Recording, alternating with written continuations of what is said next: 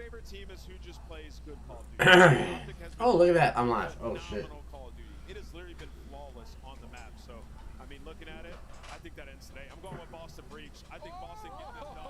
I think Gigawake's coming out to fry. Purge has been unreal. And snooping them search and destroys. We are live, guys. I am going to make a post real quick. Make some noise. It's your winner's bracket final.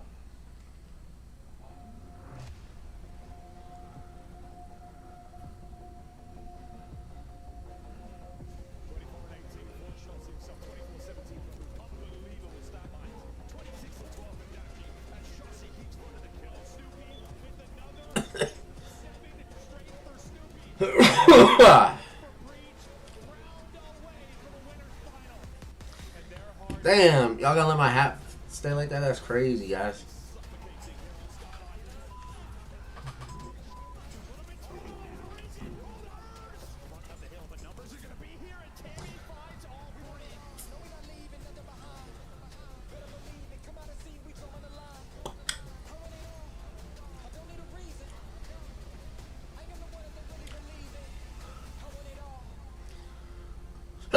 Oh, excuse me. Damn, again?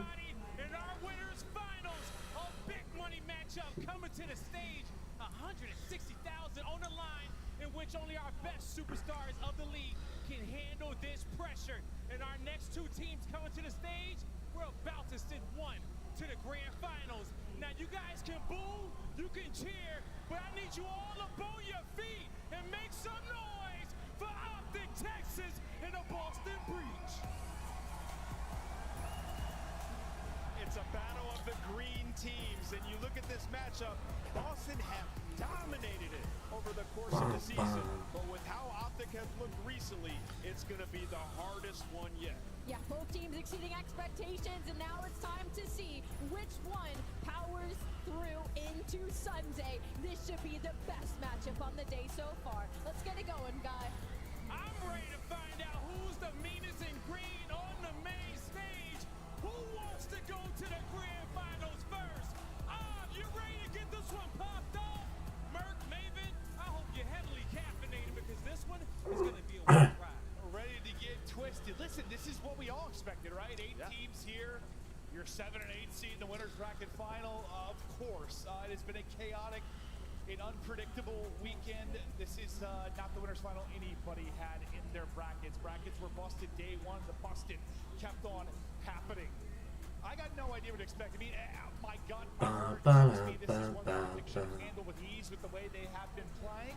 But the Boston Neslos, bro, never count them out. Yeah, I mean, this is just a tale of two very different teams throughout the weekend. You have an Optic team who is perfect, 2 3-0s, they look dominant. You have another side of Boston Breach who have just survived, 2 3-5s, the pressure on in a game 5. Can they win a hard point?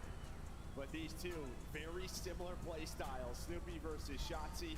Well, one's gonna look a lot different, but you can see the key here is Snoopy's S&D KD. Oh, yeah. That's the key for the team. They're at 1-5 overall, because if you look at the stats, I mean, back to the Heritage series, I think they outslayed like 50 across the hard your stats points. are gonna look pretty ugly when you're 0-4.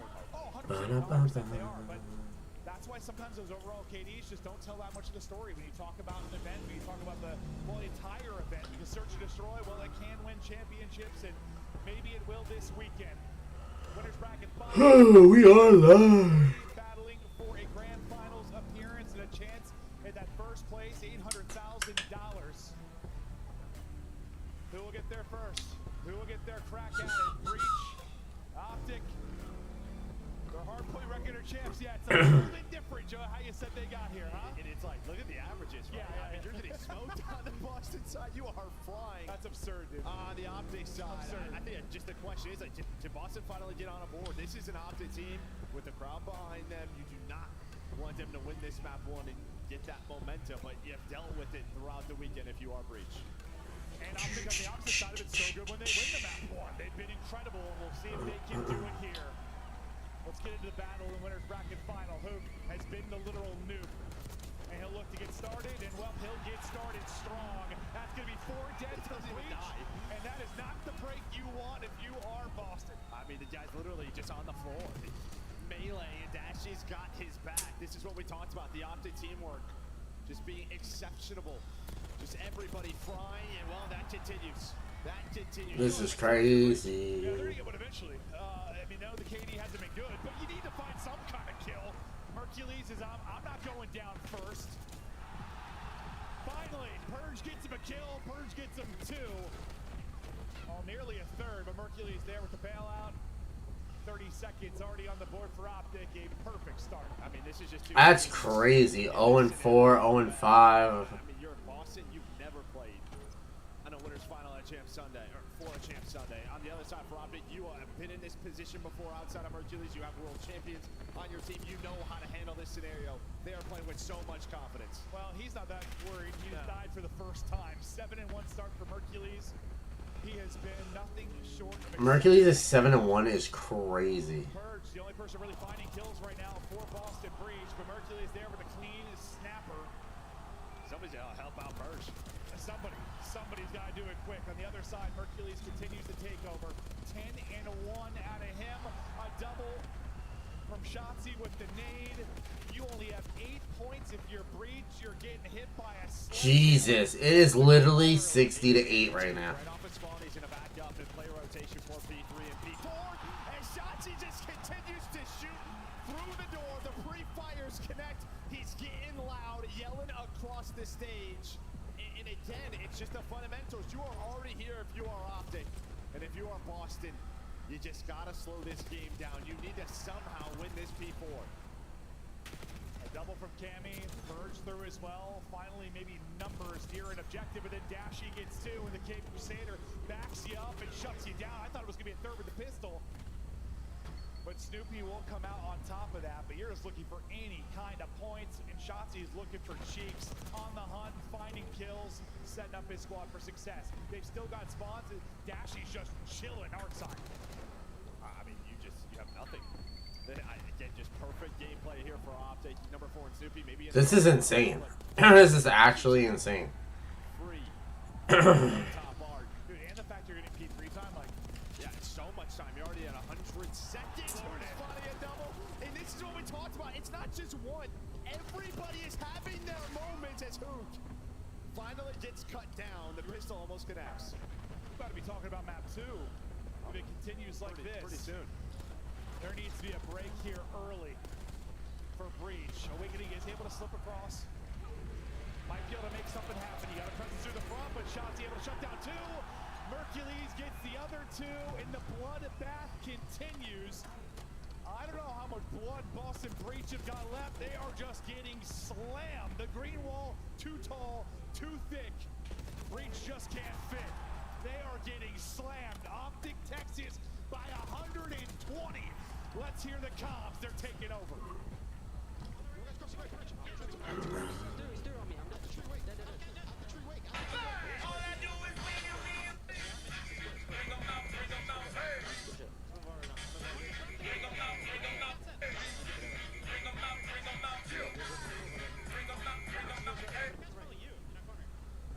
Get that going there.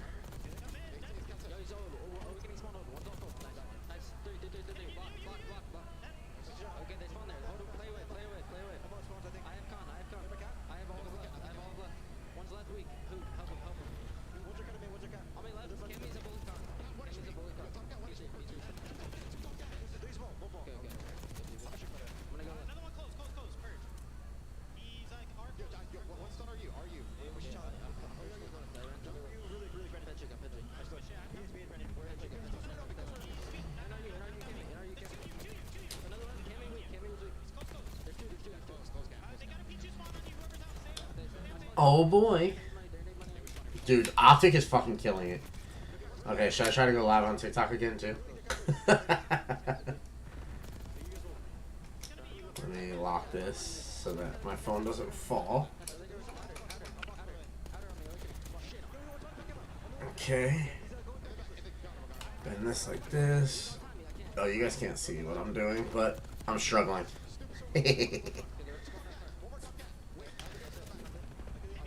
Dude, they're about to 50-point club Boston in hardpoint. That's insane. That's actually nuts.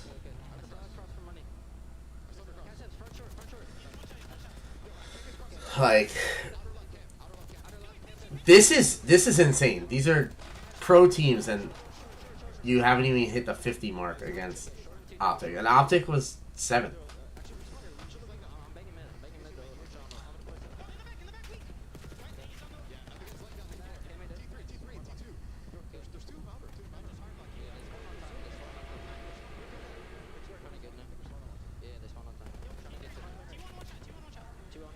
T1 one shot, T1 one shot.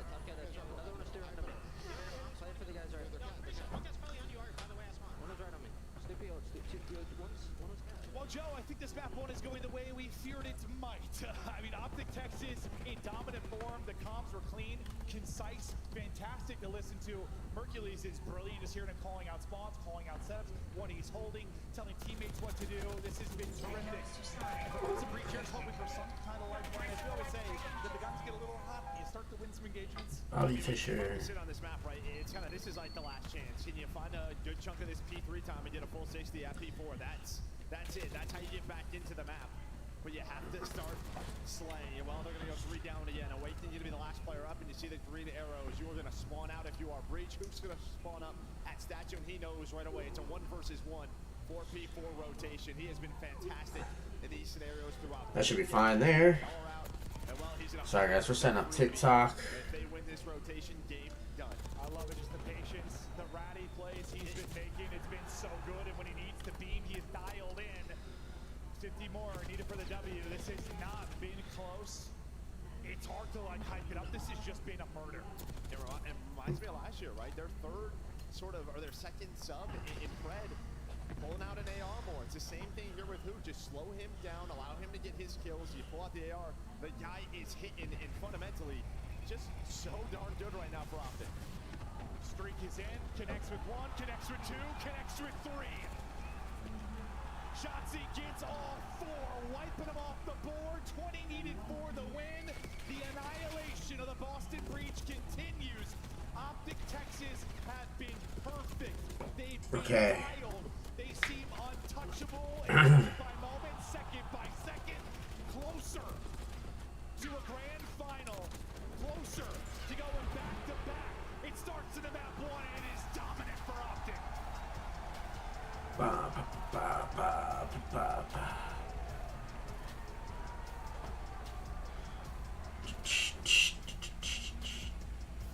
And I'm just gonna talk about it, like, you know, if you're an Optic fan, like, you knew your team had the potential, but like, they've hardly shown anything even close to this. I think that's what's been frustrating. Anything close to this. It's been frustrating all year with this team. Ba, ba, ba, ba. This was the turning point. This was the turning point. This change was the turning point.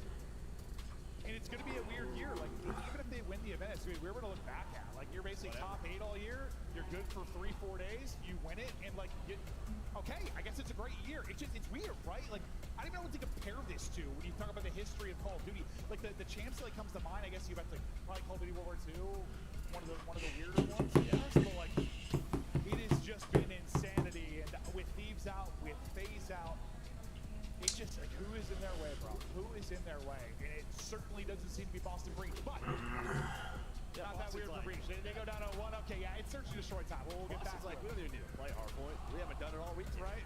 They get outplayed by, what, 45 or something like that? It is ugly, ugly, ugly from the get-go for Breach. Optic, just so good. Okay, 3. This is can't impressive. get Hercules guy enough. Like, listen, I know there's been moments for everybody.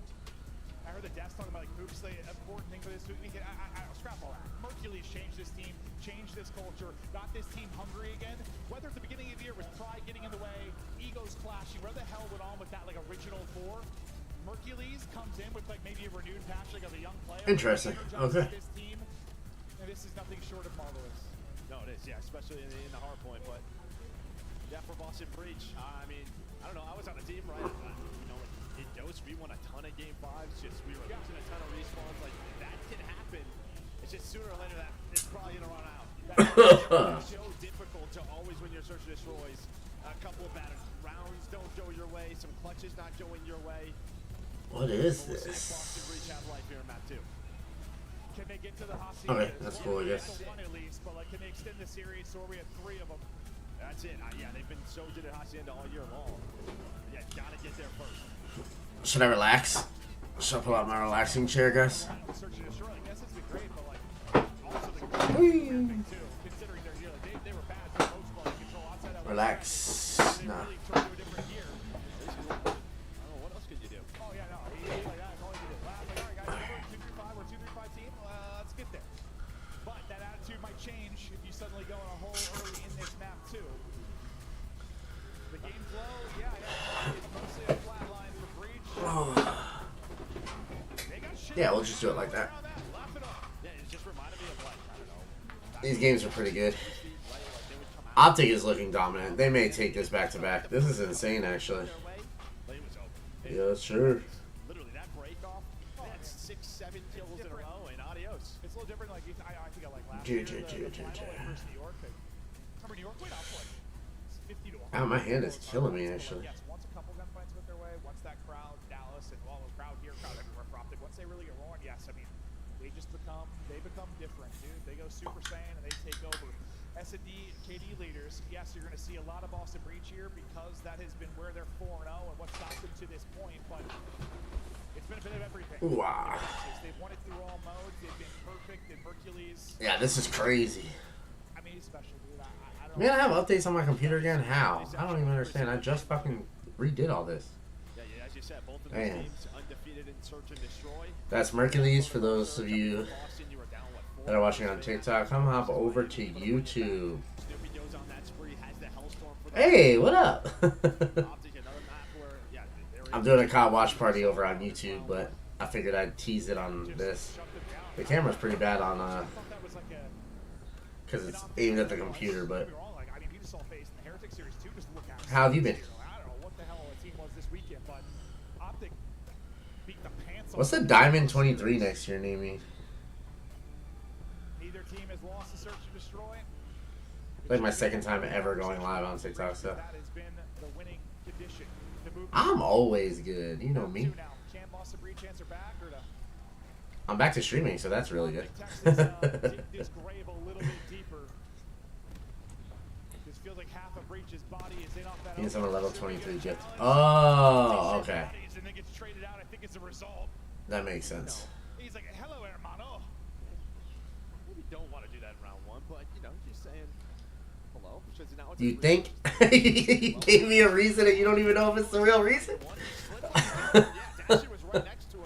That's actually more funny. That round away. But yet he's not really the only one shooting. I love that. That's great.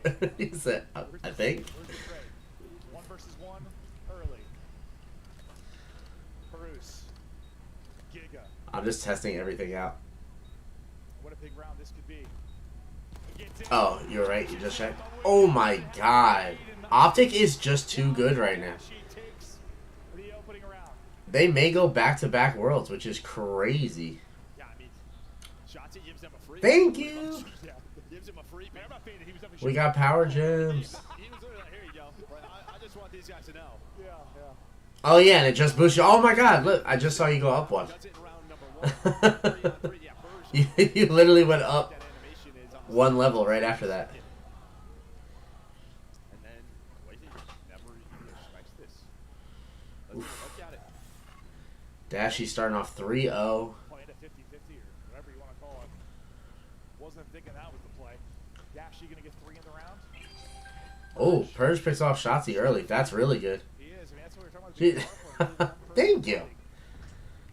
Oh, you already hit my goal. That whole thing, that was the first slide by Dash. It could have been a whole lot different, but Snoopy going to be blooded on the breach side back-to-back rounds. Do you go live at all? I have a question for you because I don't know if you go live at all. When you join other creators, right?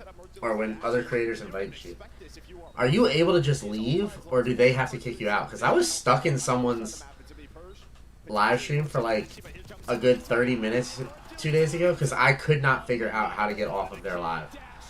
I was struggling. And Optic not slowing down. Like, He's so you can? Okay, so I just have to figure out how to leave. Cause I'm not kidding. I was struggling. I had to mute them and then just talk to my YouTube chat because I was like, I don't know what I'm doing, guys. I had to end my entire TikTok stream because I was like, yeah, we fucked up.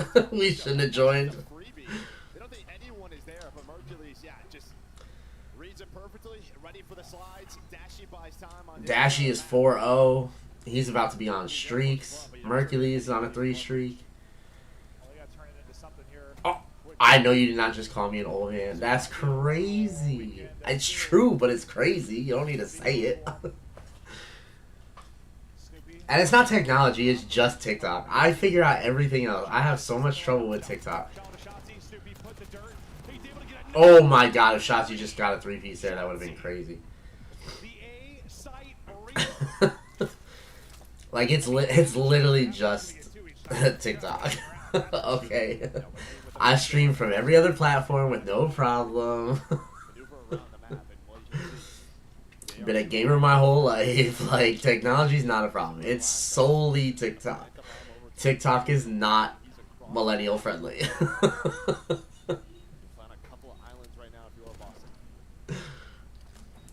She does not. She does not. Like, I mean, she likes older games. Like, we'll play, like, N64 games and stuff at her house. Her and her brother are into much older games, which is a lot of fun. And I wish I could live stream that stuff.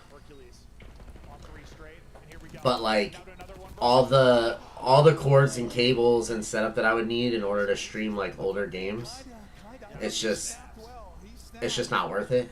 But yeah, we were playing Mario Party the other night, me, her, and her brother, and the computer beat all 3 of us. But I was winning like crazy. And then at the end of the game, I always forget because I haven't played Mario Party since I was like a kid, so I forget like the game kind of favors whoever's in last at the end of the game. They like give double rewards and stuff like that to like get you. So it's like, fuck, I missed. Cake Master, what up? Also, guys, we are over on YouTube as well watching the full game. It's not this little tiny section that I can show on TikTok. We have the full watch party going on. If you want to hop over there. But yeah, I was playing Mario Party. It was a lot of fun. I miss playing all those old games. I would love to do like a stream where I play like Mario Karts one night. That would be so much fun. My god, Optic Texas look like they are the best team to ever play the game right now. It is actually insane. This will definitely be like the first back-to-back champs winner because they just look so dominant compared to the other teams in the tournament right now. I don't know if there's a team that's left that can actually beat them. 1-5 or 1-6 or something, and then went on that 7 or 8 spree to earn a streak. Like, he turned it on. So what have you been up to, Caitlin? They started to go his way. They need to. Merge has got 2 first bloods, but looking at 1 round victory. He's the first blood if possible, but they'll just take position for now. Back up shots in the stairwell. Optic looking at play the 4-on-4 retakes. This will come down to the trophy play. I saw you posted you're not drinking ever again. What happened? There's got to be a story there. Tell me the story. Oh, no way! Yeah, what I was saying was coming out of the trophy place, but I assumed they had nothing. And that makes sense why they tried to just push it out. No trophy. No one on Optic died that round. Literally, Dashy is 7-1 right now. Merc is 7-2. Oh yeah, definitely join. The camera will be turned off when I go live. That's fine. We'll listen to the story and then I'll go back to being live.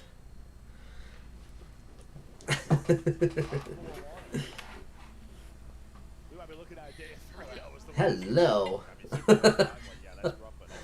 It's like, we will definitely... Hey, what just happened? See? Technology. What am I doing? What did I just do? Actually, that's probably smarter. You'll get more views than I will.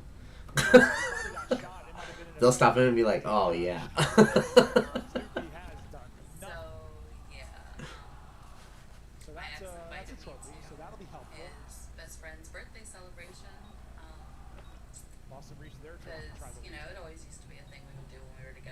Yeah. He randomly texted me like a month ago and asked me to come, and I was like, okay, that's fine. So, first blood. I should have known. Everybody else As into the soon as blender. they Last said, guy up is "Oh, going to be Snoopy. as soon as He you come is to the door, you gotta dropped. take a shot." 0-6 now for Snoopy. And And it seems for this breach so team, whether you have the read or don't, it I doesn't had matter. some Optics simply too Don good. Julio, Just some not winning the Crown gunfights. I Royal, mean, that would give you the first blood. You would then have a man advantage two to other retake the bomb different site, but times. yeah, Wasted just loses it up It was close. drinking games. So, I threw up about 5-6 times and never again. And I had to open at work today, so that was fun. Oh, that sucks. Shotzi let him know early in round one. But Proud. yeah, it was Letting terrible. Snoopy I know ended now. up, when my Uber dropped me Welcome off, to I winners had to bracket sit down on final. the porch. Yeah, I mean, that's the mental side of this, right? I mean, Oh my god. versus Optic team. Well, I was cracking up because for my birthday, like I see people on TikTok all the time and they're like, "Oh, drinking around the world at Epcot," Continue to fight. and like I have to put together my clips because I took videos when I was there. But everybody gets to like drink 8, 9, and they're like, "Oh, this might have been a bad idea, guys. Like I don't know if I'm gonna make it through the other countries." I'm like, yeah, they're all lightweights. I'm like, I did I did drinking around the world both Saturday and Sunday. So for my birthday and the day after, like You are crazy. like non-stop drinking. That's my thing. I Getting away with his life for now. so Position now when I number do one. drink, Yeah, it hits you like crazy. yeah, obviously. I don't know how I've been a heavyweight like my entire life. I've always been able to drink. Like never has been a problem. But yeah, I drink around the world and like I wasn't even like in the videos. The first day it took to like drink 9 for me to even like look like I was feeling it. And then Saturday it was probably around like drink 7. It hit me a little earlier, but it was because I hadn't eaten all day. I was just drinking all day the day before. Yeah, that's never a good idea. Liz! Little D's. I really don't have much to say. Yeah, I should probably cut Lil that Diz? off before. I don't know. What up, what up? Yeah, pin that. Oh, Epcot is... I love Epcot. Hold on. I was I thinking just like don't know if it'll pin be the tail worth of Donkey or whatever or something. I don't know, bro. Guys, settle down, man. No, that's why it's even better. It's so worth it. Honest to God, I am so jealous of lightweights. I'll say it again. Breach, you're getting your shit on. I am so jealous of lightweights. Because you can have so much fun and, like, get, you know, feeling good, even feeling tipsy, like, for cheap. You know how much money it cost me to even start feeling stuff? Like, 9 drinks around Epcot before I started feeling anything? It's like $15, $20 a drink. You might want to get that checked out. I got an iron liver. I'm gonna donate my body to science. I drink this is crazy. Yeah, I gotta piece together the video. I have clips from every country, and I just gotta piece them together and put them. I was gonna host 2 separate videos of it. My nephew, a scuff controller, had to run back to the desk.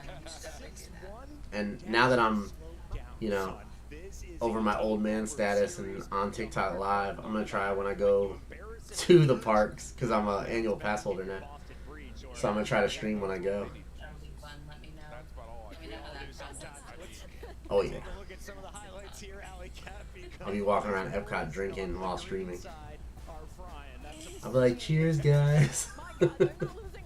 It's not only that they're not losing their ones, is they're I'll let all you get back finding to your seconds. gaming. It's unbelievable. They are. I love that you're never drinking again.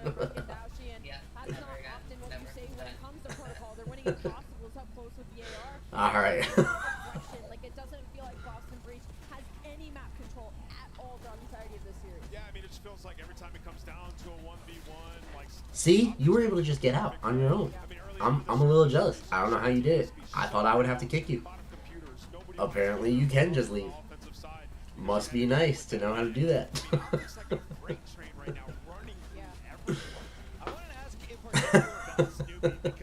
Also, guys, Optic is now up 2-0 into the round.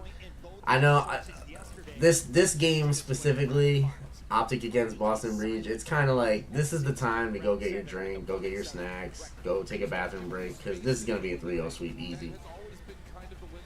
This game on the schedule, everybody knew this was going to be a 3-0 sweep.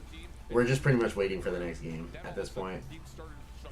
Oh yeah, let me put back on the dual camera so y'all can see the partial seems like you send shots But right at him early, get the first blood. but yeah, once the other games start, it'll get way more entertaining. We'll have a lot more going on. Come in so fast, so Snoopy has no opportunity to make massive impact plays. And you know, as we go back to this map number 1, this is flawless. I mean, every rotation seemingly won by Optic Texas. He forced lockdown shots, but he has the AR in his hand here. I mean, good night. I mean, yeah, it's their best hard point for a reason. They pick it over 40% of the time. It's reflected into the series, and we saw why. The fundamentals were obscene from the side of Optic Texas. They had every rotation. They were early over on the side of people. Damn, I really am on status. I can't figure out how to do anything. He's finding those openings too to give them the lane. So for Optic Texas, if hard point keeps looking like this, if search and destroy keeps it close, like they look We're like super on status. We can't figure out how to do a damn thing. before this event because this is unbelievable. And you gotta think that the stage side doesn't matter. Any thoughts of curses are out. What up, KJ? Cruise control if you're Optic. Come on over to YouTube. Let's watch Fumbled this back. Optic destroy Boston right now. I mean, you look at it, and it's like the control has been better for Boston, but the man on your screen right here, Mercules, he has been the #1 control player since he's joined this Optic team. They have been the El best Flaky though? control team since he's joined. So, I mean, it's going to be a tall task. Do you flake on for people? Boston as we pull up their numbers. Huh? Do you make plans and flake? I'm pissed at some of my friends right now for flaking. Best comms on the team. It has been a game changer for this What is squad. this? Now found Volt those Prestigious stages. Gifters. Still the What is this? Doesn't matter. Optic one map away from advancing to our grand Interesting. finals Okay. of champs once again. Can they go No, back I to don't wanna back? see that. Stay tuned, friends. It could happen too. Ladies and gentlemen, as the Ladies players are getting and ready going gentlemen. over it with JP, let's take a look at some of the numbers. Here we for go. this Map one. number Now 3 is again, gonna get we've started got soon. some odds. I don't know why Breach is still smiling like that. Like, they are getting freaking destroyed. These players have explosive ceilings. A 41 bomb was dropped by Purge in his opening round. Yeah, also slightly different roles, but yeah, these have been our best control players so far this weekend, and I mean, Mercury's been doing it across every single Jeez, game. man, they have been Keeping Boston freaking in a lot of destroying this ladder. 41 ties out with Joe this weekend as well, so easily these two are going to be your players to watch. Give me a player It's crazy because they're both rookies and they have like the best stats in the entire league. It's actually insane. to get back in the series.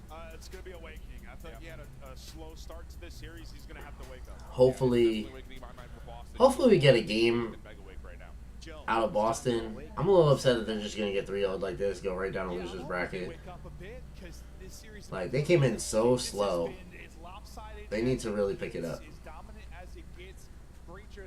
Day one, I was bitching about how some of these pros don't know how to rotate. They don't know how to play the game correctly. I don't understand how they're pros because it's just insane to me. But this has been the most 3-0s I've ever seen in a CoD tournament. It's nuts. It's absolutely nuts. They just need something. Something, yeah, anything. One player, they need all. Alright, we're jumping into map 3. It's a Hacienda control. They're both 2-0 on this map for champs. So one of these teams has to lose it, you know? But in the 0-2 hole, I don't know if a 3 stretch of Hacienda is going to be enough to But pull them out of this. I mean, even if Boston wins this one, I still think they're going to losers bracket because I just don't see Boston reverse sweeping Optic. I just don't see it happening. Like, Boston needed to win that search and destroy to give them a chance. But Optic came into champs with a fire underneath them. I don't know what happened, but they are a completely different team from the beginning of the season. And both favorites are already out of the tournament, so right, LADs and Atlanta FaZe both got knocked out quick. Lost day 1 in winners bracket, lost day 2 in losers. So no matter what happens this tournament, like, Optic can go back to back. They'll be the first team to ever go back to back champs. That would be insane to see happen. But no matter what team wins, there will be players who have never gotten a ring before getting a ring. So on Optic, Mercules, if Optic wins, Mercules will get his first ring.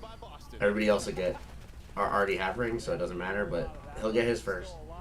And then every other team in the tournament every other team in the tournament, the whole team would get their first ring. So this is actually pretty interesting to watch. But I think Optic just goes back to back. This is crazy. I mean, they were shit all year long, but they picked the best tournament to show up at. So.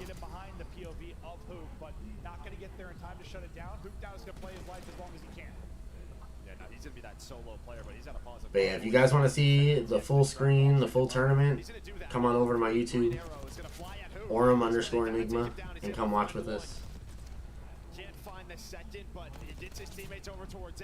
I can't show the full thing on TikTok. I can only show a little tiny thing of it. So.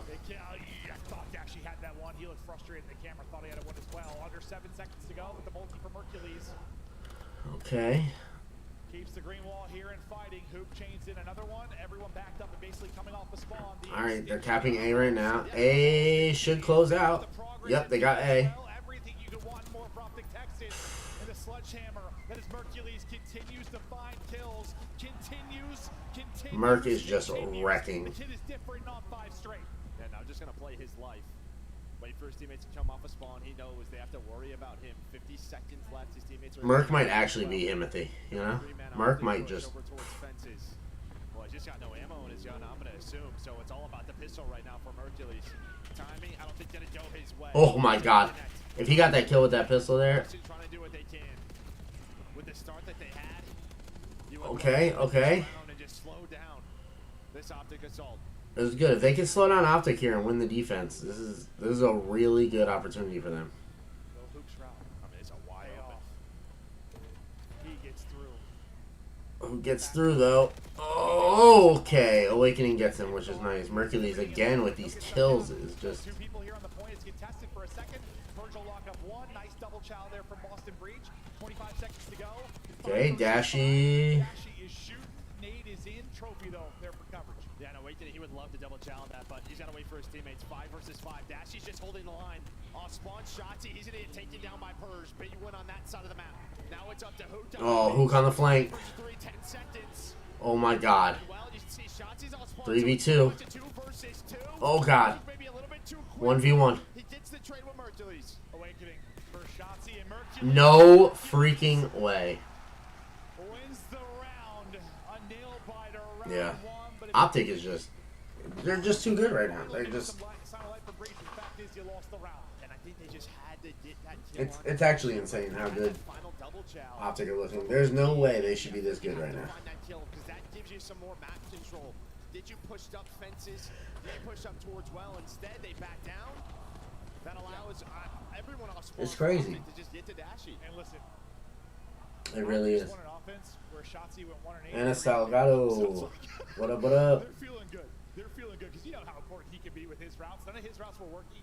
They're getting Optic is fucking shitting on people right now. It's insane. You want to come over to YouTube and watch full screen? Thanks, boys. Just Optic murking. No pun intended. They hold on defense. Take an even bigger edge. But Right out bottom. Secret into the point. so Boston needs to win this offense right now. Otherwise, Awakening taking some Optic is just taking this 3-0. with the AR still there for coverage. You still have Purge on it throughout this. Now But either way, I feel like Boston's just gonna go down the losers bracket. Like you'll see Optic day 4 on Sunday for the Champs Grand Finals. You've had some of these good little stretches here for Boston. Just can they take advantage of it? Maybe a little bit easier on off. And then I guess you would want to see who's a good matchup against Optic right now in losers bracket that would actually be a good fight on Sunday. That's a hell of an opener. Backs against the wall. Beautiful there. Out of Boston Breach. Now Optic Texas, this green wall defense needs to be terrific for 2 minutes plus some when you talk about pause time. They kind of slow this down for a bit. This is a lot. Out of their spawn. It's Mercules and Shotzi. They're gonna find But one. yeah, I think we want to see if Boston gets that knocked down a losers bracket. I think we need to see Miami make it all the way. Either Miami or Surge to make the full run back to grand finals, because I think they're the only 2 teams in the league right now that stand a chance against Optic. Not that I wouldn't want to see Optic win, because Optic winning back-to-back, I mean, that's history-making. No team has ever gone back-to-back champs. Shuts him down. Progress in at B. Snoopy with a double. Snoopy was terrific to start this. Awakening. Maybe thought he had the kill. Dips out of it. Relies on a little bit of help. The stun hits before the trophy. I mean, technically speaking, there would be... It's not the same team that went back-to-back, so I don't know if you would put an asterisk next to that, because it is a different team that is going. Like, it's still the Optic name, but it's different players than it was last year, so can you really say they won back-to-back? But around the breach have got to win, considering the breakoff that you had and where you are in the bigger picture for this best-of-5. Breach on it. Gonna have 2 dead. Hercules gonna try and play spoiler. He's able to get away with his life as well, and he gets a second. How does that happen? Just catches 2 times. Hercules is just absolutely frying. This kid is insane. 17, 11, 18 and 11. He's shooting bodies. Just flips the round on its head. Mr. Takeover going crazy in the control. Finally falls, but that bleeds. What, 30, 40 seconds? Finally, Breach able to get out. To pause the clock, it'll be purged. Hercules might literally be the best player to play this Black Ops 6 game. Like, he comes in, he has not had a bad map since he has been picked up by, well, Ultra first. And then since he has come to Optic, he has just been dropping 1.4s left and right. Like, this rookie is insane. I actually can't believe they won after that sequence. Like, it just speaks to the advantage they had. Like, really, what does that come down to? Yeah, 2 minutes, 20 seconds. Yes, that first point. Like, 19 and 13 to start off the round. This is insane. This is absolutely insane. Seconds of the round and never stepped off. And he was there through the complete capture, right? So that was about as close to break as you can have. If that break wasn't that perfect, you lose that round. You lose that round without question. I mean, I didn't have my YouTube chat up. That's wonderful. wow. I'm just an idiot. Perfect break. Breach. Barely pushed through. Showing signs of life, though. They are. Oh. Round 1. I don't know if Hercules is seeing signs of life. He's just seeing dead bodies. They're Everywhere. Dude, Hercules cannot miss a shot. Hercules. Just Is he using a Cronus? What is happening? Somebody check his controller. This kid is just snapping on people. Dashy the guy to stay up. Contest is through, and they'll push him out of it behind the stuns. Shotzi's weak as well. Now turn into 2 for Cammy. So defensive clearance there for the moment for Breach, but Hercules is still lost. Seems to be always somebody, and he's just simply not missing. 22 and 14. My God. Yeah, no. Why does it feel like every gunfight, regardless of go for that shot, too. why does it feel like he's always has a chance? I swear, man. And well, now a chance again where, I mean, if you are Boston, or sorry, Optic, you're working both points. You have players on A, players on B. Boston don't know where to go. A little bit staggered. Snoopy does get on through. And well, now Optic, they want to go towards this B point. But Snoopy trying to do what he can. Get his team back into this round. Optic need to choose a point because... See, this is the problem with splitting points, though.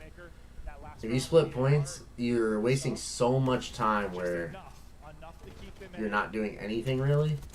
Lives about even, but time ticking. I mean, the kills are just insane, though. Like, Need a big moment, like a 3-down type scenario.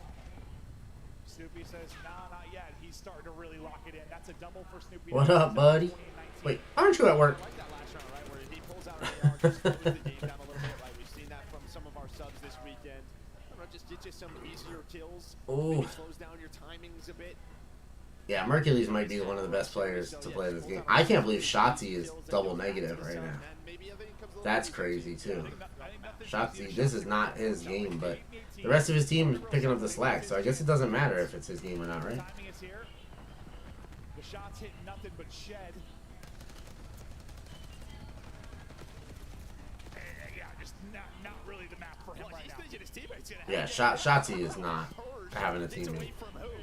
But 10 seconds now. Optic have to go. Big one-on-one rock side. That's Persian and Shotzi. Optic, you gotta hop on something, dude. Shotzi is having a rough map. Gonna slide on through. Does get a little bit of help. Not quite done yet. Now we are as well. Breach. Okay, well, A second on the board. Well, that's what we talked about Hacienda. That's valid. Boston Breach. That's a valid point, sir. Yeah, that was the one. Listen, we gotta spin some webs sometimes, spin some stories. We're trying to sell the Breach having a chance in this series. But the fact, listen, we did not see a The Breach do not have a chance in this series. Like, Optic should have just 3-0'd right there and ended the whole thing. The one silver lining. But instead, they're trying to split points. Which I don't understand, because everyone who plays this game knows splitting points is the worst idea. You go for 1 point, you hold down the 1 point, you get your kills, then you try for the second point. If you're splitting points, you're literally making it so that you're easier to pick off. Because if they go to 1 point and pick you off, now the whole team can go to the other point and pick you off, and you're both starting at spawn. So, and Dashy with a double kill. This, I mean, there's no point. I don't understand. Like, they're just, Optic is just frying this team. They're not even really trying now. They don't care. They know they're going to winners. It's insane. Oh my god, buddy. I am so sorry. That sucks. I'm sorry, man. I know how that is, so.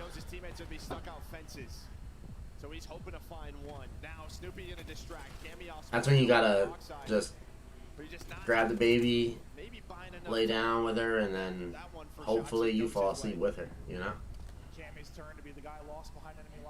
Oh, that's even worse, actually, because you finally get her down, and then dog wakes up because of inside and outside running back and forth. Oh, I'm sorry, boss. That sucks.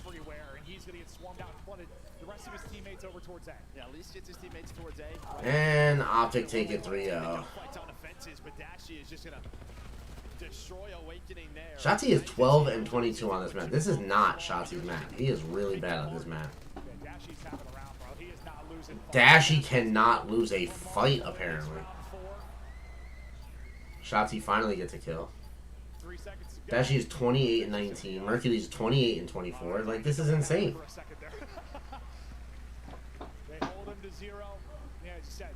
Oh, that's even worse, bro. I'm so sorry for you. I feel so bad. Oh, my goodness. Yeah, but woo, God, Dashy is just, he is on fire. He can do no wrong in this map.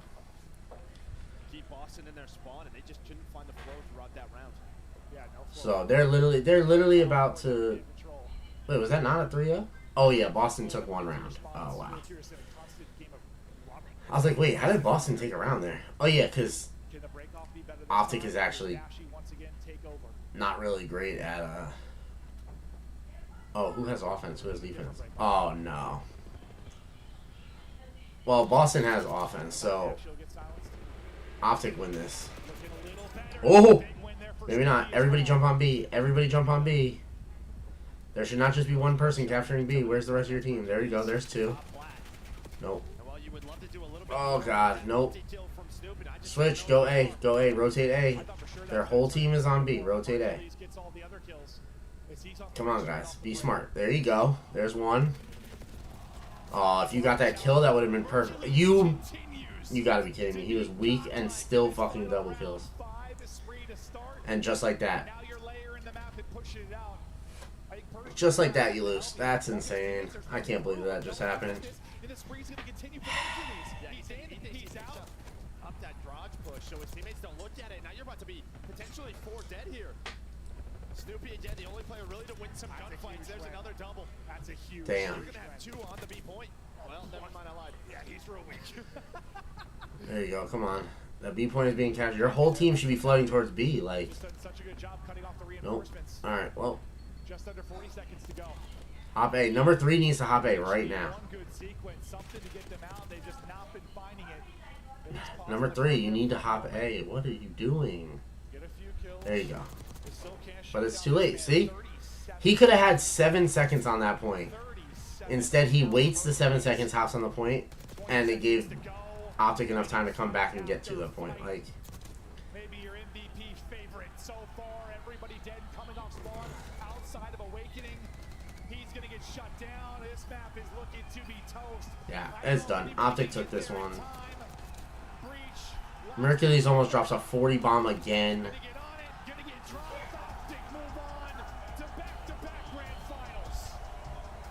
This is crazy.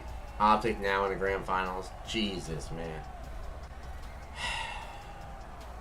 Well, they do it without dropping 9-0 on the weekend. But we're going to see still a couple of matches left to see who is going to meet them tomorrow for a best of 9. I mean, it takes it out of you, man. You get sitting there scrimming for, 9 hours a day, watching VOD for 2, playing in tournaments after that, like.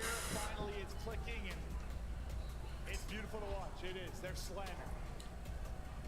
They're just playing as a unit. Just feels like they have a great idea of what they want to do on the map. They're doing it together. When they're in these sort of messy scenarios, they were a team that just feels like they would get lost a bit, sort of lose those clutch plays instead. They're doing it all. The fact that Optic is in back-to-back grand finals at Champs is crazy. If they win Champs, they'll be the first back-to-back team to win Champs. But I still think they should put an asterisk next to that. Like they keep saying that, but it should be an asterisk next to it because they're not the same team. Like they're under the same team name, right? But it's different players. But then I guess, technically with sports too, if you pick up a player and you go back-to-back like Super Bowls, right? And you added 2 new wide receivers and you went back again. Like you didn't win with the same team, but that team won back-to-back. So maybe there shouldn't be an asterisk. I just feel like when it comes to sports, it's different because there's so many people on a team. But when it comes to like CoD, there's 4 people on the team, so weigh it out how you want. I feel like if you change 1 person or 2 people on a team of 4, that's half the team is different. You change 2 people on a football team. That's a big fucking difference. Is that Boston? Is Boston in here? Boston, did you stop by? I missed you. Yes, sir. Everybody make some noise for Optic Texas. They make it better. I gotta get back to doing my podcast too. I gotta get back on everything. I gotta get back on the grind, guys. We're gonna grind hard. Alright, well, for TikTok, sorry, we're watching the interview, so I go quiet so that chat can hear it on YouTube, so. I mean, it feels amazing, man, especially what we've gone through as a year with me and Brandon. I'm so happy right now. At any point, did you ever think that you probably wouldn't make it here? It's been a tough road, and you guys have been through so much to get to this point. Definitely been down, obviously with us being, in a race between Boston and making chance. But hey, ever since we got Mercury, we've been them. So, yeah, shout out Merc. Shout out Merc indeed. And how serendipitous is this matchup? As you said, chasing Boston down to possibly even making it to champs. That was a conversation for a very long time. But on to Merc, okay? You've had a fantastic... Yeah, they stay talking about Merc. He really changed his team. Optic needed it. But give him some words of how well he's played this season. How proud are you to have him on your team? Guy is literally him. Honestly, I don't think I have anything else to say. I don't know if he can get Rookie of the Year though, because he's only been in for 1 major. I think you have to play at least 2 breaks. Yeah, I think you have to play 2 breaks in order to able to qualify for Rookie of the Year. But I do think he should get Rookie of the Year because he's been insane. Me and him been a duo since when he first picked me up. He took a salary cut for me, so to win chance for him, it'd be amazing.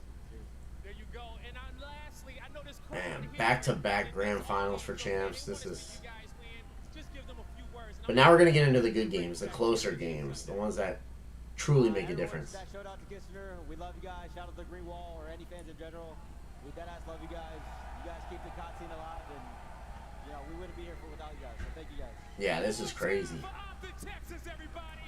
We'll see them on championship. If it wasn't in Canada, I was gonna go to Champs. Always But I don't have my great. passport. Shotzi was another great interview. Dropping a little knowledge This would have been nugget so on us. fun to go to. Who took a pay cut for Shotzi to join that original team? We talked about Mercules and what he's done this weekend, but I think I am happiest for Hook. The man got cut twice by this team, and he is back playing alongside Shotzi. He did. Yeah. Hook got cut twice from Optic. He's back on Optic. Such a tough year, and you think about Luke in particular. And he has a chance to win. Join other teams. Like- Waited to come back to this team because of how comfortable he is alongside Shotzi. But you know, the story truly is Mercules. I mean, the kid is unbelievable. He has turned. Merc is great, and they keep hyping him up, but like I do feel like Hook is the best player to ever play this game. Merc might be the second best. Don't get me wrong. Jimbo disconnected at a chance.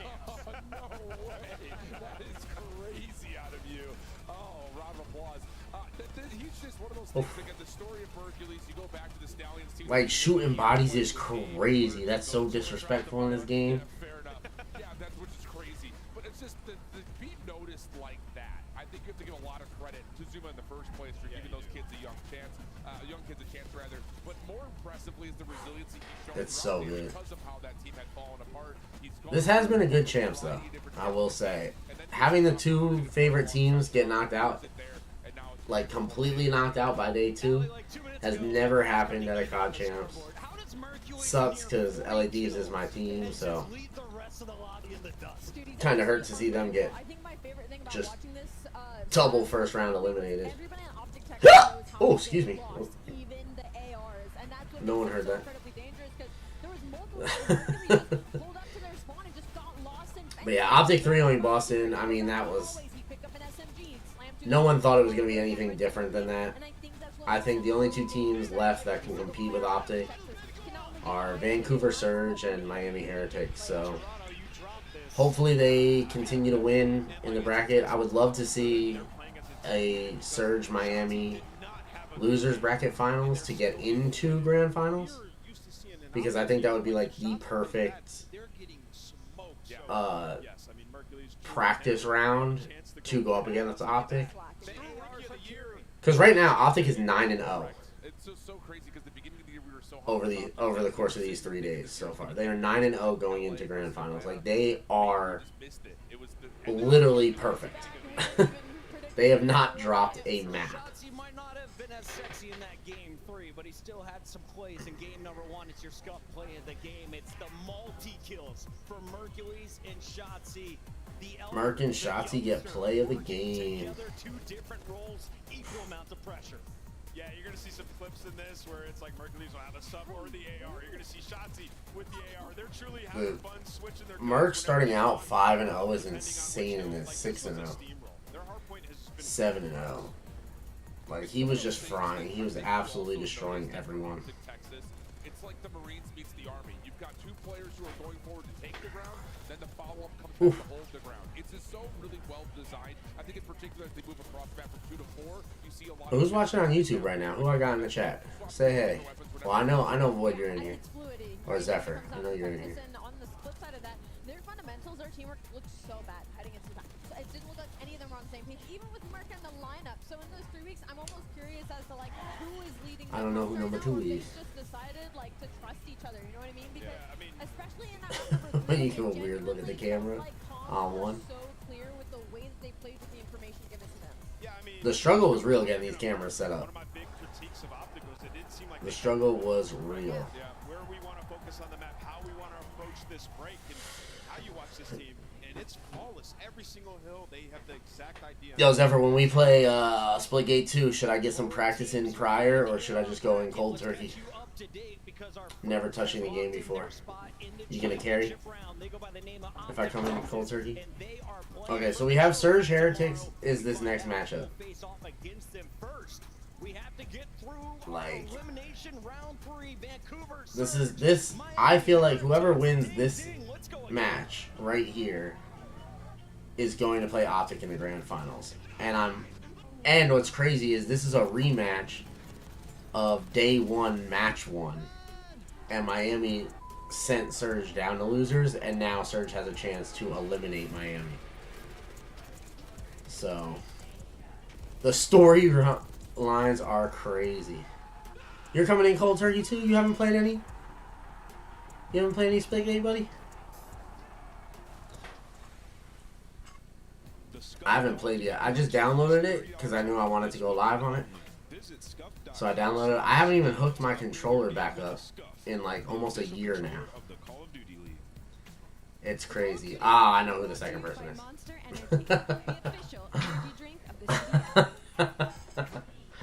I'm assuming the movie is over.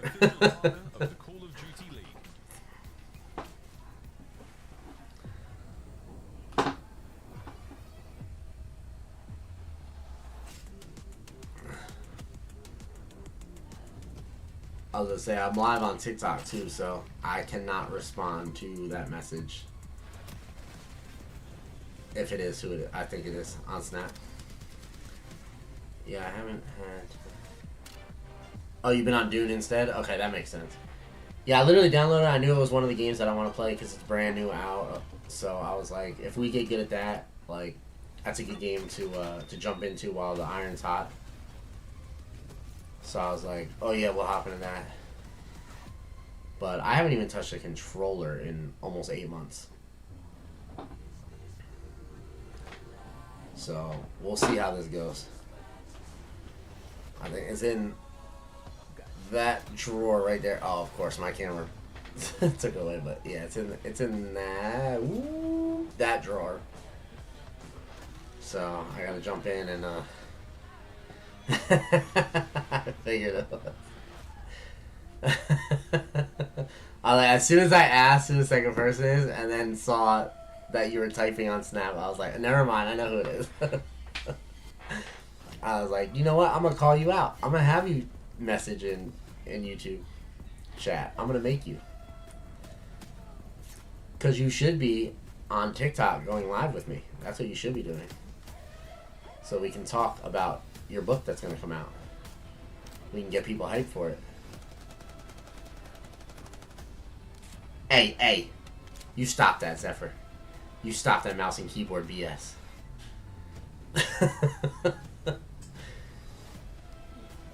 Although I do want to get better with mouse and keyboard because I want to play Valorant so badly. I want to get good at Val. And you have to play on mouse and keyboard, so I guess I don't have a choice on that one. It's crazy that every match today has been a 3-0. That's the craziest thing to me. This might be the first ever champs where, like, every game in one day goes 3-0. I don't think it will because I think Miami and Surge are going to go game 5. And I think the winner of that will go game 4 against Boston. So, but it would be crazy if every single game went 3-0.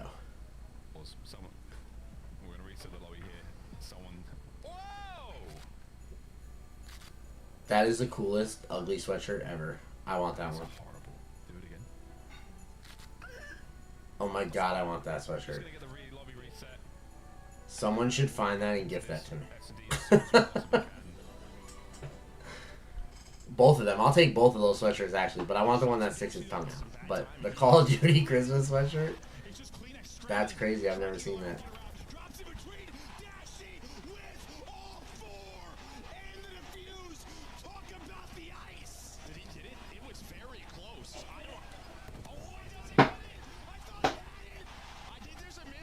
Right? Tell me that sweatshirt wasn't the coolest thing ever.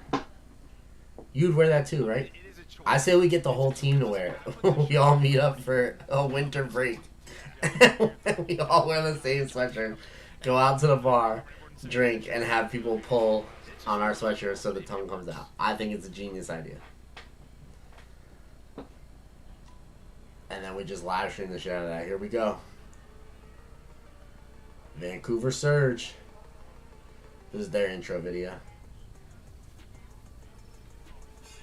I'm so mad LA got eliminated because I do feel like LA had the best intro video.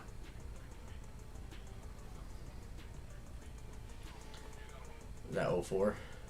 Yep. Yeah, the LA Thieves had literally the best intro video. I'm so upset that they're eliminated. Whoever did LA's intro should be paid to do the whole league's intro. Like, for every team. He should get paid to do every freaking team's intro. Because it was fire.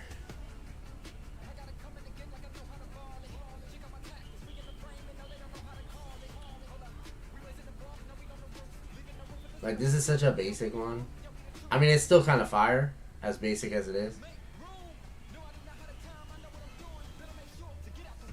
I'm not gonna lie.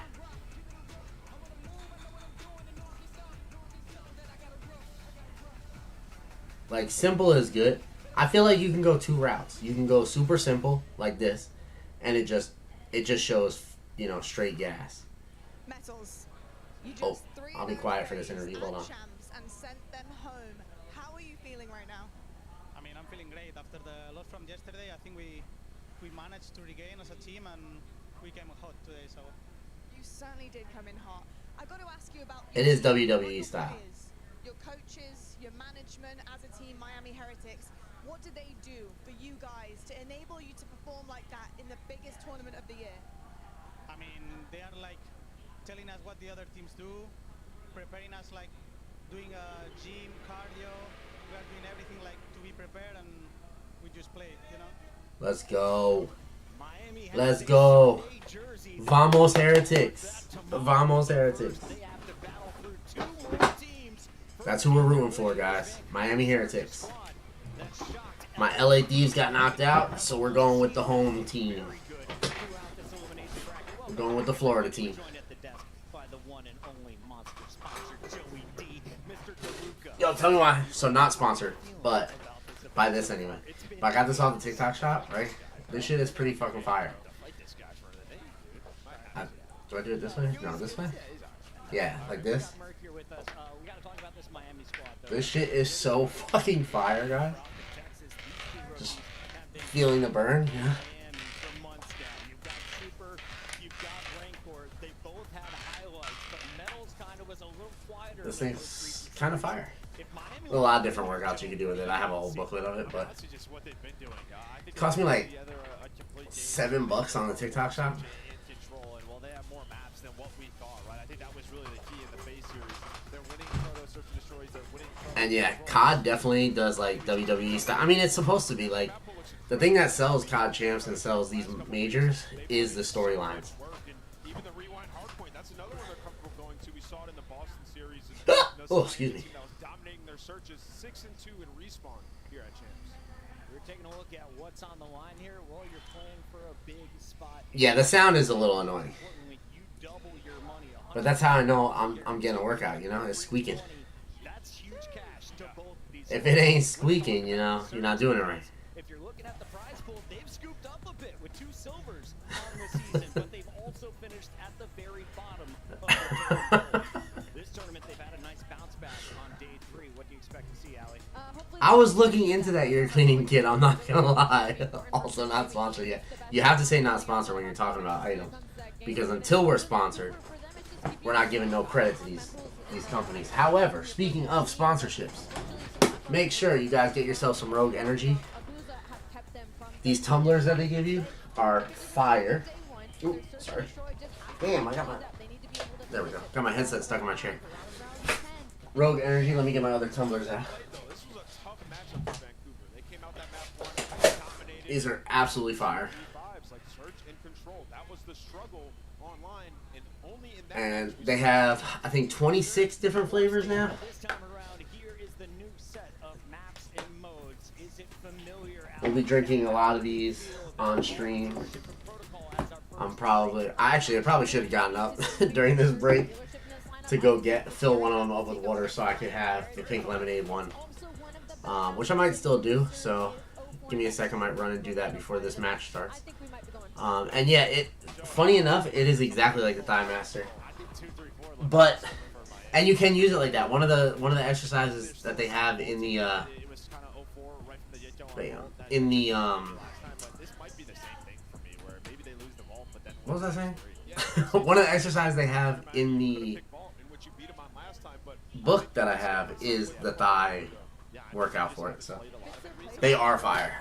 These flavors are absolutely incredible. They're also healthy. They don't have taurine in them. They don't have. I can look. They don't have coloring. A bunch of different stuff. I have to look up again. I have a whole like list of things that I can say about the sponsorship, but it's great. Each tub is a 40 serving tub, so if you have one a day, you know, it can last you over a month before you have to order a new one. They have great deals on their website, but use code Enigma to get 10% off when ordering. But I swear by them. Like, I lost so much weight when I was just drinking that and water. Then I started adding soda and other, you know, sugary drinks to my diet. But now that I've gotten a couple of tubs again, I'm probably going to go back to just energy drinks and water and my alcohol when I have alcohol. But bro, trust me, I know how it is. That's why I added soda to my diet and everything. There was a time frame where I just couldn't afford to get the tubs. But I got 2 new ones that just came in. I got the pink lemonade and I got strawberry banana. Shockingly, I know strawberry banana sounds crazy for an energy drink, but no, they have hydration ones and they have sleepy time powders. So I don't know if they have any sleepy ones in stock anymore, but I know for a fact they have energy and hydration ones in stock. Usually I'll buy an energy drink one and a hydration one, and I'll use the hydration one throughout the day and the energy drink once a day, because you really don't want to have, even it being healthier for you, you do not want to have multiple energy drinks throughout the day. Yeah, they've got 2 sleep ones now. They sold out like instantly though, which was crazy. So hopefully they'll get those back. But yeah. Let me just run real quick, fill up some water so I can make myself one, and then I'll hop back on before this match starts.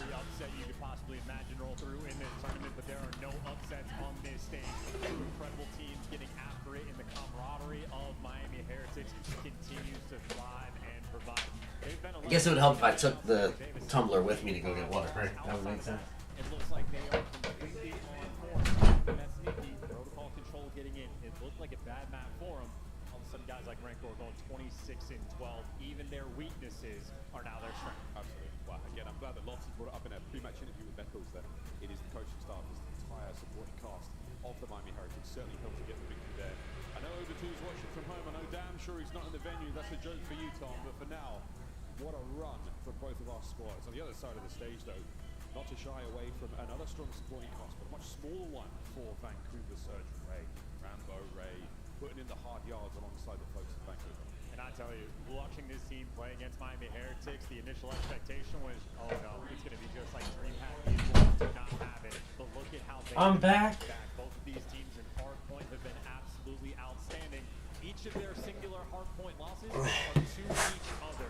And we have the exact same match. Does Zephyr call me out again? 2 hours later.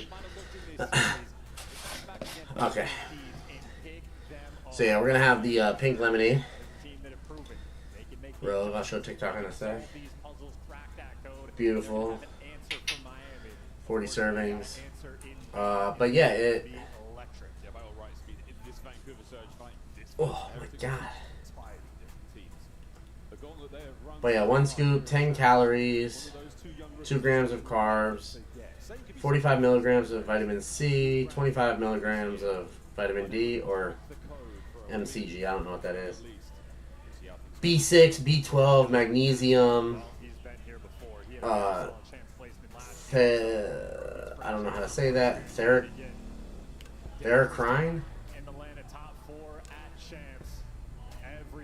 But yeah, it's all really, really good for you.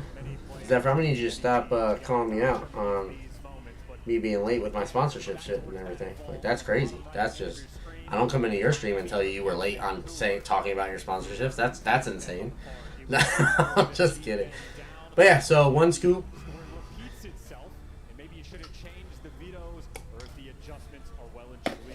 Find out. Our players are loaded. Our stage is set. We're off the world. The ultimate match. Shake it, baby. I think this looks weird. It looks fine on TikTok, but on stream, this looks really weird because of the camera angle.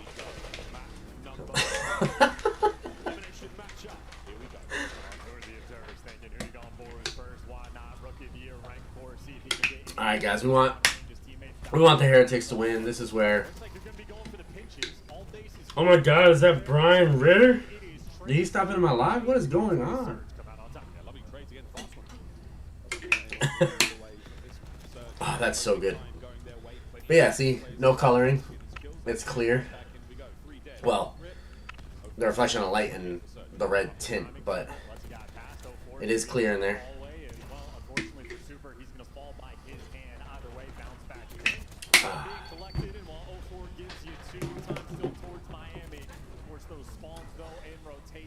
Let's go, Miami. Woo! Rancor 5-1 to start. 6-1 to start on a 5 streak. With the aims towards P2. The white arrows, the Miami Heritage swarming all over it. Yeah. I'll do only games. So far, so good. And Rancor, unfortunately for him, a player's gotten past, but if he's still alive, you're not going to doubt him. See how dirty we can get while playing games. Oh, the sneaky Neptune. He's not going to be able to enter from the rear. Oh, hey, yo, big kills out of net. That's the break. Yeah, that's that small mishap, right? A little bit of miscommunication or letting a player through. OG. When OF gets too lonely and you need to upgrade. Clean these up and get the buttons going here on Vault. As right now, 04 looking to get that flow state going as POV. Always good. Man, that was a lovely bit of damage on the way out. Now looking for the break again, but Neptune's going to stay alive, and he's going to try to take the player, making their way into the backside. That's going to be enough break. Heritage a little bit. Oh! Drive off here. It's going to maintain that lead, and as the boozer falls, the player spawns up right on him. Okay, so this is actually a really good matchup because both of these teams are very good with rotations. Hardpoint is always the only. Yeah, that would be a good name.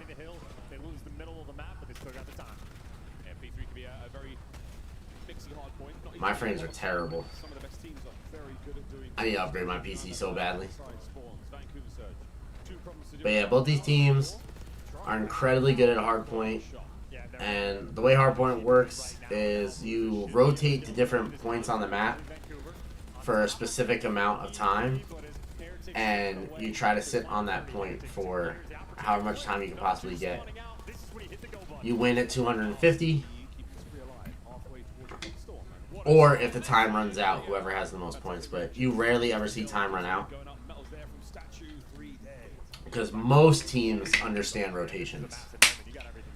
But a lot of times the teams that don't understand rotations will get either blown out, or the very rare occasion you get two teams that don't understand when to rotate and the time actually does end first.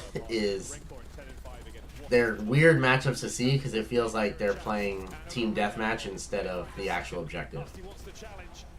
Come on, Real. Oh, Nasty gets that. So he has control of Art, which is good because he ends up making spawns in there. Yeah, I figured I would explain it a little better. And a lot of times, once you have the point, so if you look on the bottom right, there's a mini map, and you'll see like the main circle that turns a color that tells you what team is sitting on the point.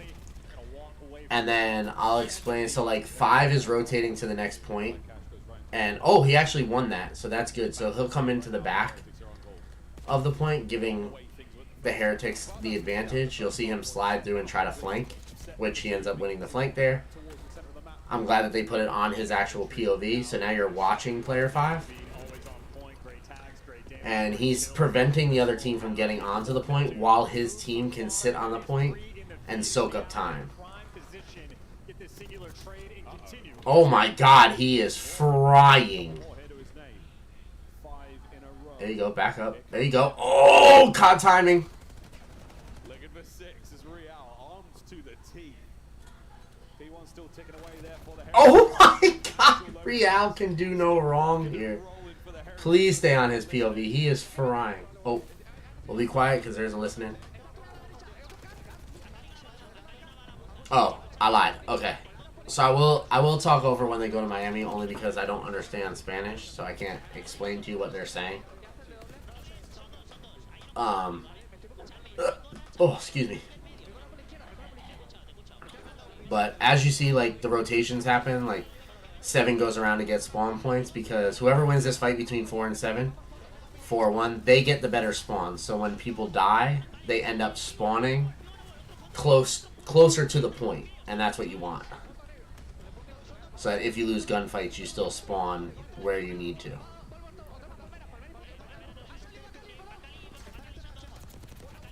Oh! Okay, Miami should win this point. There we go. Miami takes over the point.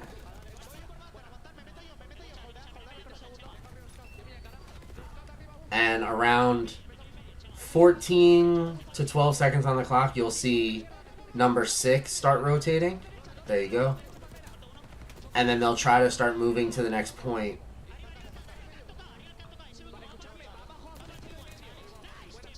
Alright, 5 wins rotations, and he's about to have hop on the point. So next point opens up, and Miami has the good spawns for it because they won the rotations. And that's pretty much how the hardpoint mode goes. Rotations are everything.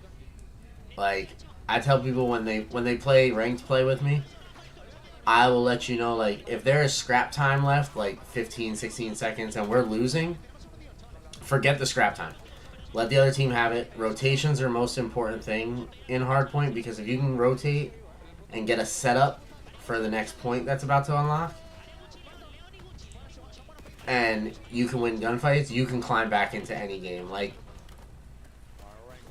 Vancouver Surge are down almost 100 points. Well, now they're down 70 points, but that's one full rotation. So, if they, like, 2 is on the next point right now, and the rest of his team is spawning up in art, covering him. So, if they capture this for the full 60 seconds, they're back in this game. It took 1 point, and they're back in the game. So as long as they win their gunfights here, because they had the setup, which they are, they're winning every gunfight right now, you'll see the points total come back, and it'll be more of a fair game going into the next rotation.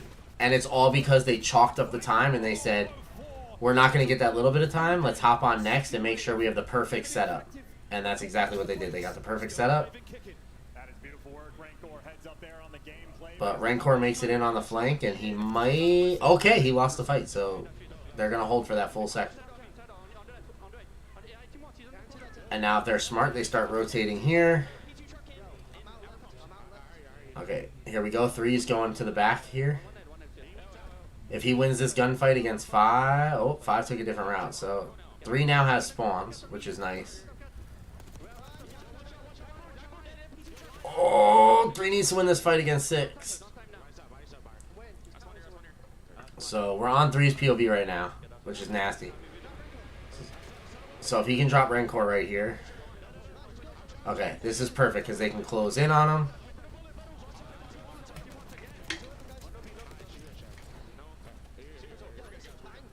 But Miami has just been really good with their gunfights. So it doesn't even really matter that Surge is doing very well on rotations. Miami is just winning every gunfight. Okay, there we go. Here's an opportunity if he hops on. But see, like right now, they're doing too much to try and get that point with 10 seconds left on it. I would have just chalked it up and gone to the next point and been like, look, we'll get a full 60 hold on the next point.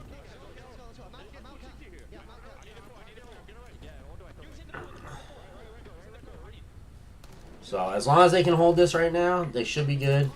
This will catch them right back up into it.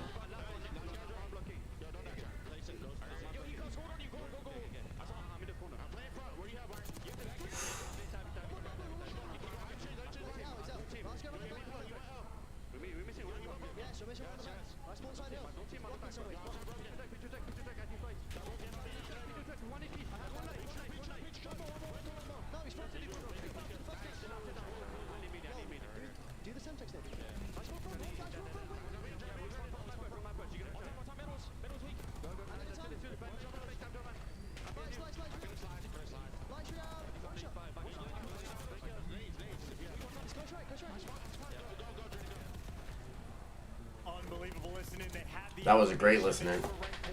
They didn't listen for a single moment, and Rancor pops a three-piece, a devastating moment. This is a very scrappy hill. This one is one of those hills where you kind of set up for next, but you try and just keep one player off of the point the whole time while trying to set up for the next hill. Because getting points on this hill is very, very difficult. But it looks like Surge is doing a good job getting a bit of scrappy time. Okay. They're only down by 20 now. Oh, wow. They're getting a lot of points on this hill. Miami set up for next, but they're... I mean... They can actually take control of... Oh, never mind. As I was saying that, Miami just fucking... They just fry. Okay, so Miami has the setup. They can win it off this next point. There is a lead change right now, but and another lead change here. So as long as they can hold bottom art here, they will win on this hill. They cannot get broken.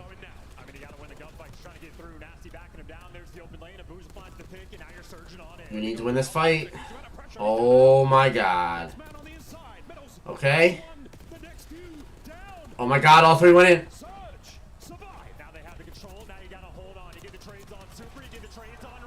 Oh my god. They broke in and Surge has a chance to win this right now. They have one chance to break this.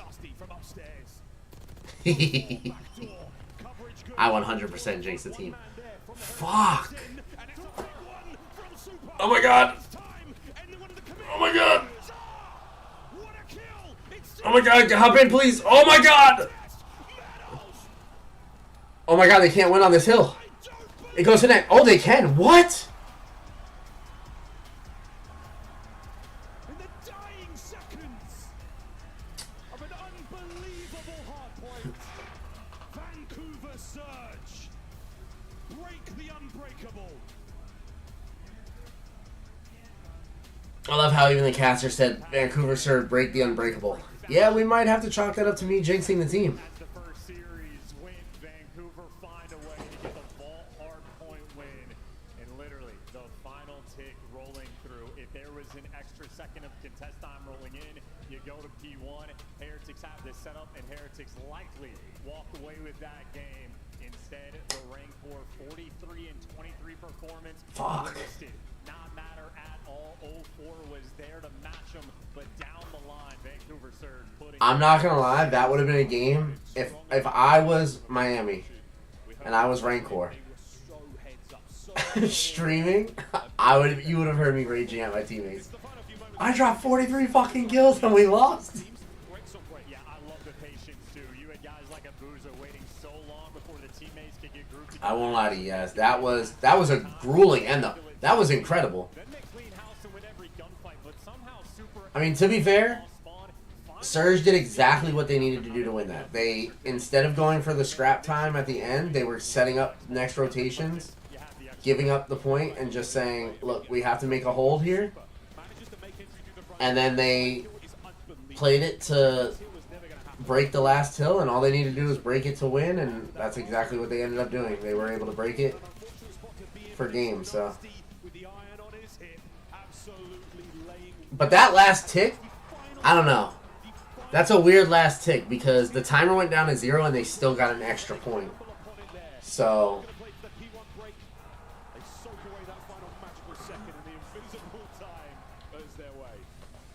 Wow, what a hard point. Yeah, and look at the comeback too. Quite literally from the opening break, Miami Heretics had the lead until the final few moments.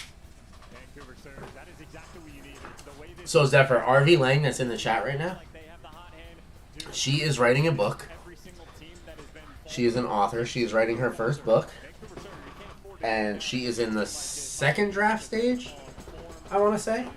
Correct me if I'm, yeah, correct me if I'm wrong on that.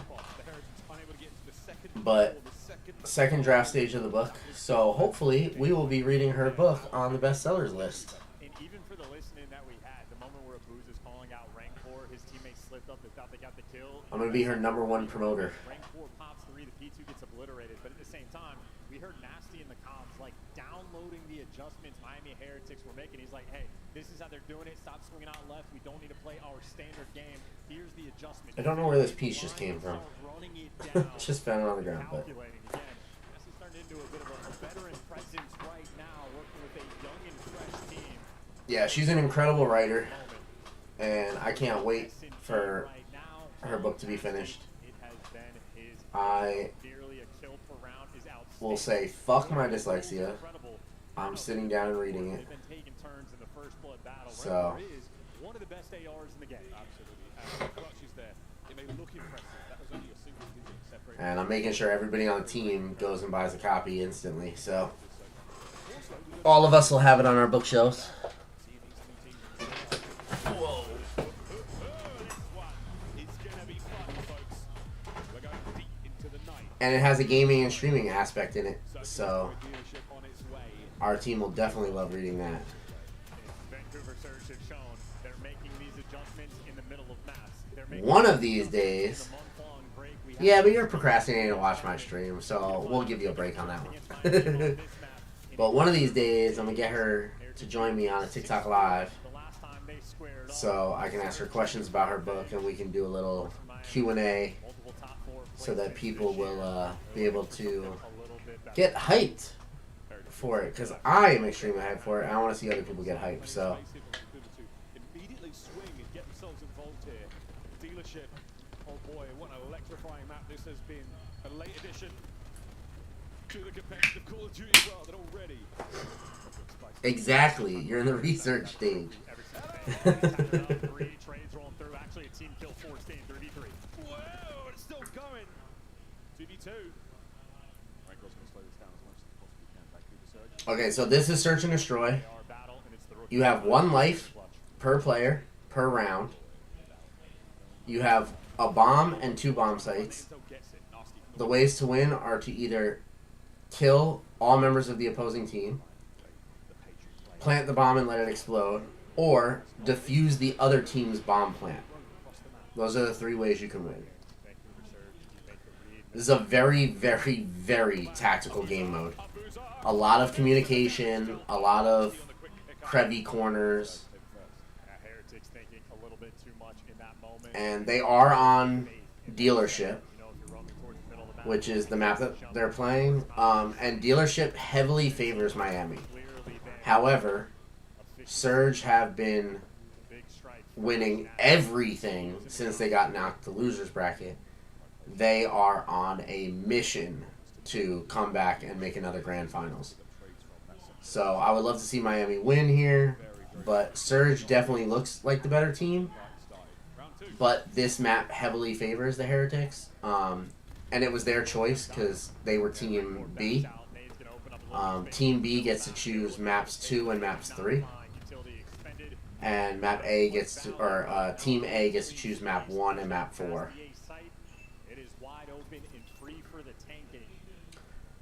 So as long as you win your map picks, map 5 is kind of like the toss-up. You guys do a veto on each, and then the map is chosen.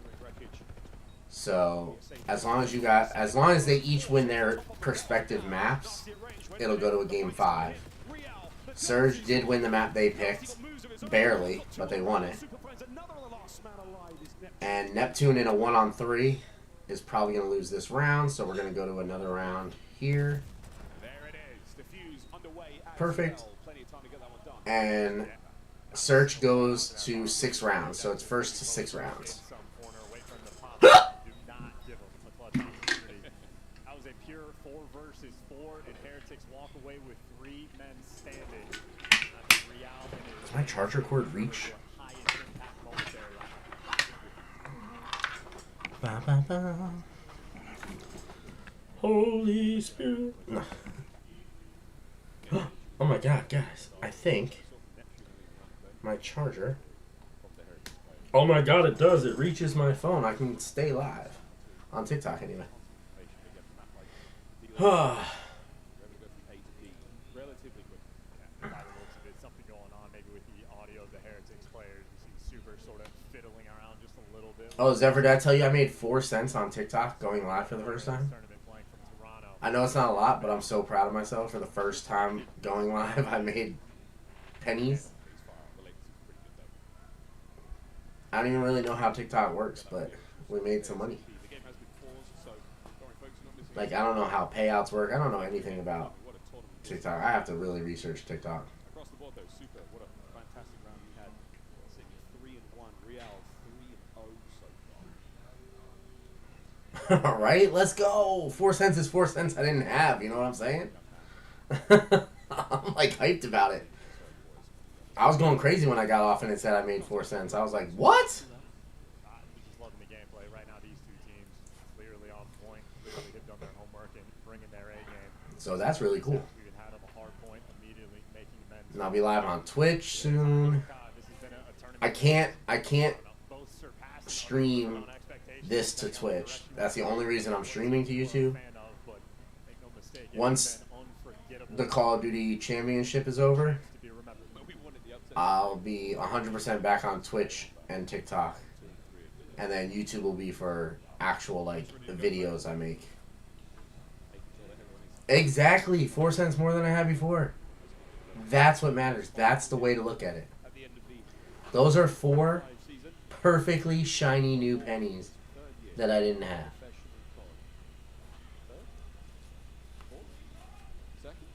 Wow, second year. Thanks, John. Kept me hanging there. It really be your own, champs. It really be your own. Like, right? I'm not crazy.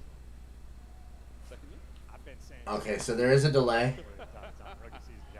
So I don't know if someone's Not been around too long. What a stamp he has made. See. someone's game crashed or A few more moments, folks. they got disconnected. Where's the tech delay music? The only thing that sucks when stuff like this happens is for anyone that doesn't watch Call of Duty all the time. So they'll go back in and it won't show 1-1, right? They each have 1 round. Ready to go. And it won't show that Just join us. because they're starting the game completely over. But now it'll be 1st to 5 because they each have 1 round win. They'll be waiting for the winner of The other thing that kind of sucks when a game disconnect happens in these scenarios is, luckily it was just 1-1, but like if any team was on a streak or had a streak, there's no way to give that player back their streak going into Just to acknowledge it. the rounds. When LAT and Atlanta ended up in losers round 1. So To acknowledge, we have never seen a champs winner make it from losers and go all the way through. Vancouver Surge do have that opportunity before them. It would be quite the run if they make it happen. They would have to get revenge on multiple teams to get there. yeah, it is crazy. Vancouver Surge got knocked out in winners round 1. So if they make it into the grand finals, if either team wins, history will be made. Because if Optic wins, it'll be the first time ever in Call of Duty that a team has won back-to-back grand finals at champs. Or has won back-to-back years. And if Surge wins, they'll be the first team to ever get knocked into losers bracket in round 1 and make the full run to win a champs. Neither of those things have ever happened. So if Surge do make it into the grand finals, no matter who wins, history will be made in COD. just how far that Heritage Magic can take. And of course, Rank 4 earned the Rookie of the Year award that Abuza thought was rightfully his. So both those things are actually kind of fire that At champs, those could happen. Also, if Heretics make it into the grand finals up 1-1 on the dealer and win, they will be the first all-Spanish team my experience to win a as a team Call of Duty better than Gunny. champs. Word to Seattle Surge and Vanguard, some of the best fist bumps EG we've World War ever II. seen. EG World War II had it dialed. That was some good stuff. So 3 of the 4 teams We get back at dealership, folks. 1-1. could potentially have history-making games. As it loads up, the lobby is now fully populated. It looks like all of our tech issues have been resolved. That's right. Ready to party, ready to rock and roll. Don't worry, Chance knocked on wood. Don't worry, folks. Unfortunately, there's no storyline for Boston. Tied up 1-1. Let's get it. We're right back towards B. They were hyper aggressive in round number 1, so they're going back to the exact same strat. Nade's not going to connect on anything, but that is a very loud signal to Vancouver. Hey, we're at B. We're going to be getting the bomb down maybe sooner rather than later. Metal's going right for it. Okay, watch garage. Watch garage. Okay, Real. I see you going to garage. Smart. Ooh. Oh, Real with one. Nope. Oh, but the trade's there. Back-to-back trades. 2v2. Trying to play the time. He's got a little bit of help. Once again, it is the rookie ARs that are always involved, except now it's the rookie flex that leaves a Booza in a 1v2 without a lot of time. So there's only one team that can make the grand finals that history won't be made. Oh yeah, Miami back on top. Yeah, and listen, these guys are just now experienced in these clutch moments. Think about when they're down against Boston 5-4, they clutch up a 2v3, and Warren Super getting that experience to flow through. And AR or Jackal in hand for Rancor, it does not matter. Nabuza, one of the most clutch players we had all of last season. This year, well, players and teams have made the adjustments. They have not let him clutch now. Swap side, Surge now on attack. Great job there from Heretics. Burn the clock. Don't give Surge any time to make a play happen. They've got to commit. They've got to jump out of windows in a danger. And right now we're going right back to it. Oh, and it's strictly business. All right, Real with the first blood. Starts the first blood. You're gonna see them all back up and start rotating. Okay, there we go. Oh, 4 sees 2 in the window. That's great. Oh. I was going to say he had great intel there. Seeing 2 of the 3 guys. Dies to 1. But now it's a 1v4. Nasty's not getting this. They know where Nasty is. Oh! No way I jinxed back-to-back, right? Okay. Whew. I was about to say, I can't be casters cursing like crazy. That's not fair, right? He dies a ton. His team will send him out and just put him in mixy situations. He was there in the middle of does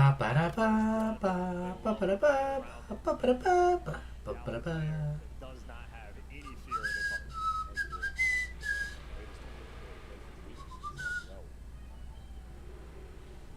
That's a good look here from the Heretics after the reset. Breathe, Nasty drinks more.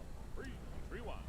3-0 for Rancor so far. And finally, Vancouver squaring up. It has been non-stop B-site aggression. Trophies out. They're trying to dodge the nades, but we're here for the fight. The stuns connect. Oh, Neptune certainly connects. Fast recovery of the bomb there. So Real's going to keep the play moving. But over towards A we go. Rancor said Lands is all safe here. I haven't found the last one. He has been one of the best in the world in this very spot. He lives for the A Street fights. You lose that, there's the opportunity for the clutch, but now a 1v4 situation for Real. Wow. What a pistol. Abuz is killing everything inside. And to stay on the adjustment theme, every single round on offense. Towards B, investing all the nades, all the stuns, all the pressure. Vancouver Surge finally call them on it. They completely shut it down. Now Heretics are going to be forced to respond.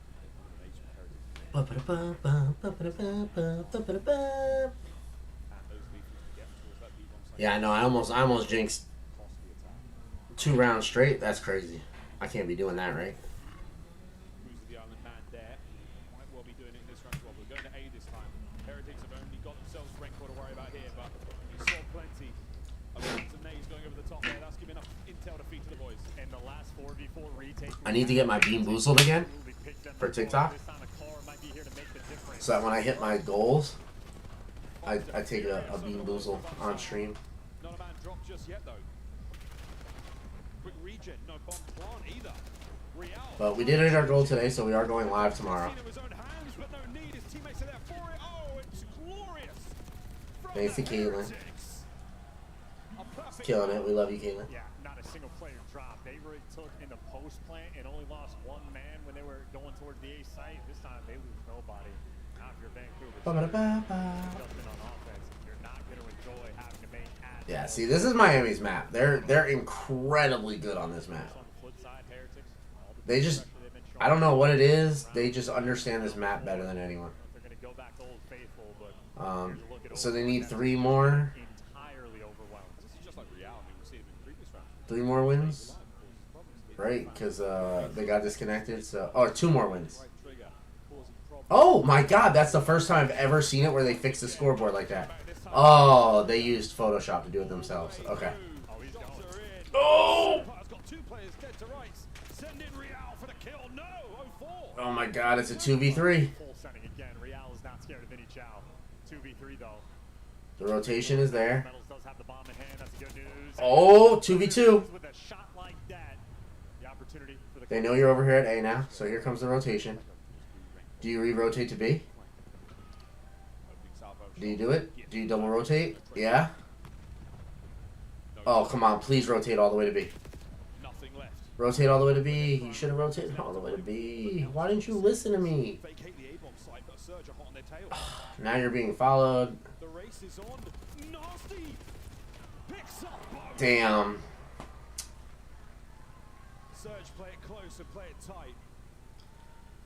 You missed what I said? Oh, about me being a caster's curse? Yeah.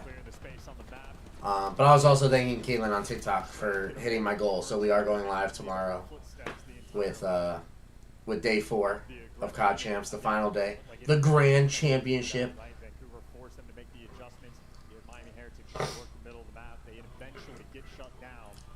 I'm probably going to make a few posts tonight so people know, and then make a post twice tomorrow before I go live. So I got to get better at like posting when I'm going to go live. I did one for Insta and Facebook today on my story, so that's good. Quick plant. Garage door open. Real gets Neptune.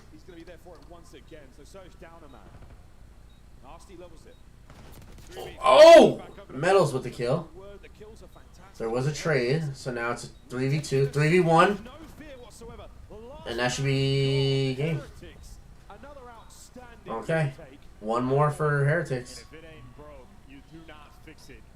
Yeah, we hit my gift goal on TikTok. I did like the 1 coin goal to get 10 1 coins of GGs. I'm just learning them, so. Yeah, get the thirst traps going and promote the stream. I gotta get good at thirst traps.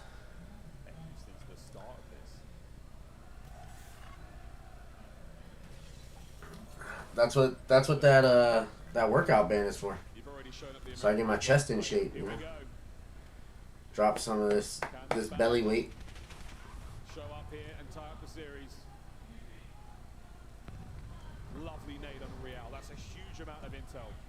And this is the adjustment for Heretics. It's not an instant show over towards B. They're going to play it late.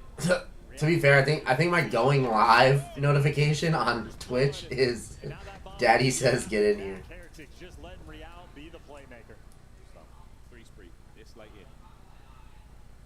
Okay, it's a 4v3. Always watching the pitch, always diligent on the bomb down.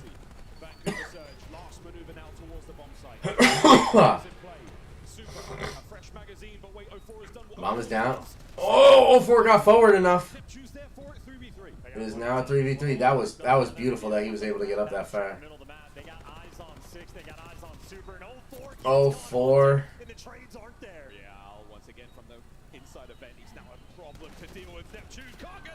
And that's it. So we are 1-1 going into the control. Control, for those of you who haven't watched the Call of Duty tournament, Control is the Game 3 map mode. It is 2 capture points with 3 ticks on each point. The longer you sit in there, the more the tick goes up.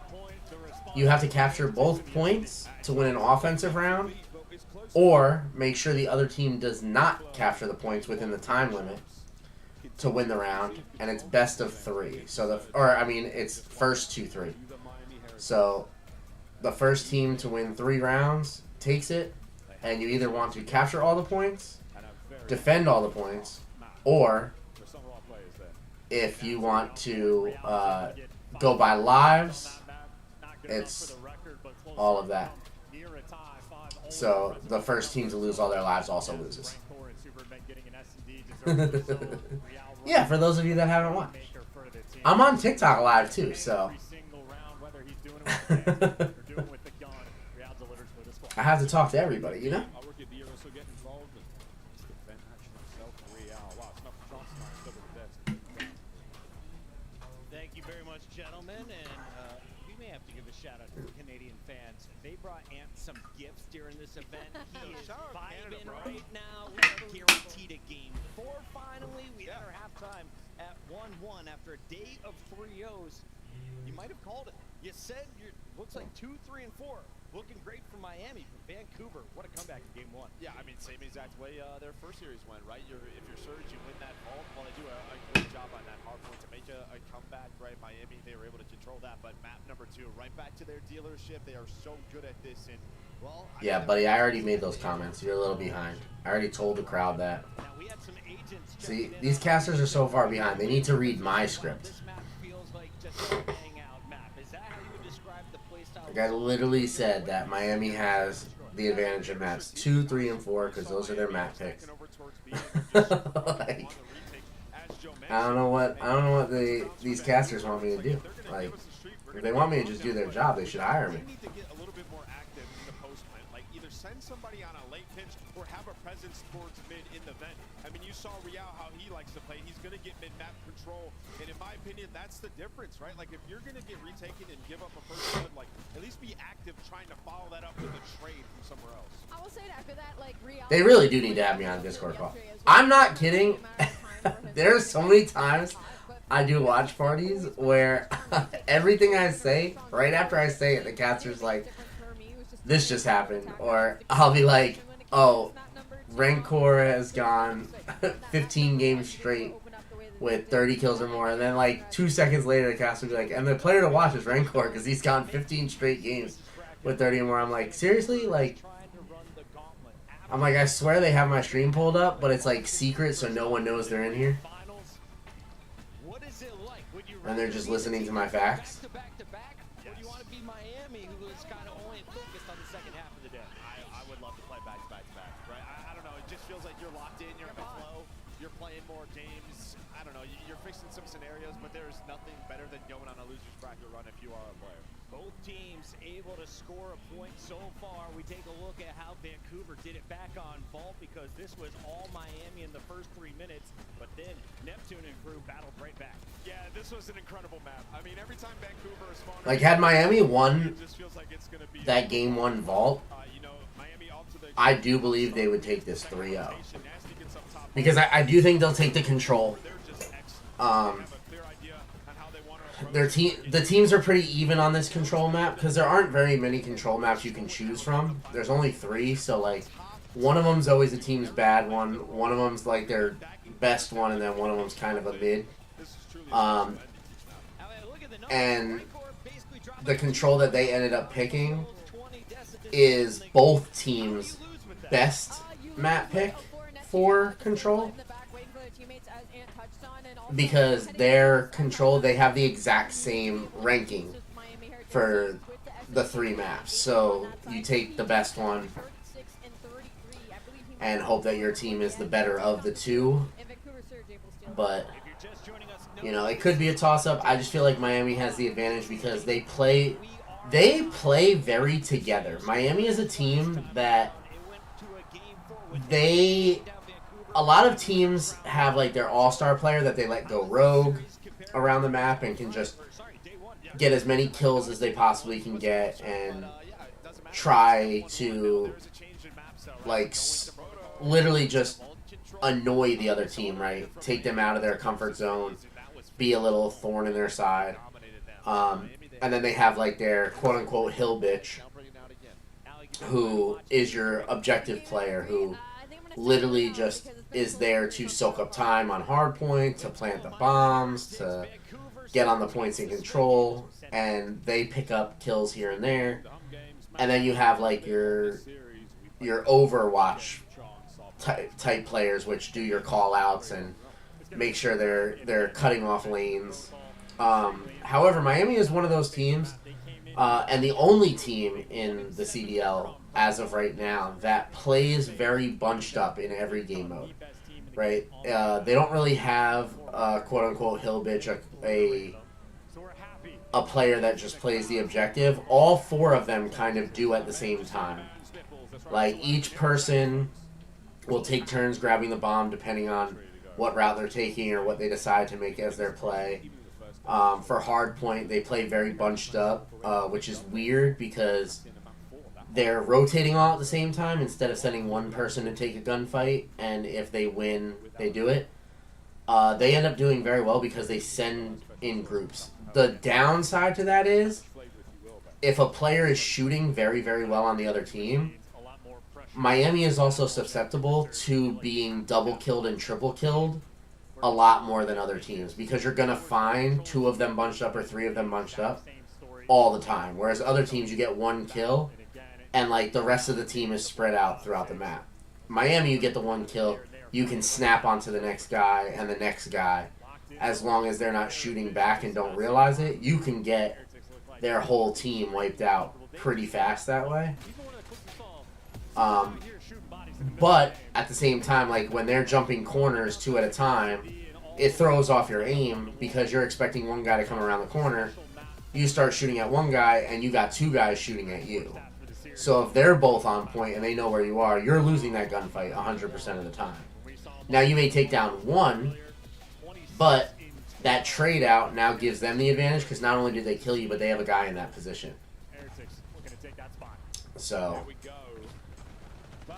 Miami is a very, very team-oriented player. That's crazy, though. Miami just starts out 3 down. So they're in the spawn trap. Miami is in the spawn trap right now. Okay, there we go. And just like that, they push the spawn trap out. Alright, now they should hop on A. Get some time. There we go. 1 player's on A. Here comes number 5 backtracking to hold spawns.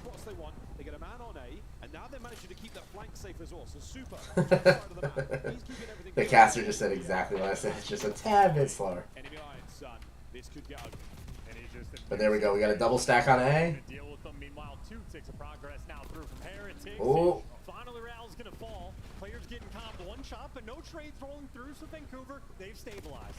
There you go. Get 1 more kill, 7. There you go. Hop on A. Perfect. That was beautiful. Oh, Nasty's in. Okay, Nasty's taken care of. Real holding spawns.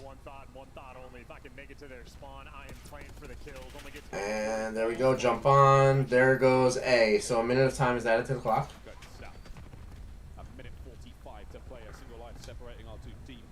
And then here we go. I love that you joined on TikTok, man. Yeah, that's the clean movement as well, just to make it to the bottom floor. He's waiting for his teammates to get out of spawn because Vancouver swarming around trips. Dealt with, and then pushes behind enemy lines as well. Vancouver prowling, trying to find him, and well, at least you get the trade. What is this? Behind you. Meanwhile, Super's looking for icons that are similar to those you had previously played on this happen. No, I don't care. Okay, cool. He is sticking to this spawn. Yeah, it's a very exciting, to say the least. Goal hanging either side.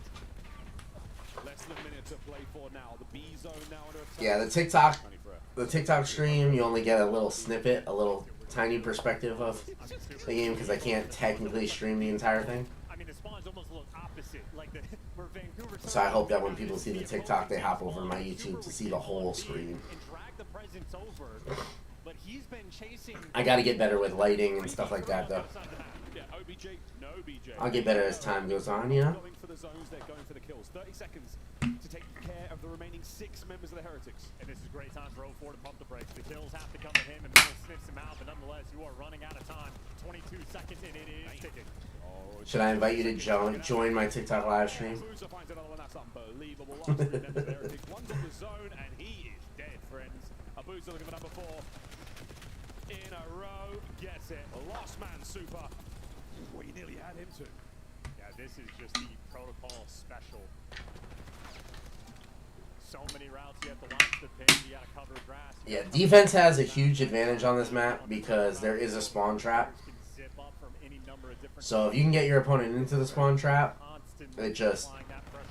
it's really, really hard to push forward because they can just cycle people back in. So, bro, I would love to have a streamer's house. Getting a streamer house would be awesome. What I really want to do, like, maybe not have a streamer house where we live, but a streamer house where you go, like, as work. Right? So, like,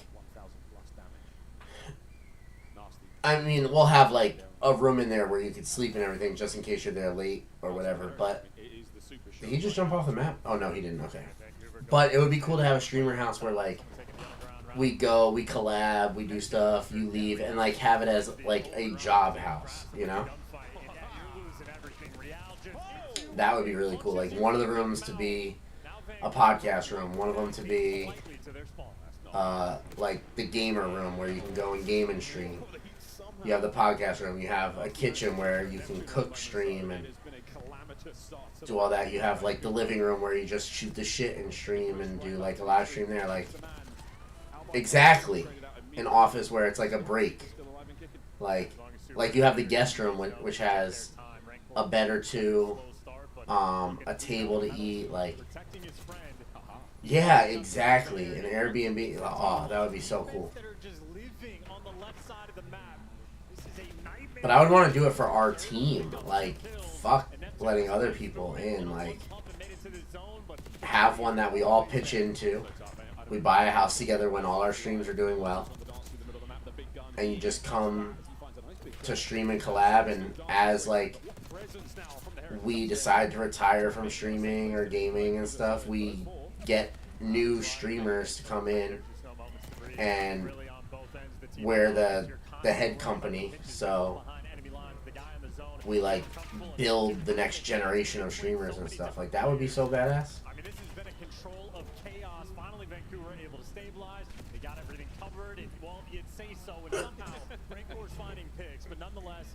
And then you can come to write your books. We'll have a little room for you to get your writing in when you want to. But yo, that would be so fire to have, like, a legit stream house to just go to for work. And you open the door, that's your clock in. And a minute to go. It's all on B. Yeah, finally Vancouver can just look forward. No more pitches, no more getting shot in the back, and a nice little stick. Ooh, he stuck him. That was crazy. Well, now you're trying to catch over towards this. 11 lives apiece. Oh! 9 lives apiece. He gives you 2. Neptune can stop the clock, but his teammates for support, not here yet. They're still trying to get there. They need to grab B. No one's in position right now. Okay, now they're starting to cover. Ooh, Real with the flank. Got him. 8 lives to 7. Opportunity to make the play. He is behind enemy lines. His teammates are going to be coming out everything. Ooh, 04 with some nice shots. Beautiful reads. That was crazy. He stops the clock here. 28.5. Rancor from Surge's side of the map.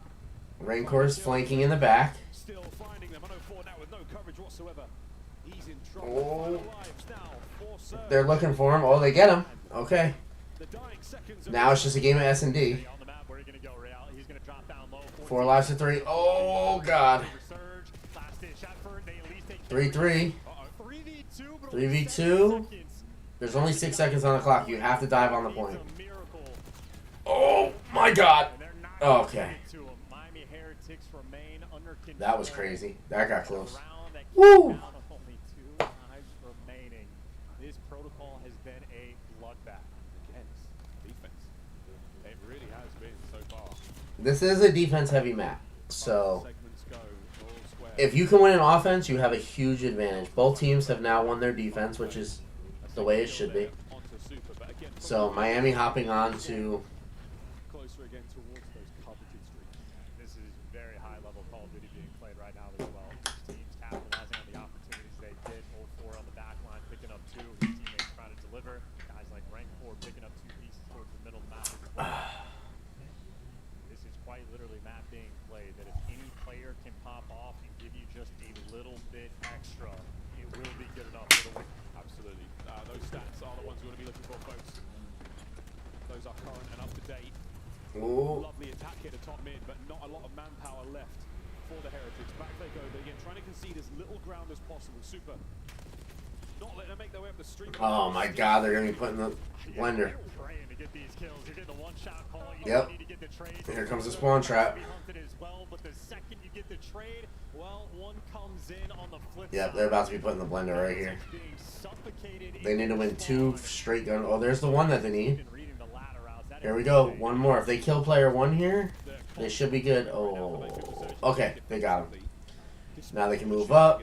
Even life count. Hop on A. We got a 3 stack on A. Trophy gonna give you that extra layer of protection. You have triple stacked his zone. Takes 15 seconds for it to fall. The fourth man is even thinking about it. Here we go. The fourth man being Real, and he's trying to keep the front line as stable as possible. But it's a solo show. Okay, we got a flank, 2-player flank behind. Gets the job done at A. Over to B we go, and that is another 3 dead. 3 dead. Surge on defense. If you can get rid of player 3, the only problem is they all spawn B side. So, oh my god, if you can get 3 down again. Shortly, oh my There's 2 down. come forward. This could be the turning point for the Heretics. There's 3 down. Now still alive in the back line as well. There's the capture. Oh, but you get traded 3-3. Twain gives you 2. Why not? 0-4, keeping things interesting. But again, the light Damn, that was close. neck, a minute and 20. This one's coming down to the clock for the objective. And the trades are consistently rolling through. And that's the thing that's keeping these teams so close. The life count. On Oh! the yet traded. There you go. Another trade. The observers again to keep you on the action all the time. Okay, here we go. Hop on B to stop the clock. There's so much presence. 0-4 says, yeah, trade this. Oh, Three dead. there we Last go. one up, Super, and you're coming straight for the spawn, straight for the jugular of the Heretics. This is where you're trying to dagger. Just like that, Do though. not let them pass this 50-yard line. It is remember the Titans. Oof. Do not let them cross this 50-yard line. They're up 2 lives. There's a sneaky nasty. Oh. But now, not a problem. Still alive and kicking. Raincore from spawn. Nasty down. Okay, Upstairs, okay. got space to play with.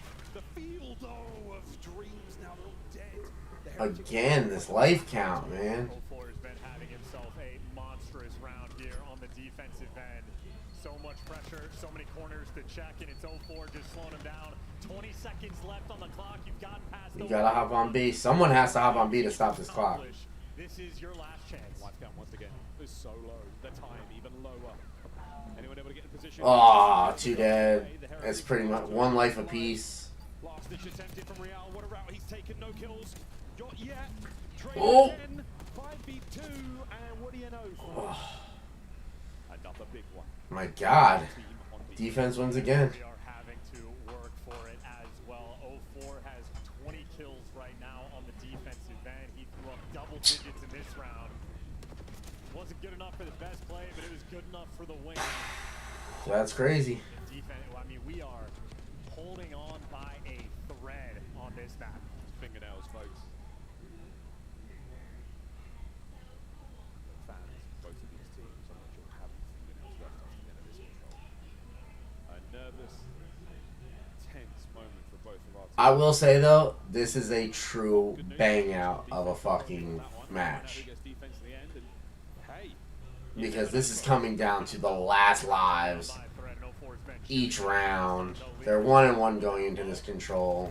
Looking to clean up super, you're able to get that first blood, and the B hit is going to be the call. So Yeah, I was gonna say you kind of have to go B since you've been getting A like crazy. They expect an A push. If you can grab B and stack B right off the bat, there you go. You take 1 more kill here with a triple stack. All right, B is gone, and just like that. 2 minutes and 10 to play. Over to away we fly. That was so calculated. They only lost a single life before That was beautiful. captured that zone. That is as good as it gets off the opening break. But now Vancouver, more problems to solve to get out of your base. I mean, we are playing for spawners on every section of the map, and that is a demon battle between those 2 players. Bro. The masters of the Omni movement. Neptune gets the best of them. Fighting against Neptune was horrendous. He is having one over Oh my god, is this a quad stack? Members of Surge, this is for the map. 7 seconds. Gotta get in there. You've got to Here you go. Like I said, you win 1 offensive round and you win it, and just like that. Vancouver Surge That's all it really comes down to, the offensive round. turns into an offensive execution. 3-1. That was great. They made the adjustment. They hopped on B to capture B point first. It threw Miami off a bit because all of them went A. Then you kind of funnel them from A to B so you know where they're coming. You get 4 down, you cap B as fast as possible, and then A is your easier point to capture. I think they played that extraordinarily well.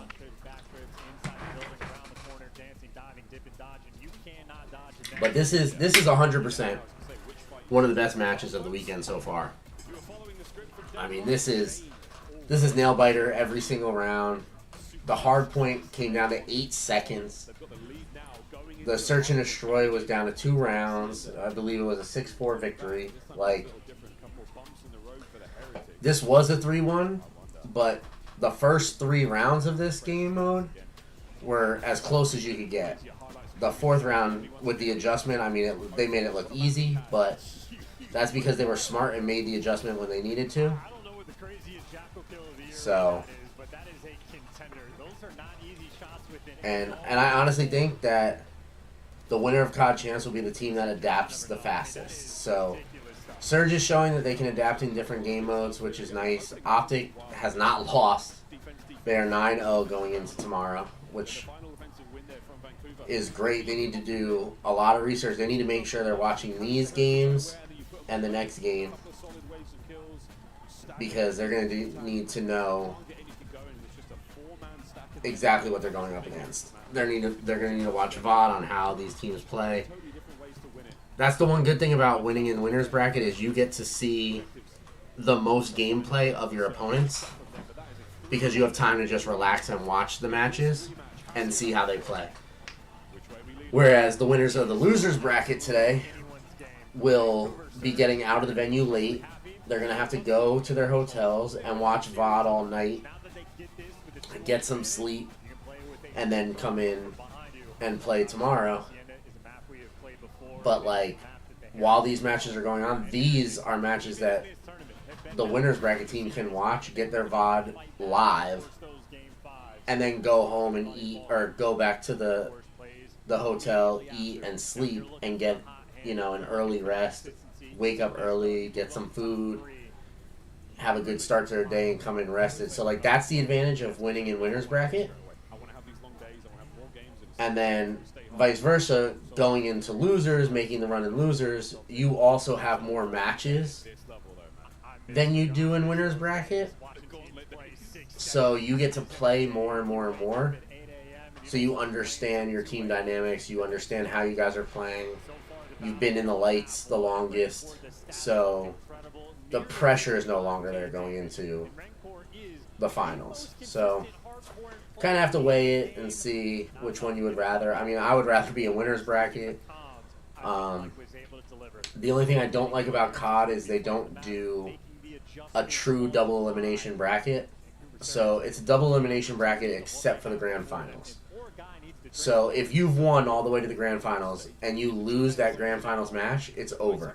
You only lost 1 match, but you're gone. A true double elimination, it would reset the bracket, right? So if the winning team loses, they would do another best of 5 to see who truly is the champion.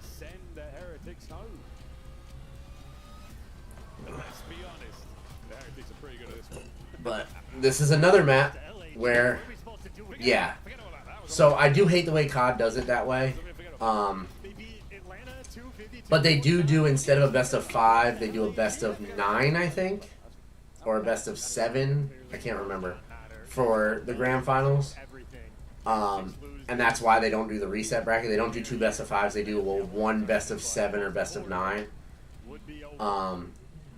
And they say it's easier for people to understand, because they don't think the general public watching would understand why, if it's the grand finals and the winning team loses, why they get to play again.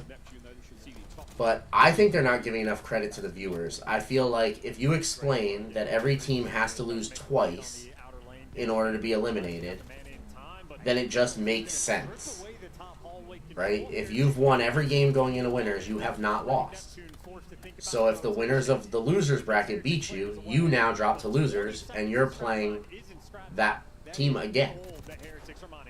I mean, to me it makes perfect sense, but I've also been doing tournaments my whole life. So maybe I'm giving too much credit to common viewers, and maybe COD is right. I don't know.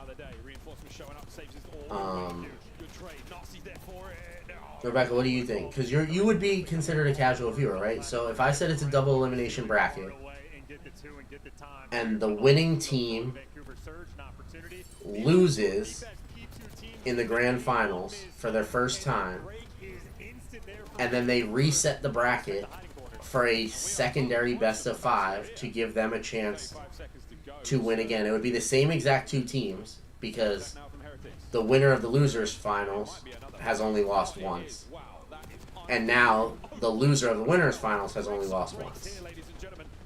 This hard point for their life. Amen. Flip this one. If you're number 3, Nasty, you want to get in the mix and get these guys out of Lambo. You want to fight for the final 15 seconds, and well, they're going to be able. I guess talking and explaining is harder. I would have to like show the actual bracket to show how it works, but because you are a casual viewer, like you don't watch tournaments all the time, would that make sense to you in a double elimination bracket? Like, in order to be eliminated, you have to lose twice. So if you're on the winner's bracket in the finals and you lose to the winner of the loser's bracket, then you have to play them again, because that would be your second time losing.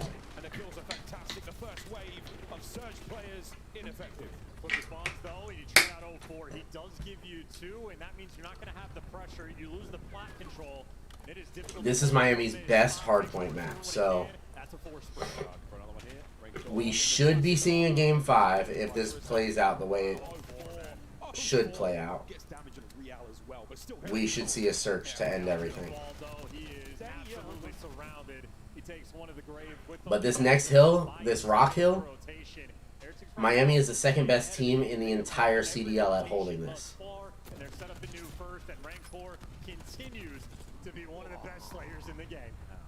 Exactly, Zephyr. That's what I'm saying. Like, so like Optic are in the grand finals tomorrow. They have not lost a match.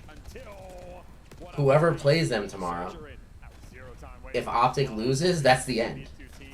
That to me doesn't make sense. All these other teams got a second chance. Optic only gets 1 chance to win.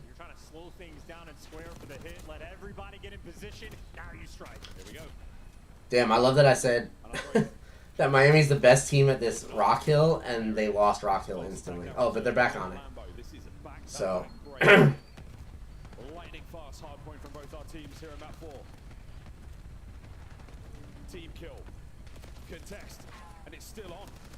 Metals, Neptune, back and forth. And they won Rock Hill, so they're still the best team to be at Rock Hill. Well, it is going to be a long map. We have Heretics. They've won every single rotation, but after the first set, it's still only a 30-point game. 0-4 has been delivering. We're waiting on Nasty to kick up just a little bit more, but as the new hill pops, well, the battle is going to continue. Vancouver Surge on the top. Making his way now. Slowly but surely over towards time. 0-4 can't get any more out of that life. And Neptune still proves to be one of the most unbelievably difficult players to kill. Nasty, uncharacteristic in Mr. Map 4, sitting at 5 and 30. Oh my god, yeah, Miami. I mean, they're showing why they're one of the best teams on this map. Down just a little bit. Heretics able to iron up, take their time, get easy trades, and make sure you maintain those right side spawns. Nasty and Neptune, they punch back.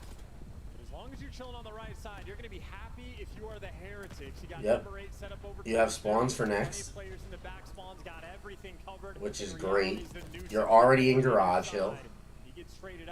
Who's number 8? Metals is already in Garage Hill. This is perfect. I hope they switch to his POV. Not a bad Q1 whatsoever there from Surge. You take the 10-15 seconds here or there, but you're making it real mixy. And whoa! Oh my god, 4 down. The well is dry of Surge. That's beautiful. That is just gorgeous. Real through the middle of the map. Down with a hail of gunfire there from Neptune. Okay, they're going to switch over to Metals POV because he's about to encounter a few people. Well, they jumped to him. He lost the fight, which sucks because there's still 40 seconds on the clock for them.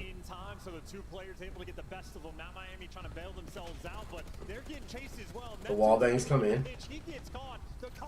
Oh my god, this rebreak was insane. That was the fastest rebreak ever.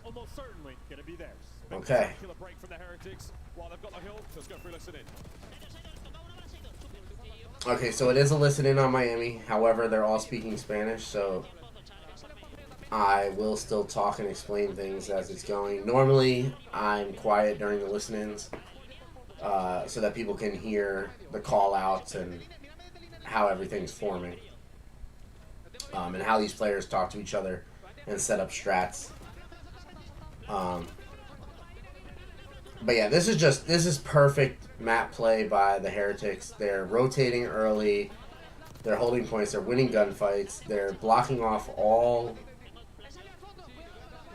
spawn points. I mean, it's just it's an incredible.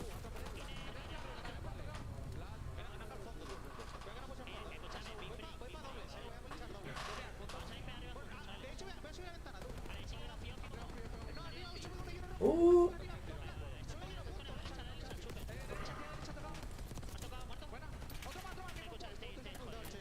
Okay, so right now, if I'm Miami, I chalk up this time and I start heading over to Rock.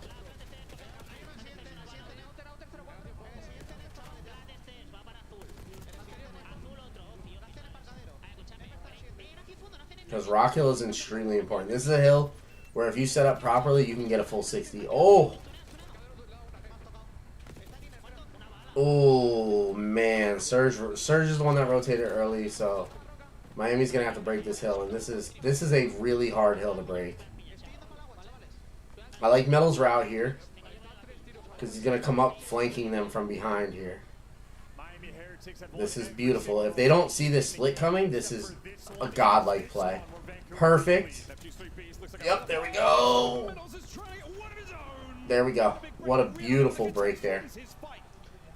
That was gorgeous. Now they got to just hold these kills. And they should be up by about 15 points ever.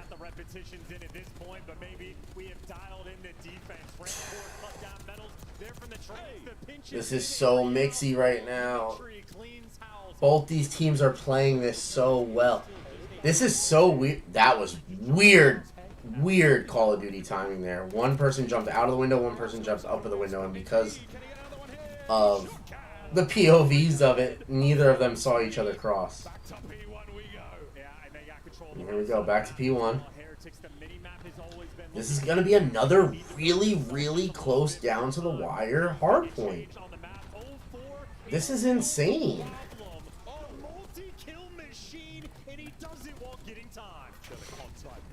No need. His teammates getting kills as well. Neptuno can't keep the top side of the map safe, and now the Heretics are in P1.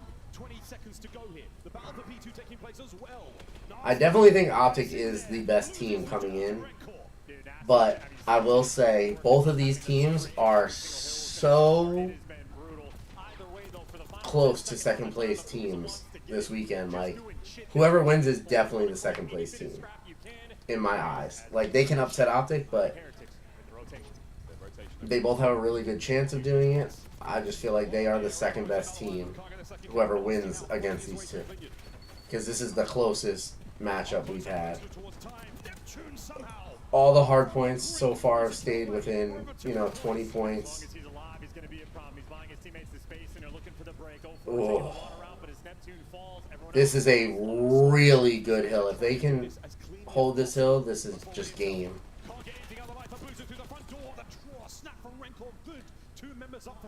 They need to break. Surge need to break this. You got to contest as well. You got to get in for at least a little bit of this time, and it's going to be a desperation effort just to try to make it through. But Miami not giving them an inch of space. If you contest, though, you at least. The thing is, they can't win on this hill, but they're not even rotating yet. Miami's already rotating. We're gonna go to game 5. One. They just need 10 seconds. Whoa, whoa, whoa!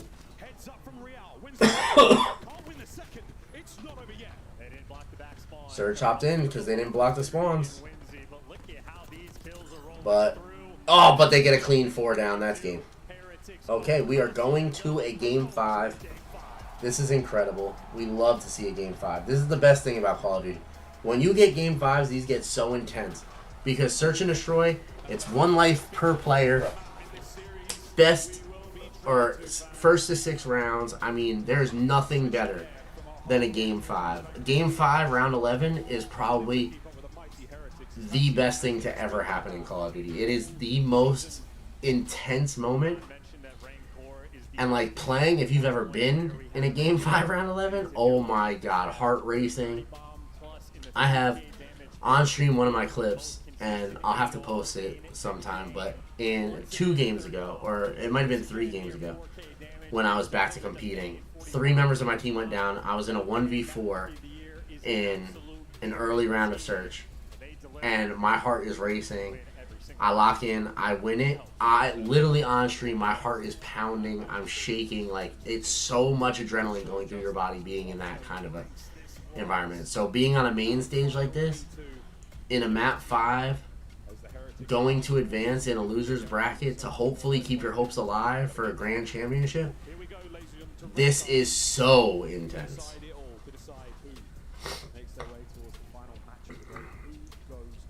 And it's a red card, so this is such a precision-based map. Like, you have to play as a team. You have to make your Krevy corners count. You have to make sure you're hitting your angles and taking some weird spots just to cut off routes.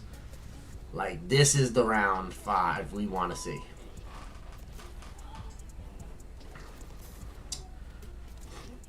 They are going to take, I think it's like a 2-minute break. Or not even 2 minutes. Probably like a minute and a half break before they start this next game. So if you guys want to go grab a snack, grab something to drink, come back. But this is going to be an intense Game 5. So this is one to definitely watch. And winner of this plays Boston to see who's going to play Optic tomorrow. I mean, this is just a great night of Call of Duty. This is what I want to go to. Riyadh. For the World Cup.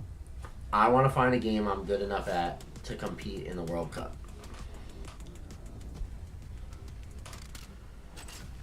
That would be so cool.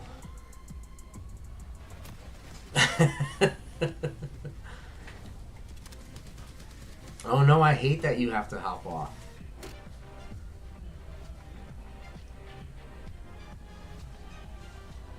I mean, I'll still be streaming for probably at least another hour because there's a whole nother match. Winner of this one plays Boston, so there's a whole nother match. So it sucks that you have to get off. Love to have you back on to watch, at least to see who goes to tomorrow, but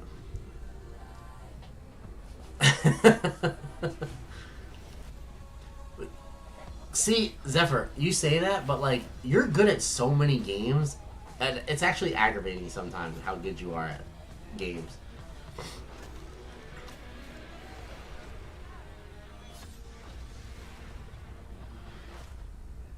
Like, I wish I was really good at games. I'm good at like 3 games. I'm very, very good at like 3 games. But my gaming, I don't tend to go outside of my gaming realm, you know? Bro, Zephyr, I've seen you on games. Don't try that with me. Just because you're not like great at these shooters, like, you're so good at other games. I've watched you play other games. All these story-based game modes and stuff, the way you play, your thinking on some of the games that you play that are like these open world type games, like, it's awesome to see you play. For me, yeah.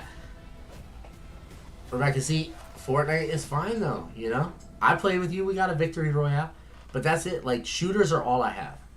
If you take shooters out of my life, and okay, card games. I'm good at card games. I've been playing for God knows how long now. So I better be good at card games for the amount of time I put into card games.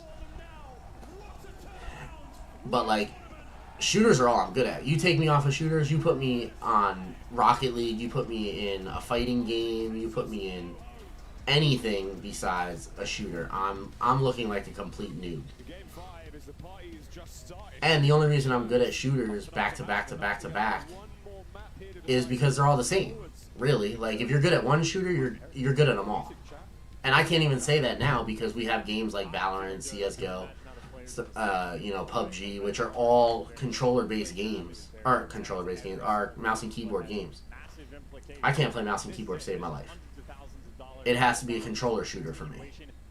You give me a controller and a shooter, yes, I'm gonna fry. I've been playing since I was 16, and I've been playing competitively since I was 16.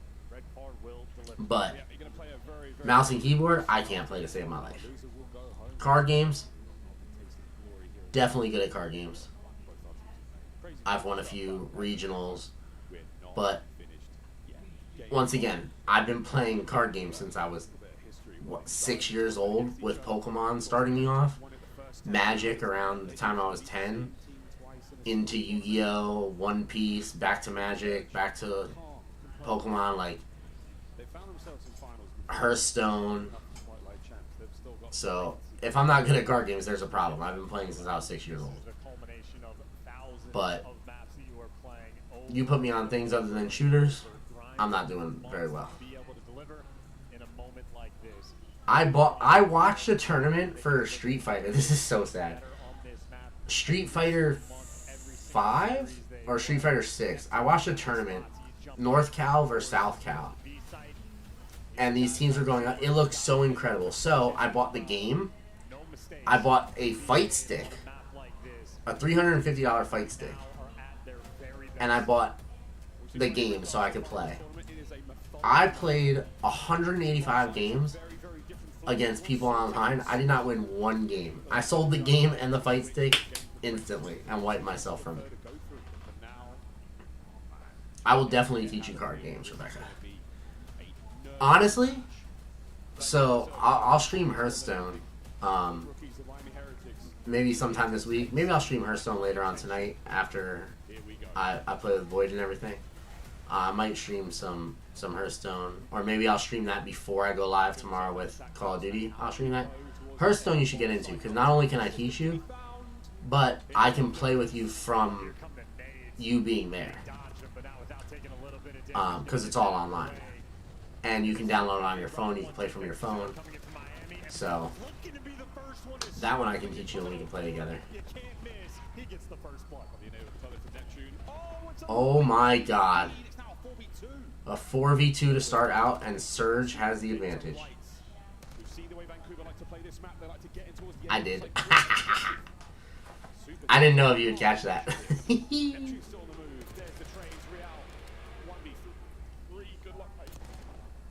I was like, I wonder if she'll catch it if I say this.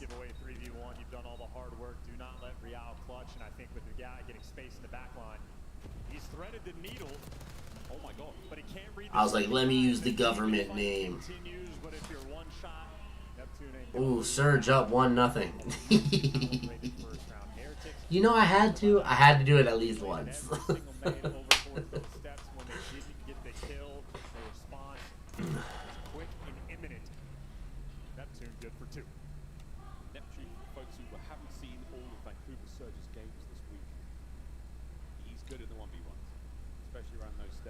Well, you are in trouble. You're trying to leave the stream.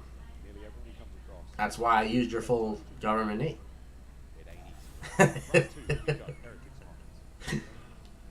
I would just call you Becca if you were staying with me.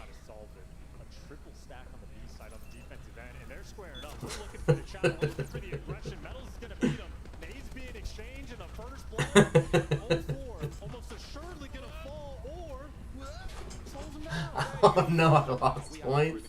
I lost 2 points? That's crazy. Fine.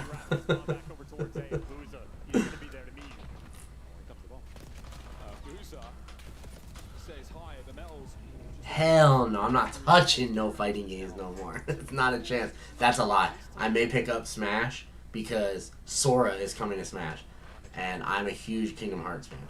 So the fact that he is finally going into Smash is, I may hop back into it. Ness is my main, but I get destroyed. Bye.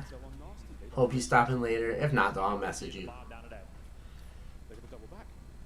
You gonna go right, or I guess cook something to eat and do some creative writing?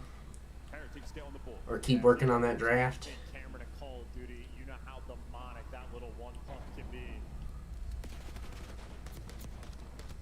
Every single bullet connects in at Peaker's advantage. It reigns supreme. Oh, you're a Little Mac main? That's awesome, bro. Oh, so we both use like C tier characters. That works for me. Super does not win that gunfight. His teammate was not able to support. Yeah, I'm a Ness main, so.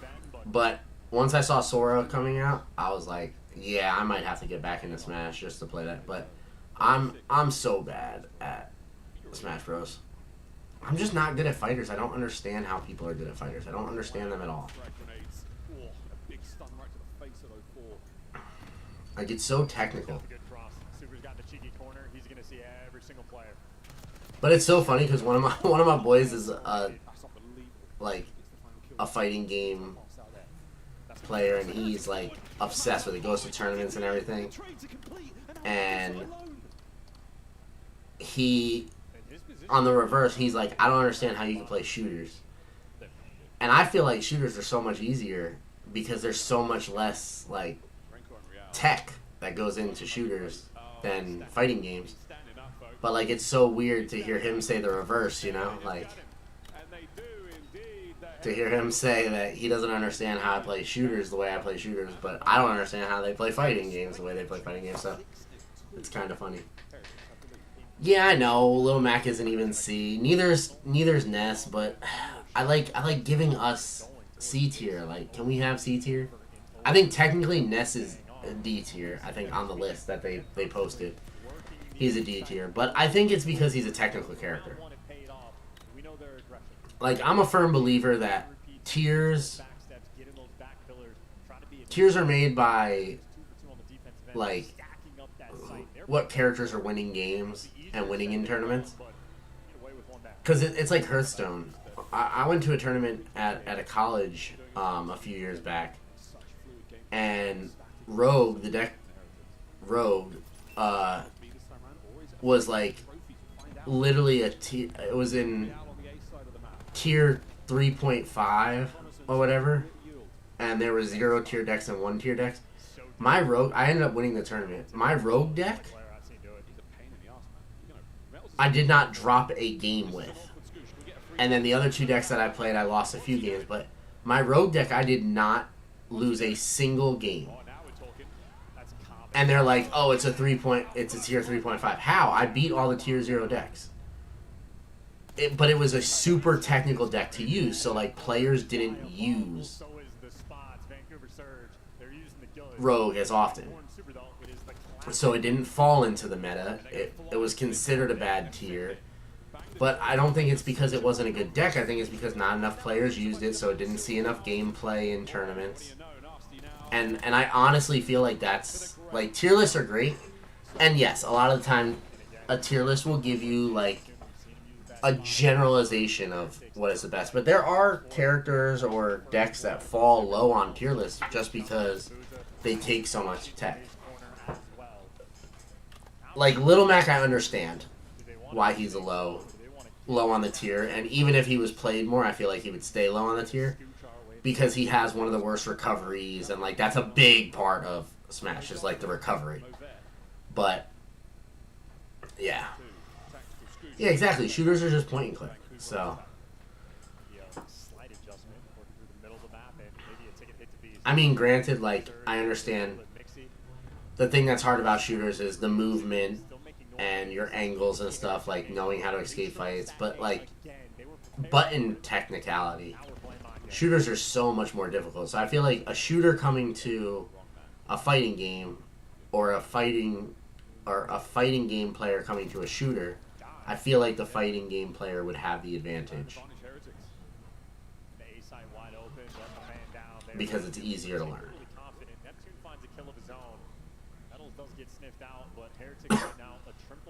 Oh my god, we might actually have a Game 5 Round 11 of this match. That would be so exciting.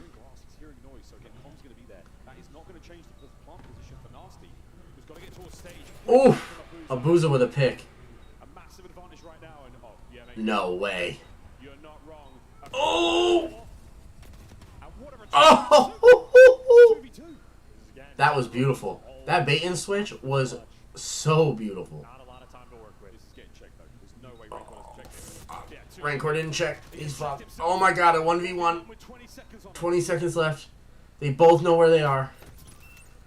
It's just who gets the better angle. No way. Oh, Super got... Yep. Ah, he got seen. Oh my god, a 3-2. Surge. Here you go, Heretics. You need to win this. You need to win this round. Make it a 3-3. They identified medals in his corner as well. Buza does his job perfectly. Rally, rally. The picture's name is Sally. On the map, Heretics. Ow, my toe. Alright, I am going to end the TikTok stream. Just because...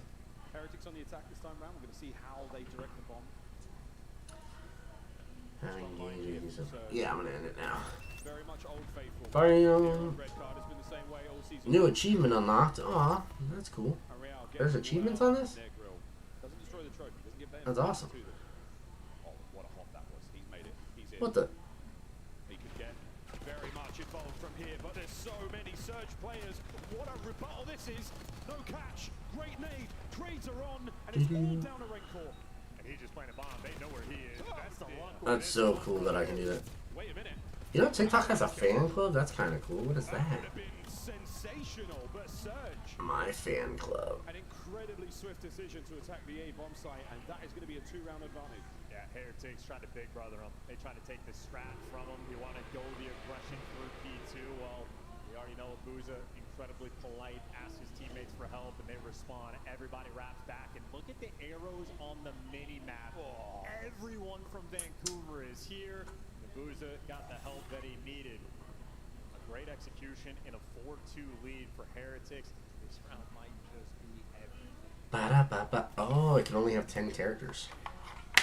They're making the adjustment. It is no longer the triple stack on the A site. They're ready to square up towards the middle of the map. And for Heretics, they've read it right. Oh, we're doing it. What does enigmatic mean? Down in the concourse. The Riddlers. That's what we'll call ourselves. Some of those on Red Card have been iconic throughout the season. And Real, oh good God, it's a little bit nervy gunfight. Reinforcement's going to be here for the trade. Continue. Anyone can bring down Neptune? Is anyone man enough? Oh, but 04 gets his. It's a 4v2. Big man delivers. Now got a 4v2. Rancor and Super again, as is tradition in the clutch. Red though tags up in a Buza. You're never going to read this. Super gunned down. Vancouver Surge, no stranger to a grand finals. One round away, and they get to square up in the top 3 lands. That's kind of cool. It's match point. What a tournament these guys have had. From losers, round 1, and Heretics is a team Oh that boy. There's one thing we know about Surge. It might take a whole season. It might take a weekend. But they're good to get their licks back. Heretics, this is it. This is your chance. Let's see what you've got. RC in play. It's not Neptune's. Whirring away in the background. It has forced those players out of position. In mid-map, Real. An awkward gunfight. A trophy system. And here comes the insurmountable wave of Surge players. I mean, he's trapped. He needs help. Nice. Super's gonna try to cover him over, and at least he escapes. He gets away with his life. That is unbelievable. 04 finds a kill though. Nasty. Unaware. His barrel must have been completely covering Real there. 3v3. That's a little fame moment. 3v3 though, as you say. Abuza bench, 2 players in front of Real. Keep your head down, mate.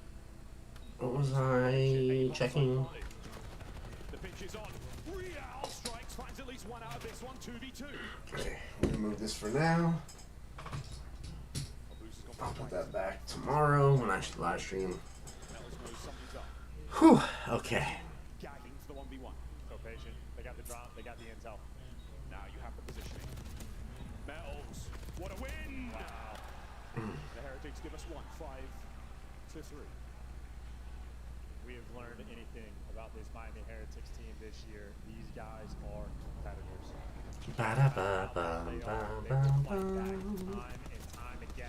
Chance is exhausted though. How much gas do they have in the tank? They need 3 rounds in a row. So best. Oh baby, you Surge is a simple one. you got what I need. On Vancouver, this might be the time to go But back you to Old say Faithful, he's run it down just a over friend. towards A. Oh They might baby, have different you. ideas in the middle of the map for the moment. A little bit of presence being shown. Still an option. Still an option from here. There is no rush. Purely suppression there from Oakville. Keep that red dot on the cards right now. Keep the Heretics formation tight. That 2-2. Looking good right now. We're creeping up as well. Oh baby. Oh, easy nasty. You took a lot there. He's still on his feet. That might be the Oh my god, is Miami about to be eliminated? This is crazy. Great call. Caught napping, gets away with his life. Oh! Unreal. How do you reposition? Now you group them together. You do it bomb in hand. You're going to try to go through mid. Neptune's going to be desperate. He's going to get traded. The help is going to be here in Abusa for a 1v3. And just like that. And that's the pressure. Oh my god. That's the response from the Heretics. 5-4. Cool, calm, and composed. The Heretics players have spoken about it time and time again. Super has transformed their S&D gameplay. He is the shot caller. He is there for the final kill. A ton of credit for Metals for that first blood as well. But 2 rounds in a row, and Heretics, they need 2 more. Vancouver Surge, a 5-2 lead in S&D. So close to victory. They need to close out. Dangled the bait. The Heretics have none of it. Swapping sides now. Heretics on the attack. Bomb in hand. It could be Raincore, the carrier. Trophies through the middle of the map. Quick stun check. Nobody home. Aggression from Surge. He's moving through the middle of the map. Zuma would love it. Glass shatters around him. Tiny bit of intel left. And now he's in the perfect position. He's just waiting for the players to rotate back over towards B. Real, once he gets the comm or once they go in front of him, he is in prime position. Does he have eyes on the player above? Oh, he doesn't. Here comes the attack. Surge. Fighting forward. No damage dealt. Unbelievable. 3v3. And with moves like Jagger, Real is alive. Oh, and he's a distraction. You get the bomb down, even in a 2v2, you can hold off the site. And Real's buying so much time. They're trying to chase Why is that stuck in my hand now? track of this man. And by the time This is crazy. You don't have time to deal with them. You need to get the kill instantly. And now the 2v2, Metals and Super trying to hold on. Oh my god. 30 seconds. He pulled them as far If Miami can do this, we're going to a round 11. In we have it. Metals by the buffet. Trying to starve Surge. Doors There's no banging. time. They've pulled them all over the place. You have been stretched so thin, but it is a desperate. Oh my god, he hopped it. It's a sneaky moment from Oh my god, oh my god! And it is a round. We're going to a round 11. Shenanigans be damned. From 5-2 to 5-5. And we're hopping the bomb as if they're not going to check it. That is nerves on one side of the stage, and that is composure on the other. Make no mistake, everybody on that stage, their hearts are thumping. A 5-2 lead, but it all comes down to this final round. Heretics on the attack. The 2025 season. Final moments now. Final round. No more tricks. No more illusions. It's time to do this, and we're going to the B bomb site. I love it. It is the Spanish way. Run it down. Running it down in a big Oh way. boy. Tune on the close corner. The shatter of glass. The connection of concussions. And the crack of a door. Who will strike first? Nep singes his eyebrows. And he gets away with a reposition. Oh, 4 guns. Oh no. First blood. Keeps Oh his no. fire, stays alive. Heretics now pressing forward. Can they finally kill Neptune? Oh my god. To Super. It's a 1v3. Season Oh! over.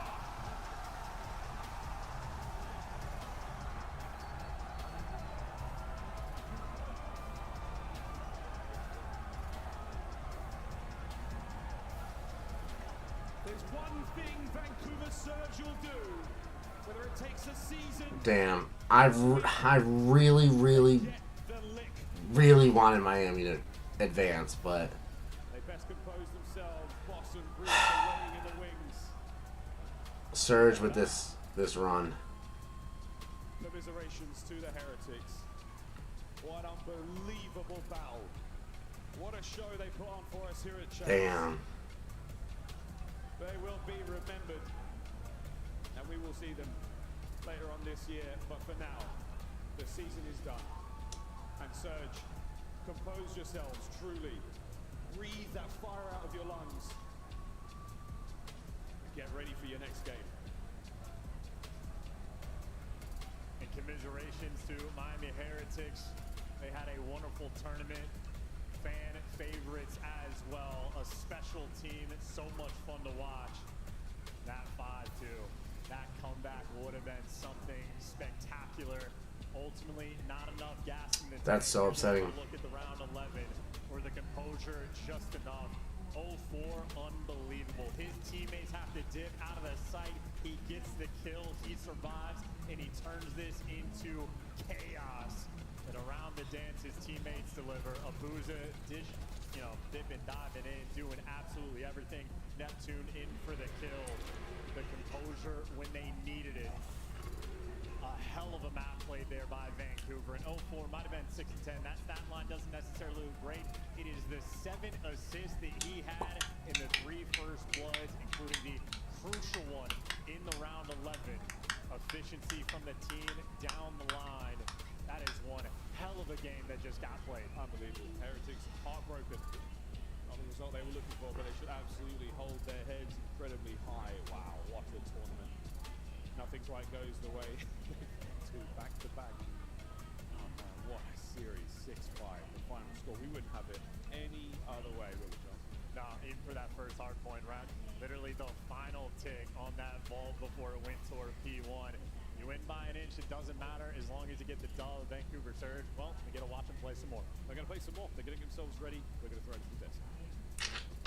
I know Booz is from Belgium, so he speaks French, right? Any French Canadians able to translate what was said after that game? Is there some Belgian versus Spain beef happening here? Looks like it, man. I think he said good game. Super just gets under people's No, I skin. think he said you did great. You did great.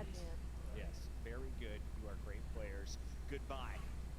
Miami Heretics sent packing by Vancouver Surge, the squad that started the day on the stage. A great run for both teams. I think they'll be happy with their accomplishments of top 4, but Vancouver is still in the running after this game 5. Let's take a look at how they got there. It got scary when we went all the way to around 11. But Vancouver looked like they were in control early. What did you see, Nameless? Yeah, I love their approach towards this game 5. Vancouver really slowed it down on both sides, offense and defense, just like letting Miami Heretics push up and then get a little bit overly aggressive, and they would find Real or they would find Metals, and then from there you just have an advantage. You're seeing rounds like this, Neptune just playing up top, super slow together. We find one kill, and now we have the advantage in the round. It was working, and then Miami started to figure it out late. Rounds 8 and rounds 9, they're like, okay, we're going to get to their side, and then we're just going to wait until the end of the round to start to make our plays. Yeah, and I just think that was it, right? I think Real started to get to his spots, but didn't get over eager, Yeah, right? I mean, this is a Miami team. They just love to make plays, right? As much as they can. And they rely on Real, and he did get lost a couple of times. That's when it started to get a little bit scary. But in that round 11, man, I mean, just props to 0-4. Because he ends up getting 2 from that spot. And, I mean, all the pressure was on him, and he stepped up. Real, the rock star of round 10 to keep Miami in it, surviving all the fire. 0-4 does the exact same thing 1 round later. Let's take a look at it one more time.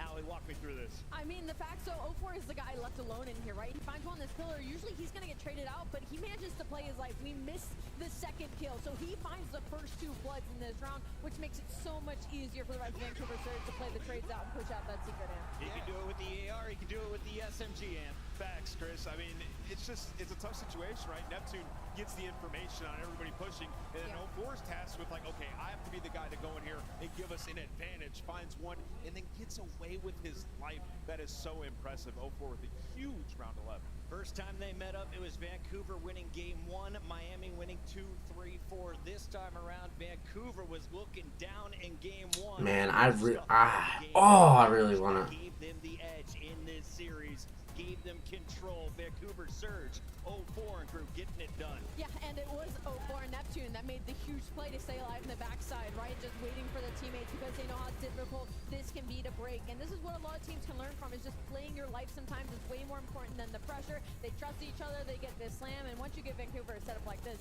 it's really hard to break back in. Yeah, you know, Miami, I mean, commiserations to them. They'll bounce back, and, you know, obviously they're going to keep this roster. They play such good hardpoint. When they build these leads, sometimes they just throw it away, right? Yeah. Like, we got to start hard playing some rotations. Like, they were up a ton on this map. Like, just concede that second rotation P3, set up for the P4, right? You can play that aggressive style early on when the lead comes in, Joe. Sometimes Too tired to be able to stream tonight. Bro, don't even sweat it. Honestly, I'm gonna be playing games and streaming way more often now. I'm doing it like a second job. This, my sports betting, the podcast, I'm gonna try to do everything. I'm gonna be on the super grind. So don't sweat it. We will definitely play another night. I know you've been up like crazy, and having the baby not get sleep definitely, like, I completely understand that. So, dude, honestly, don't sweat that. You know, we will definitely play.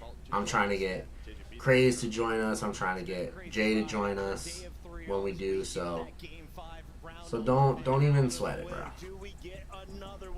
I appreciate you stopping into my streams and everything. Like, it's great. And whenever you go live, I'm gonna try to hop into yours whenever I can. You know, I'll host you if you ever go live after me, or if you're still live when I hop off when I'm going. But yeah, man, we will definitely be playing more often. I'm in a good headspace right now. You know, depression's in the back window.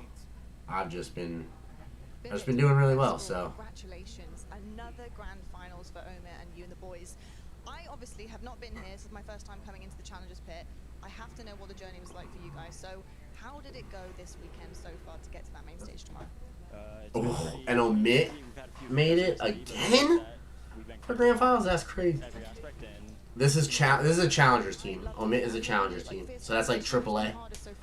5 years and the Omit Brooklyn team were pretty close competition, and probably expect to play one of them tomorrow, but never know. Do you have a preference of who you play tomorrow? No preference. We're gonna show up and do our thing, and hopefully come away with first place. Love to hear that. Now, in terms of the team and the dynamic, is that Beans? Is there anybody we should keep an eye on who's been really? I'm pretty sure that's Beans in the background. I can't tell because he's not turning. But on the left side, if that's Beans in the background, he's from Toronto Ultra. He got knocked out today. But I think he just went to see his boys down in the Challengers to give them some Thank you. I'm excited to be there. some hype. The Scuff Call of Duty collection is $30 off this weekend only. Visit scuff.co/CDL to upgrade your game with the Scuff, the official controller of the Call of Duty League.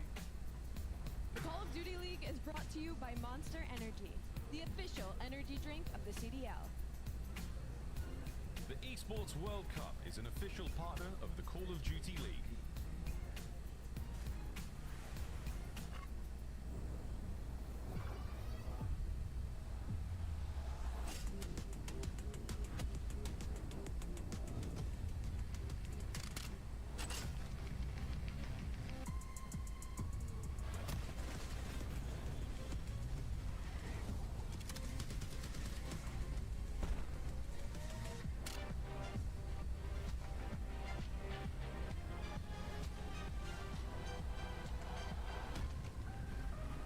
Is personalness a word?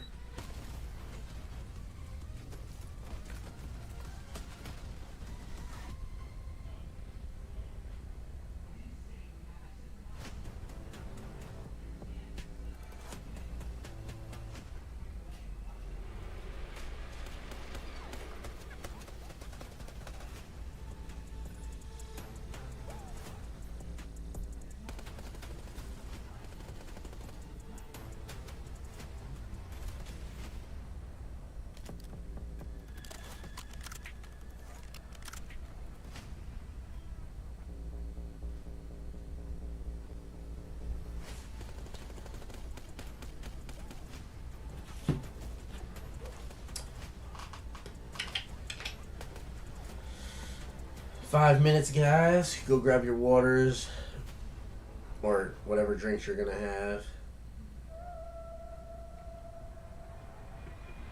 Some snacks, and we'll get into the final match of the night. We have Boston Breach going up against Seattle Surge. Oh, Vancouver Surge. They're not Seattle anymore. I have to watch that. The Vancouver Surge.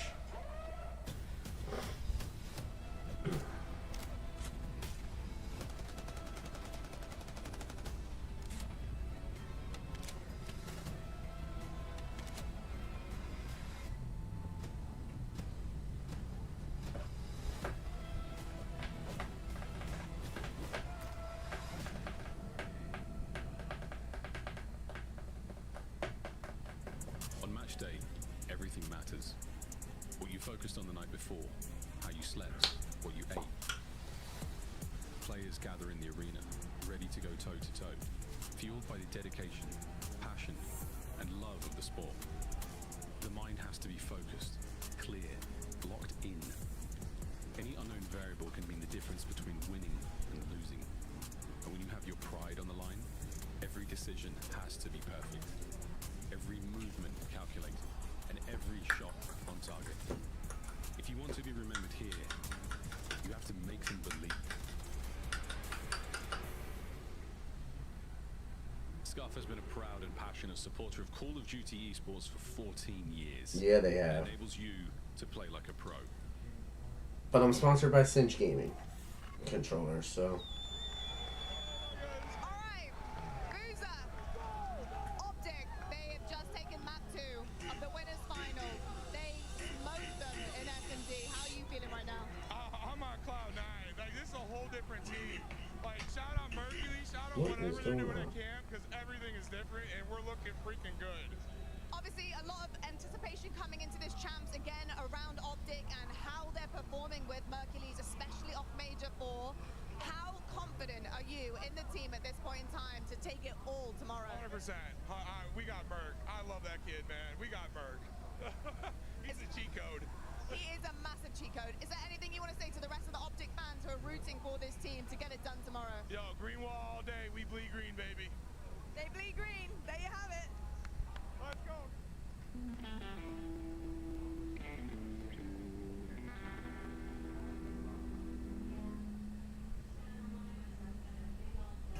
Real gets it. Fight for the win. Real holding it on. Lucky gets the final kill. And what a match. Damn, I really wanted Miami to win. To make it, but now I guess I have to root for Vancouver because Boston Breach just got 3-0'd by Optic. So if we want a good match tomorrow, Surge needs to win. Strictly business, the 9 seed came out of nowhere to dominate the bracket, defeating 9-time champions Complexity twice to secure the #1 seed at the Call of Duty World Championship. Was he the greatest ever? Oh my God. Hella good. It all comes down to this. He's trying to run it down. He's trying to nose go. Ricky trying to nose. Oh my God. Oh no. Oh my God. Even hit him. Oh. GG. God, he got fucking slammed. And it's face bakes. Oh my God.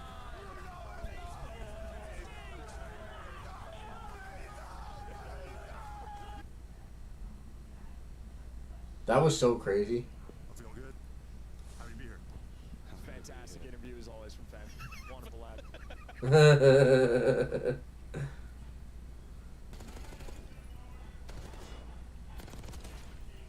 Oh my God. He's so nervous.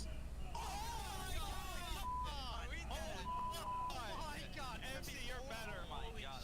You are so fucking good. Dante, don't chow that, bro. You fucking suck. Don't chow that, bro. I Don't know I'm chow still that, in bro. the arena, but up pretty high right now because I've made my way to the Flank and Toronto Ultra watch party to catch up with the legend of the CoD community, Ben. I appreciate it. Thank you, Lottie. Rightfully so. Ben, quite an uncharacteristic start, middle, and potentially end to champs here. Yeah. What's the thought process right now for you guys up here? I mean, I think the long break has kind of added a lot of parity into the scene, and we're seeing some crazy upsets. don't think anyone would have predicted Boston versus Optic in grand finals. I don't think anyone would have predicted Thieves out top 8, FaZe out top 6. We're heading to a very unpredictable chance, and I'm going to be honest. I think Optic might be going back-to-back. You really think so? I think Optic might be going back-to-back too, unfortunately. Set at this moment, I think there's a lot of chatter about how well they are playing and maybe how well that break has served them as well. I mean, I think the teams in losers bracket are interesting. I just don't see Boston getting through, so I think it's Vancouver. Can they get to a final and win a map? Toronto, can they actually make a final and maybe avenge their 0-2 record in CDL finals? And for Miami, their first ever final, carry this momentum and maybe Spanish CoD finally gets a dub. Amazing stuff. Ben, listen, I'm not going to take too much of your time. You get back to your couch, I'll get back on the floor, and I'll see you in a little bit. I appreciate it. I got to go hop on the call and go yell at Clay some more.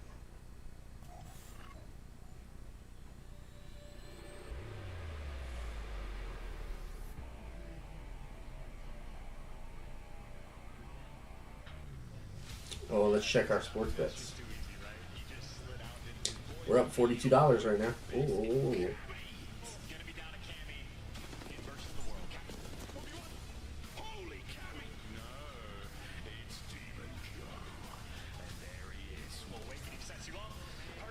We may potentially be up 52, 62, $70 if Pete Crow Armstrong gets one more hit or an RBI.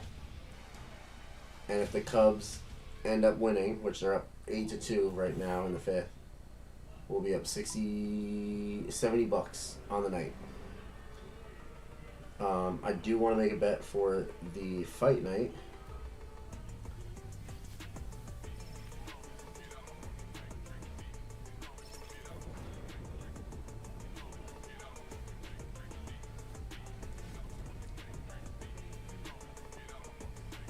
We're going to take Oliveira. We're going to do it. We're going to take the upset, guys.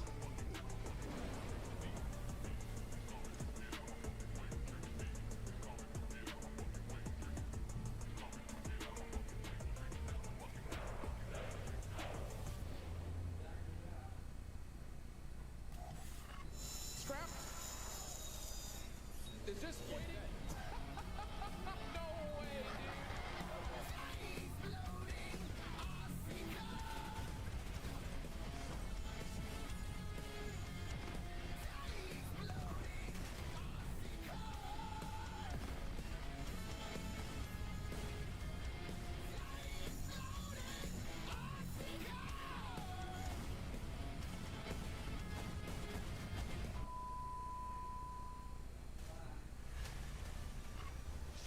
to our sound man Nick Fredien for that tiny exploding RC car. Welcome back. It is championship week in 2025.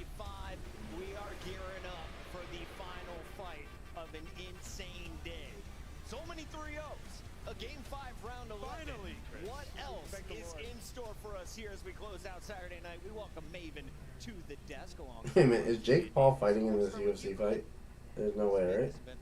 I didn't just read that correctly. I mean, I gotta think it's partially the Or did he just place a bet on it? It's adds some parity. How you're Benjay saying in the interview. One of the toughest things I think in sports is to stay ahead, right? When you're on top, staying on top of the curve is very, very hard. I think the added time allowed some of the teams to Oh my God, he is fighting. Yeah, I mean, there's other elements as well. You don't want to scrim the teams that are on your side of the bracket, right? So that affects like the quality of practice. And there's some teams when you look at like Miami put a ton of work into their map pool, paid dividends, and now we're seeing teams like Vancouver who have figured out their control. Finally, you have an extended break. You got to make good use of it.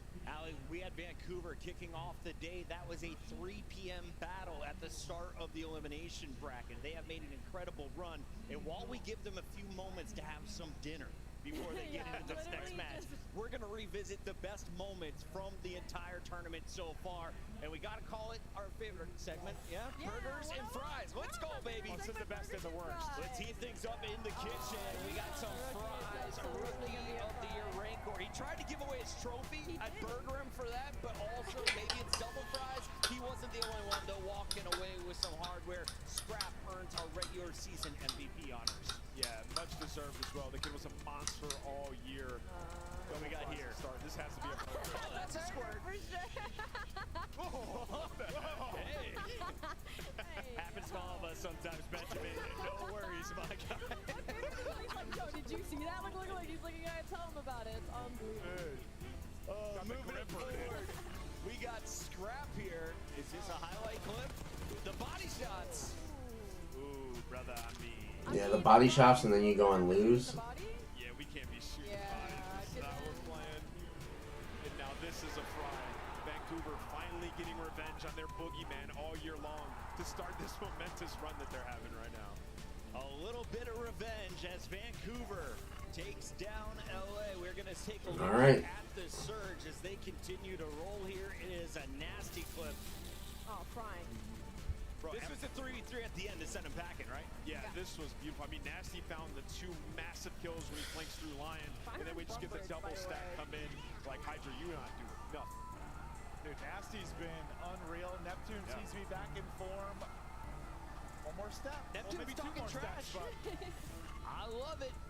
Dashy also getting fired up on the stage. This is the pre-pop, right? Yeah, this gotta be a burger, bro. Yeah. Listen, we've seen a couple of these over the years. Wait, who did it like last year? Was it Scrap that did it last year? We've seen it happen. I've done it before. He got the win, though. It's always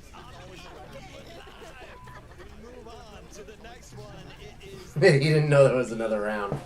That was so funny. the duo getting it done against Toronto. They are flowing, bro. I mean, when these guys were first a duo years ago, we talked about when they find out close. I mean, not the original time of Empire, MW2. Like, when they were really flowing, it was incredible. It's one of those sequences where it's like their twin brothers, dude. They're telepathically talking to each other, making decisions. And they just play it so perfect, right? Like, Shotzi gets on the offense, he pushes dude bottom spiral, and Hoop just waits, and then the perfect timing down to the final gunfight. You just knew that Optic was going to win that round. The 9th game, 1 in a row, set up Optic for a championship run tomorrow. This man will not be competing against him as Draws' crew blanks out early. This was a little bit of a grenade issue, I believe. Yeah, 2-piece right here. The nade comes in, blows his nade up, finds him and Simp, and I think this sums up their weekend. Yeah, we've had more of that this year than ever before. I think just because how it lists it, like when a nade gets blown up in somebody's hand, but like between that and the RC cars, I mean, even the rank car moment in the series today was unbelievable. Like, killed his entire squad. Yeah, the 3-piece dump. Yeah. Omni movement has made Search and Destroy so fun, but a classic 1v1. It doesn't get better than this. Hydra versus Neptune. Yeah, this was like, this is just one that you like assume Hydra's gonna win. Yeah. And he just is one of those few times he seemed like indecisive. Like, Neptune just jukes him out of his boots, bro. Plays it perfectly. Well, yeah, he didn't know if he wanted to run away or if he wanted to chow that. Yeah. It's a weird situation. And then Neptune just sitting there like, you give me 1 second, you're good. Yeah. He misses that first bullet, and at that point, Nep's still using his SMG. LA Thieves knocked out of the tournament by Vancouver. Vancouver went on to beat Toronto, and you just saw them take down Miami. While they are warming up for this next match, let's take a look at some more fun, shall we? I just heard Hidden Heroes in my ear and went, oh god. It's Allie's favorite game, Hidden Heroes. I got one on the weekend. Big tip here, fam. Big tip. Oh boy, here we go. In the tournament, there's only 12. Here's 4 of them on your screen with a champs KD of a 1.56. That's got to be Mercury's top left. That's easy. That's Merc for sure. I mean, he's a Yeah, I mean that's definitely Mert. 1.56. They haven't lost the map. Clint? What do you want me to do, dude? Who's top right? Nasty? I think it's probably Surge. I think that is Neptune. I think it's Snoopy. Neptune it is. Neptune was a good one. Bro, I'm locked. Best placement this year, second, and I know you're squinting. Top right, and says 0.86. 0.86. Best placement this year, top 6. Going to be somebody from Boston. I'm going to go with Awakening. Oh, that was Snoopy. All right, I was thinking sounds strong. Search KD, like, yeah, he's frying Search. It's got to be. Best placement this year is 4th. No, I was thinking it was an Optic member. Yeah, it's got to be an Optic member. That's got to be, is that Hook? Best placement this year. Let's go out. We did well there. Good Let's job, go guys. out. Give me that. I'm 2 for 2 on Hidden Heroes for the weekend, thank God. Speaking of the one and only Kyler, who joined us behind the scenes. Here's what he had to say. Hi, Kyler. Ooh, let's hear what Hook had to say. It's very loud in here for a couple of reasons. One, you guys are performing out of your minds, and 2, you're making the run of a lifetime here at Champs. I have to ask you a little bit about the leadership on the team, and I know you had this question a million times, it looks to me like it's a shared role throughout, and I think the teamwork is shining through, and it's kind of showing us, you know, who's in the lead here, and it's all of you. How do you think that's working out for you guys as a team? You've been on so many different teams. Do you think that this is the meta for a team like this, to be this fast-paced and this good? Definitely. I think, sorry, tough question, but I think the fact that we all have a voice on this team, and the fact that we all trust each other, and it allows us to play at this pace. So it definitely works for us. We already knew Optic were rich, but now they are guaranteed $480,000 in that championship match. They will play the winner of tonight's final fight between Boston Breach and Vancouver Surge. Allie, this is the point in the tournament. The money starts to set in, the nerves start to set in. Do you think exhaustion is going to play a role at all for Vancouver or Boston today? Oh, absolutely. I think on the side of Boston, like, you've had to sit cold for a couple of games. On the side of Vancouver Surge, you've been in the gauntlet, right? And we've seen Vancouver Surge, the pressure get to them sometimes, but they already beat the hurdle of not being able to beat LA Thieves. So maybe now they feel that kind of dropping off. Okay. Yeah, I think the nice thing for Surge is, like, the final is tomorrow. So you've had a couple times where you've made this run through losers, and you have ran out of gas and you got blanked in a final. Maybe this time, having a night to prep, we talk a lot about prep, we talk a lot about Rambo Ray, maybe that's a difference. Now, do I think Optic smash them probably if they get there? Yes, but maybe it's different. Maybe they wouldn't matter. I mean, I'm looking at the opposite side, and I'm looking at Boston. Everybody who's played Optic has went down to the losers and gotten World Star out of the tournament, just 3-0, right? They are destroying everybody's morale. So for Boston, they'll have to do something crazy. Let's take a look at Boston's odds coming into the tournament. No one thought the AC was getting past LA Thieves in the opening round outside of our stats wizard, Easy Mac. He sniffed this one out a mile away. Boston continued, though, to battle on where normally they fall out top 6. The team rolled into the winner's final. This is the weirdest event. I mean, listen, it's like I'm so torn, and like part of me is like so happy for them for making this run, but it's been so weird. Like, we've seen moments, right? We've seen moments, but they've started together a couple of moments now.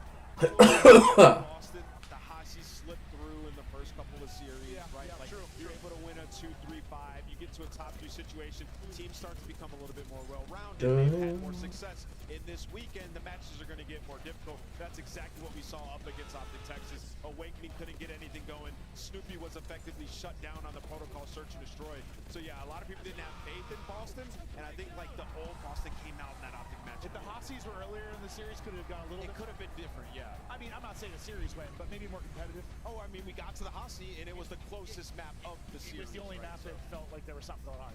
I see a glaring issue on this screen, Alley Cat. Yeah, no, the hard point has not been great. It was a That's one way to word it. That really hurt them. It has not been great. I'm gonna be honest. You know, when you do go into the numbers, though, like they were very winnable. 2 of them out of the 5 for Boston Breach. So it's just about closing out who's gonna be their finisher. Usually it would be Snoopy. Usually sometimes it would be Giga, but we haven't seen that from them this year. The good thing with Vancouver is their strengths are hardpoint, and their weaknesses sometimes they're surge and control. So maybe it sets up for a nice 3-5 for us. Let's talk about the opposition here, a squad that has been on a red-hot run. They went to All right, buddy. They were tested. Thanks for stopping in, man. I'll be live tomorrow with CoD Champs, the final day. You saw the massive celebration. But get some sleep, man. You definitely need it. Knowing this man is on the pedestal already, how far can they go? I think they could go all the way if they keep playing the way they have. I mean, for Vancouver Surge, the issue with this team that hurts a lot of the rest of the league is that all of them have a good head on their shoulders. They're going to make the right play. Their fundamentals are very solid. So all it takes is one of them just have a good game when it comes to the engagements. We saw that with 04 in their previous series. Neptune puts up numbers consistently. We even saw Abuza in that game 5 Search and Destroy turn up. Nasty has his moments. So that's going to be the scary thing is like, who is it that's going to start having those takeover maps? We've seen a lot from Vancouver this tournament. It's been really impressive. I mean, starting in losers, I mean, going down to losers and then making this run all the way to here. I mean, they figured out their control. Their search has looked so much better. Like, this is a different search team. They've gotten over the fear of names. Like, they beat LA Thieves, and it's been new life in them since then. When we talk about steps for a young team, and I'm going to ask you, like, in your opinion from your career, like, they made it to a couple finals, which is important. It's a step. They don't win a map, but, like, how big of a deal is that now thinking about them maybe getting to a champs final? Does that matter big time? That experience is so important. Even if you don't win a map? Yes, it is, right? It is Yeah, 100% no, I agree. because you've been there before. You know what you need to work on, and this is the best Surge have looked. I mean, after that Thief series, they've just been firing. Canada, the players are ready. No more yapping. It's time to jump into this series with the maps and modes. A final best of 5 before a best of 9 grand final tomorrow. We have a red card sandwich with a dose of Rewind, Vault, and Skyline in the middle. What did Surge ban? I mean, I will say this though, right? Like you look at it, Vancouver banned everything Hacienda, but then the Rewind, Search, and Destroy, they don't like that map. I mean, the last time they played it, they got 6-0. Every time I watch them there, they look like there's just something they're missing, bro. So uncomfortable. Abuza on the They street. do look super uncomfortable on that map. I love you, but I need your scuff pick. I'm starting with Okay. Maven. I love you too. My pick. I'm going Surge. I'm going Surge. I believe in Rambo Ray and this squad. It's been building to this moment. I want to see him get to another final and maybe make a run. Rambo Ray versus Optic. I love it. Allie? I've been loving the redemption stories. So for me, like Vancouver Surge got their redemption beating Miami Heretics, and I think Boston won another go at Optic. I have an all-green final. I'm going to go with Boston Breach. Boston Breach on the bounce back. That's a bold call. I respect it. I'm going to go with Vancouver Surge. I mean, they've dominated Boston all year. I don't think it ends now. Nasty. It's time to fry. I saw him do it since EWC. Keep your eyes on Byron. Vancouver Surge win this one in 4. Guy Blaze, let's get the party started. I'm ready to get this one going, Chris, because everybody's been a long day, but we got to give it everything we got. Where is this post? At home, as fans of Call of Duty, one of these two squads got to make it to the grand finals to try to take that trophy out of Texas. Let's find out who. Everybody make some noise for the Vancouver Surge and Boston Breach.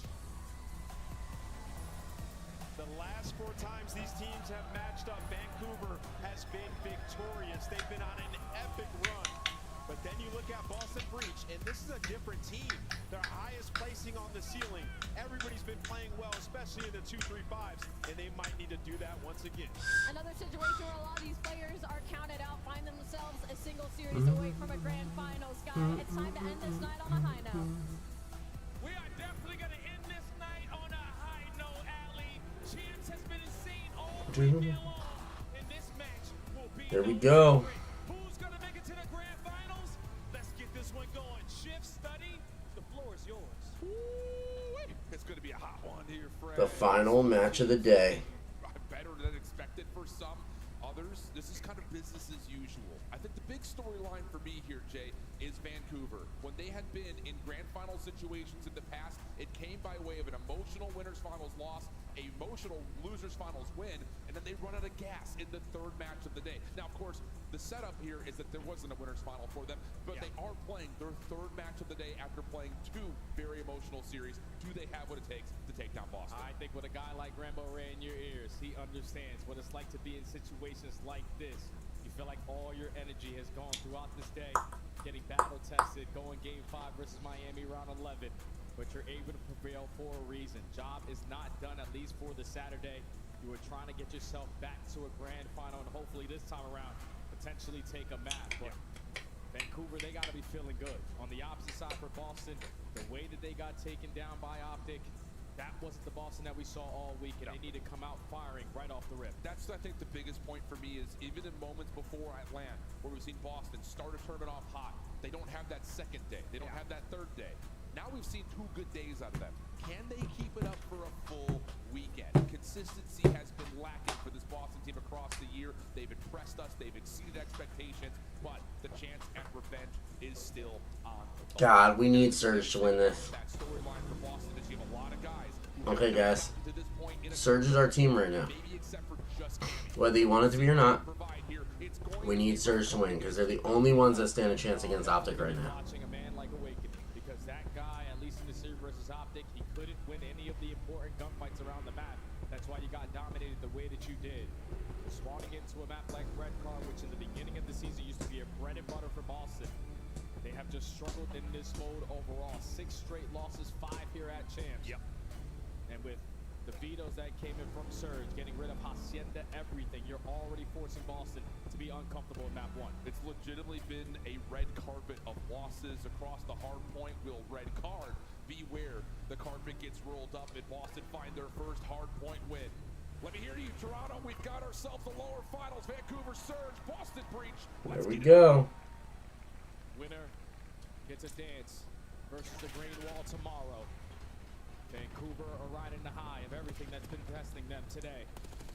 Starting off on the preferred side, early battles over 4 heads. Snoopy and Awakening already getting activated early. It's a battle for the mid-map control, and Boston currently have it. Yeah, Snoopy getting hot early is massive. We've seen him in the past just get lost. And Okay, that's what we need. This map. So him finding a hot hand could be crucial towards Boston. But off the second lives, Vancouver, beautiful recovery. Back into the hard point, only allow Boston 2 seconds, and they're still controlling head side for now. And Purge was out the extra AR.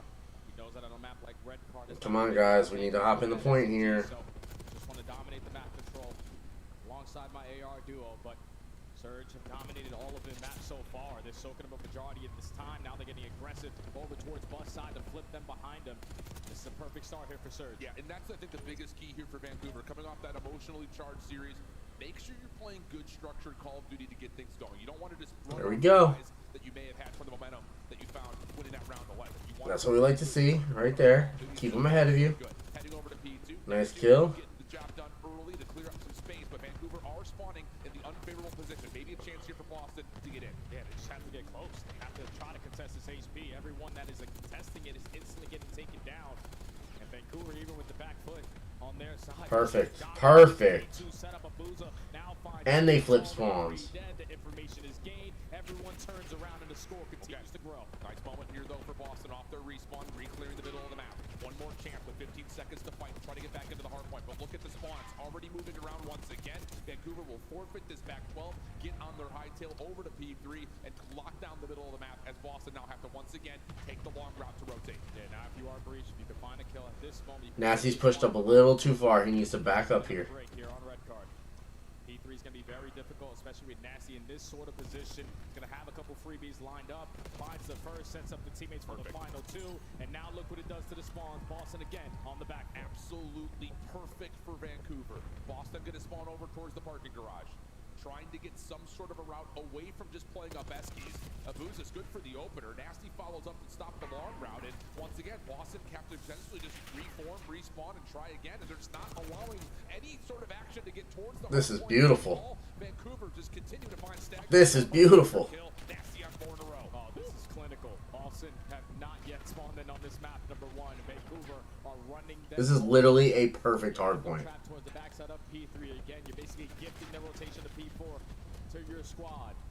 Now 04 knows they don't want to die in this scenario, potentially spawn out, but an 80-point lead going into P4 will take it. Absolutely you will. And take a look at the scoreboard on the Boston side. Both the ARs that you pointed to not doing all that well. A combined 7 and 19. You have the rotations. Meanwhile, Abuza and Nasty are combined 22 and 11. It is stark differences early on. They do have... Oh, no. Play over towards stage for the new hard point. Abuza top window, some damage, but no kills. And Boston will break on in. Yeah, the break is good. The spawn's already flipped. So now Boston have an opportunity to potentially get themselves back into the game. But Surge have to be exhausted. Let's step aside and go to listen to how the energy is sounding with Oh, here we go. Surge listening.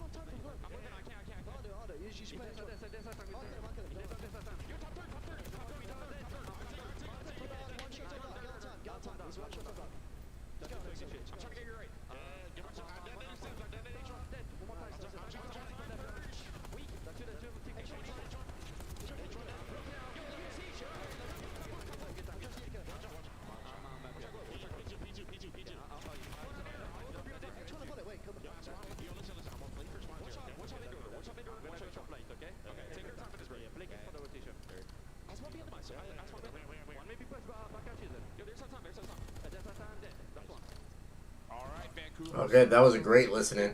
Sorry, Craze. They're doing a listening. I don't talk during the listening, so you can hear how the team communicates with each other and everything. What up, buddy? How's your night going? They are starting to rally their way back into this game. Let's go to a listening with the squad in green.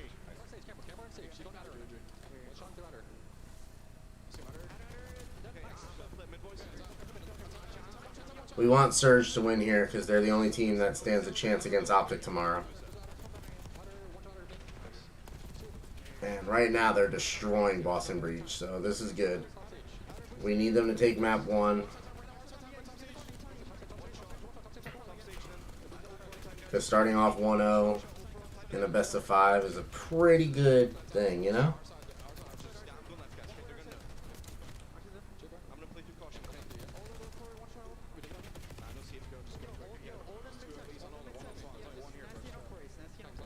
Oh, and they are just chaining P1 to P2 to P3 to P4. It's wonderful. I'm loving to see these chains.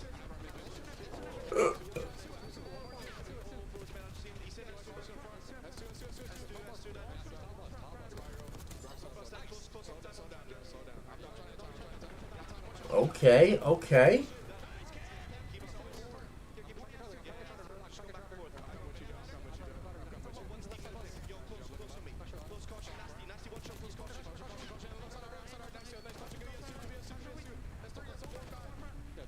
Welcome back. It's a good game to come back to. We need Surge to win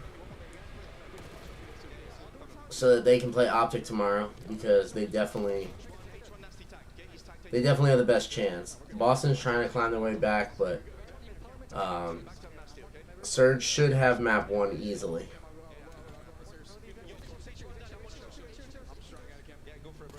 Yeah, Vancouver Surge should definitely have victory. Psh, LAD's got knocked out. Day 1. The losers bracket day 2, out completely.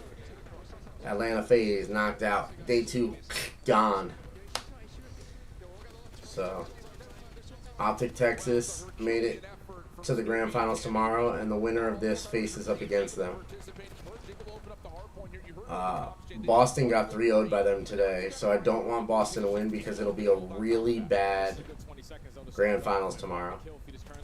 Surge, and if Surge make it in, no matter who wins, history will be made in CoD. But the only problem with Surge is that they've been to 2 grand finals this year. Both times they got 4-0'd. Yeah, Boston's definitely fighting their way back. They're trying. They're really trying. That will work. That clears out Stans. Is he going to get a second? No. Bruiser right there for the trade. Canby trying to follow up. Tagged at range. Vancouver now with the numbers. As Purge tries to work his way forward. Snoopy trying to find a way on the pitch, but not quite able to get there. Damn, Snoopy's on a 30 piece right now. Damn, 04's got 30 kills too. This is crazy. Everyone is spawning over towards Eskies. We can start to soak up this time and get closer and closer to calling game. Boston, one more break attempt. You're gonna have Snoopy. Oh, nice double kill. Lines up a double. You're trying to play keep away, but eventually we gotta get in time. Yeah, I was gonna say somebody has to get in time. They can't keep trading kills like this. Somebody needs to jump in. Maybe looking for some sort of a contest over towards Ticket, but not gonna happen. Vancouver with the leaders mostly gonna reinforce over towards. Yeah, I'm not a fan of Boston teams at all.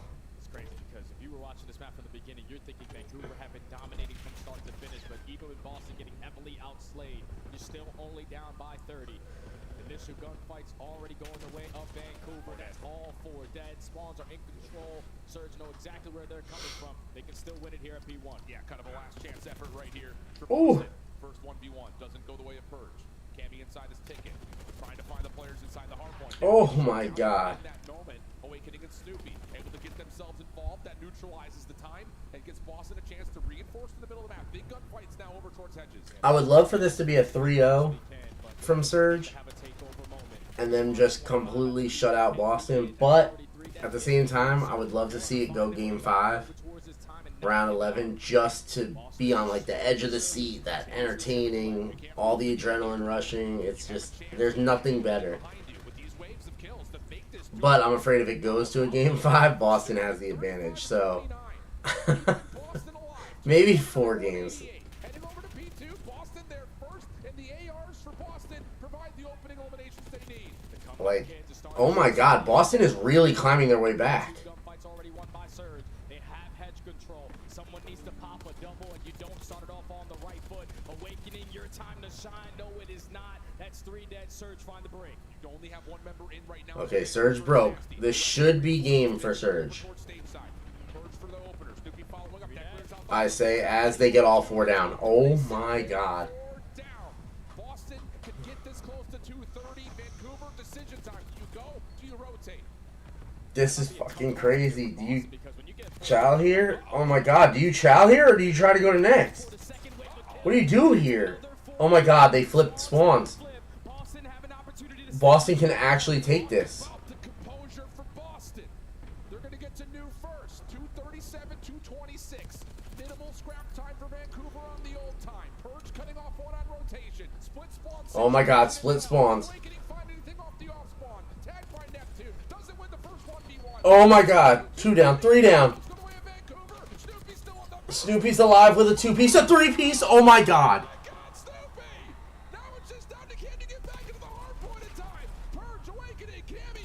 Oh my god. This is insane. Okay, they're down. Jump on. 7 seconds. Oh my god. Oh my god. 3, 2, 1. They got it. Oh, thank god. Holy crap.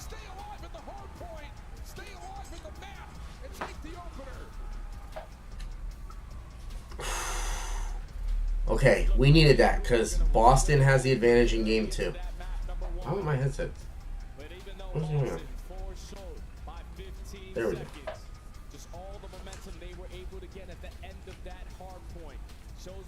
Okay, we needed that because Boston definitely has the advantage when it comes to Surge.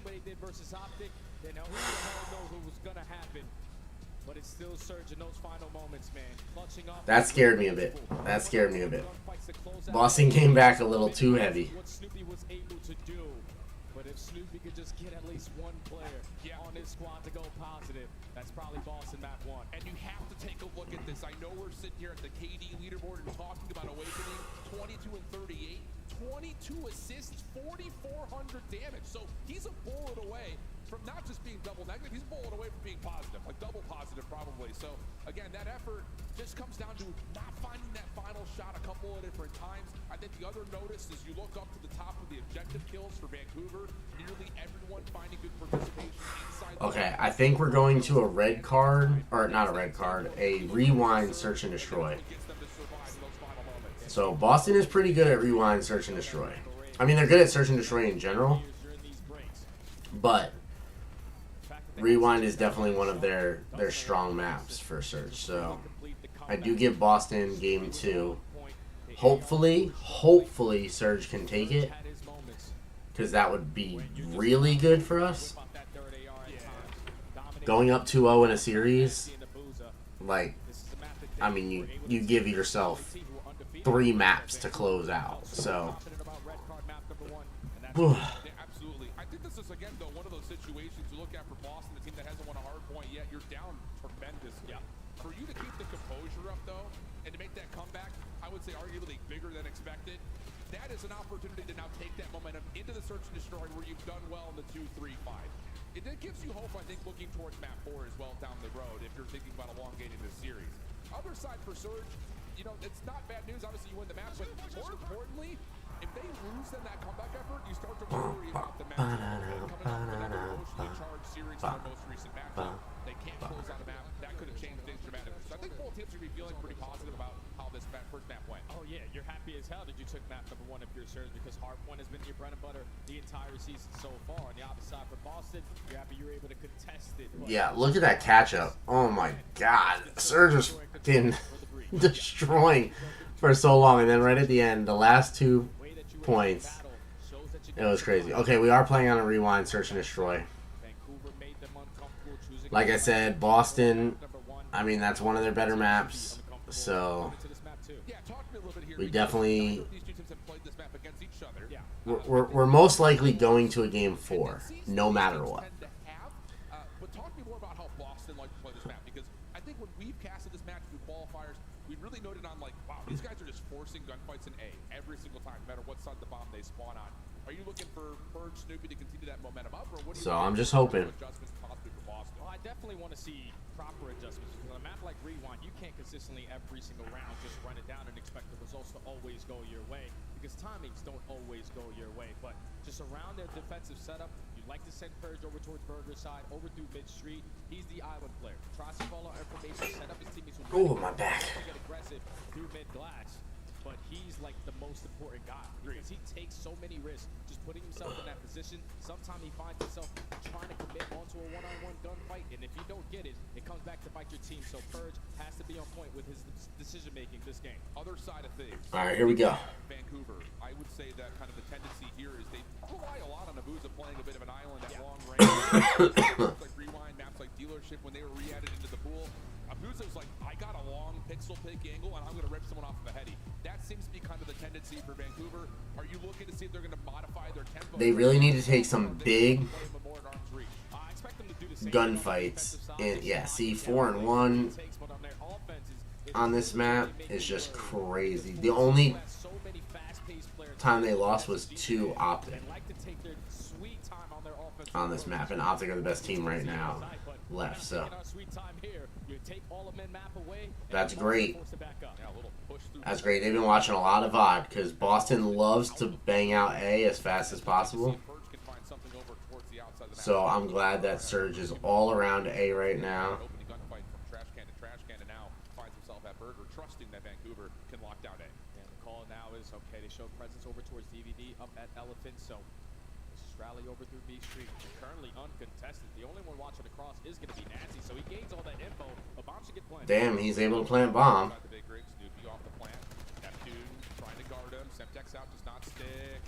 Oh my god. Oh my god. 1v2.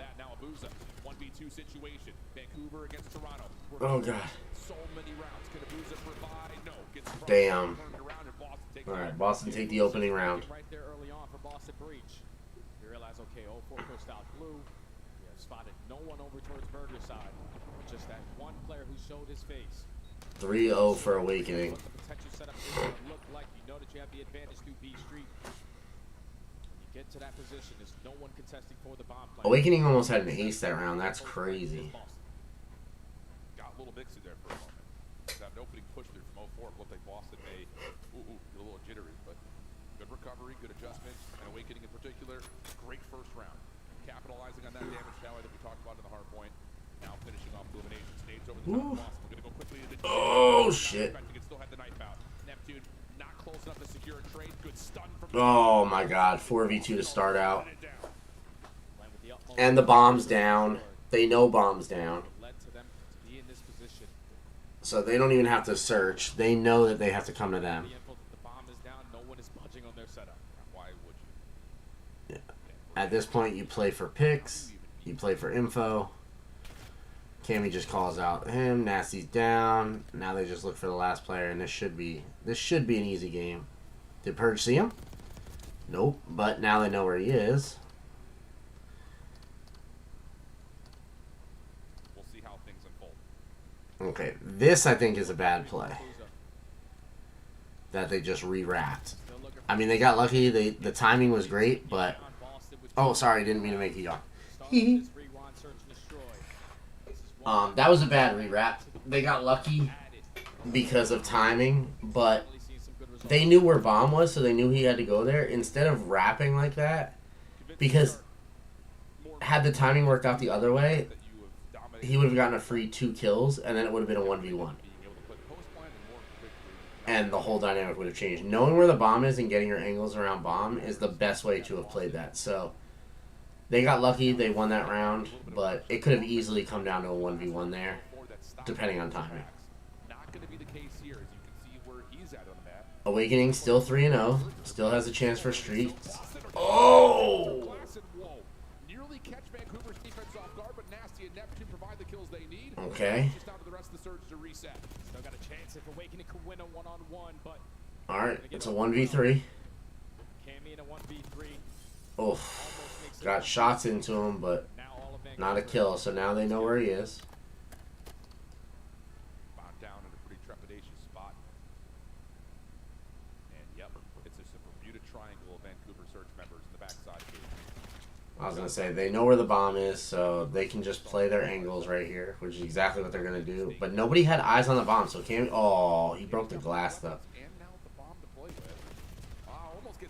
Nah, he should have gone through the window that was already broken. Him making that noise made it so that the players knew exactly where it was. He was able to get that bomb. What he should have done was rewrap streets and planted A, because he saw all of them on B. So he should have just rewrapped streets, planted A, and picked a corner to overlook. But Alongside him and Nasty sitting in courtyard. They both win their one-on-one. Guarantee that round there for Surge to get on the board. Yeah, nearly caught off. and the thing is, like, yes, I can say this watching it and being like, oh, this is what he should have done because I can see where everybody was. But he was able to see them too. He saw 04 pop open his head, which is why he took that gunfight. Like, he knew that they knew where bomb was. So you get through there, you rewrap. Like, as a player, that's something you should know to do. Like, and I get it there. Oh, see, like right there. So Purge is watching this door. See, these are bad plays. Oh, that was a good trade though. Alright, he picks up the bomb.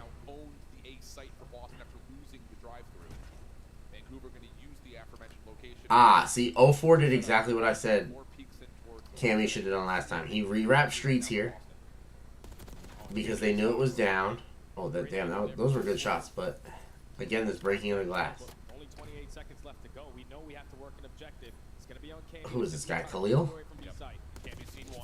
Oh! Oh my God, he just took off his head. This flank was beautiful if he would have just had the shots. Good response from Boston after it looked like Nasty was about to take the round into his own hands. Yeah, and even with He came up behind him. He had all the information and just missed his shots. That could have been a double, triple kill right then and there. Oh my God. himself towards the white dumpster. Rips him on the back truck.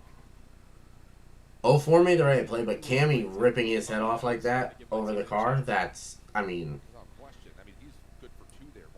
God, that changed the whole dynamic, because now you're down another player. Alright. So they're going to bang out A right here. This is their strat usually. Boston not going to just barge through glass. Instead, they're going to stack up at Jens. Use their attacks to potentially find an opening. They're seeing the shadow of Neptune on top of the 18. Wow, great nade. There's the one. The nade has him weak, so all you need Now they know they can jump on A. I like this play. Plant A. There you go. There you go. Somebody watch window. Perfect. Beautiful. These are beautiful plays. I hate that Boston's the one doing them, but Boston is the better place. So. No! Okay. Oh my God. He clicked his trick. Craze. You saw that? This is what I yell at you for all the time. What he just did. Pulling the trigger too quick. Trigger control is a major thing. He saw Cammy slide across, and he fired, which allowed his position to be known. If he would have just not fired, because he's not getting that kill regardless. If he would have just not fired, he would have had the information. He could have repositioned, and then stolen a pick. I think Joe's probably sitting here like, thank God this is a Treyarch title because he's not saying Crazy's like, I can't believe you're calling me out on live. so he's thinking like top damage, I was frying. So that confidence could possibly go a long way. There we go, banging on A. Oh my god, that was crazy. Vancouver just absolutely demolished their team. Let's swap the side to go again. Yeah, how's a perfect response there from Surge? Obviously, you don't want to allow this S&D to start to get away from you, but you're sick and tired of checking all your corners on your offensive approaches. You send everybody through Elephant. Okay, here we go. They all chow, walk away with the majority of the fights. Vancouver secure their second round. This is where they have to make something work. Yeah, absolutely. But this play for 0-4 going into Burger has not provided anything yet, and they're not going to go back to that. Similar stack up for Boston, playing in towards Jens. This time, Vancouver going to try to play aggressive as well. Deep shoulder from 0-4. Stun will move out, and that's going to be a play over the back, but Awakening shuts it down. Gets his one. Purge, Snoopy looking for the trades, and they find the first and the second. Clean shots from Snoopy. Now And just like that, a 3v1. You already know there was a Oh, excuse me. So most likely he's just getting out of that. Even in the 1v3, we're not taking any chances. Okay. This is crazy though because he has not checked. Yep. He literally just ran perfectly straight. I don't understand. Vancouver plays search so weird. Like, it's like their players don't understand what search and destroy is. This man did not check behind him as he was running at all. Like, didn't make... Because if there was somebody sitting in that wall, he would have just been dead. Because he ran right in front of it. He didn't even check. Like, somebody would have run right up behind him and just killed him. Ugh. When you lose that initial gunfight, you make it in 3v3, and then there's a lot of Boston players in the vicinity to play those trades. Nasty comes out of that RC car like, I don't know what the hell happened. It's 1v3 now. We're game point Boston. Where my boys go? Snoopy on 3 in a row on top of that. First Bloods have gotten back to about level after the opening. Nades over the top. Vancouver right back into that rolling of the dice at A. Boston. Oh boy. Trying to recover over towards glass. Stun check for 0-4. Oh, that was good timing. Decides to now play the TDM right inside of the A. Sight turned around. The Purge gets traded. Neptune and Nasty for the opening double, but it's a pinstripe kill feed. Neptune in some trouble here. Oh, able to track down Kami, but not able to lock the shots in. So Oh my god, Nabuza is nowhere near these gunfights. So there was no trade. Now it's a 1v2. Yeah, Surge is so bad at Surge. Oh my god, it's actually insane how bad they are at Surge. 45 seconds to go. Wolfpack mentality here for Boston. Buza has plenty of time to make this play happen. It actually kills me how bad they are at Surge sometimes. For the post plant. Gonna rewrap. Kami and Awakening still working together. There's the play. Abuza. How does he go for the check? There's the first. Finds it cleanly. Has to check the bomb diffuser. It does not do so. Kami sticks it. And that'll be enough to give Boston map number 2. Yeah, Boston took that with these. I mean, I knew it was going to happen, but it's just embarrassing to watch these pro players make these mistakes. Like, these are mistakes that should not be seen.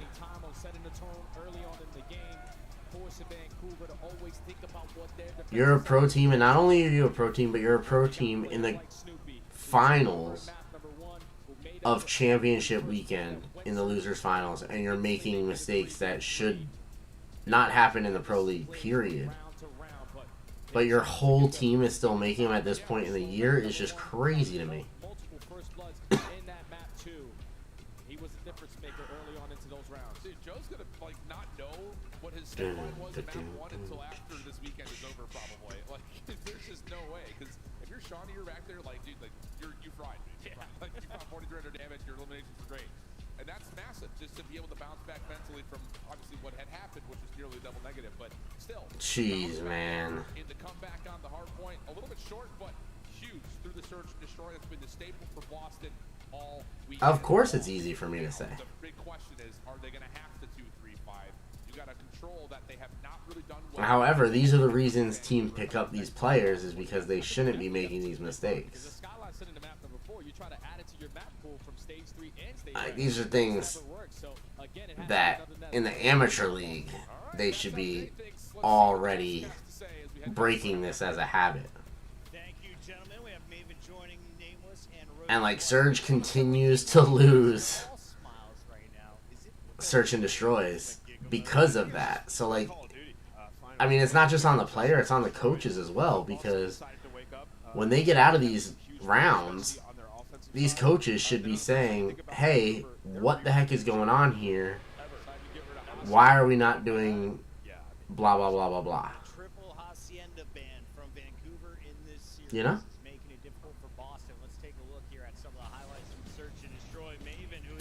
You need you need $25 million to get into the league.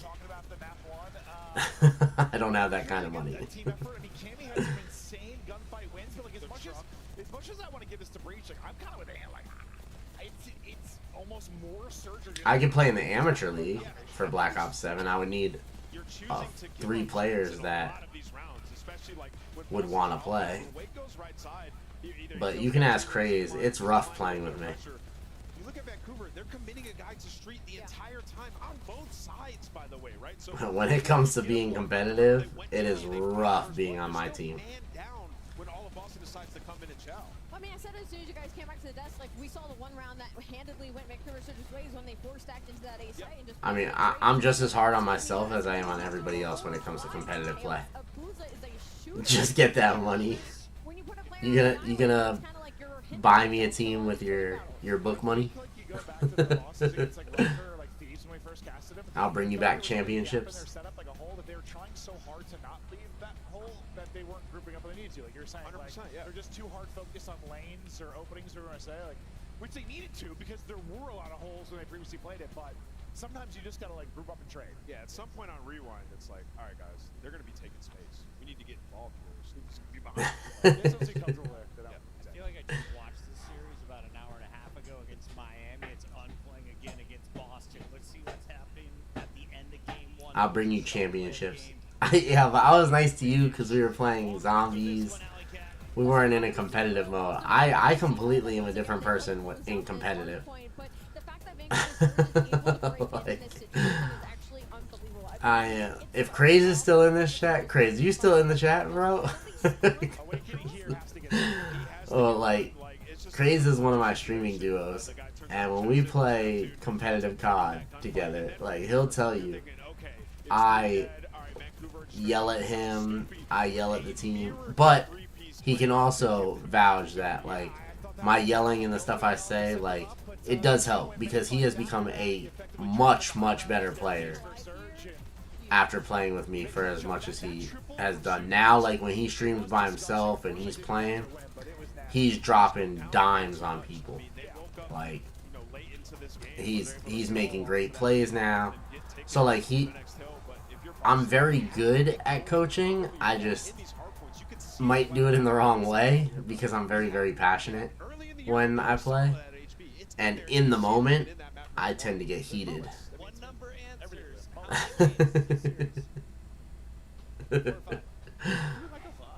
I'm gonna start streaming Splitgate 2 now. So, and that's another competitive game. So if Craze hops on that with me, Zephyr is gonna hop on that with me. So I think my buddy Angel might hop back into playing with me. So you'll see that competitiveness come back. Even in card gaming, when I play Hearthstone online, it's just me against my opponent, and I'm like, oh, you're so fucking good, kid. Like, able to do it in that search and destroy. A 6-2 victory, multiple times where you were at a man disadvantage, you're able to clutch up on rounds, and the players who struggled in map number 1 gave you something in that map number 2. So if you're Boston, you're feeling so damn good to at least have this series tied up at 1. But the most important map is right in front of us. This ball control, we've seen both teams throughout this weekend take down the likes of LA Thieves, so they have the utmost confidence to potentially add another W to their tally. Give me the word. Is this a must-win for Boston? Yes. Done. All right, here we go. Ball control. We've seen it a handful of times. Really, both these two squads. Boston in particular. I will definitely. I will post and send you a link when I go live on those games. Getting all the way to things like round 5. just comes down to can they close it out and keep that 2-3-5 energy. Yeah, Because otherwise that's coaching outside of playing, like if I'm just watching people and coaching, I'm calm, I'm very good with people, I tell them what they need to work on and what they need to do. But if I'm on the team and coaching at the same time, nah, I lose my mind sometimes.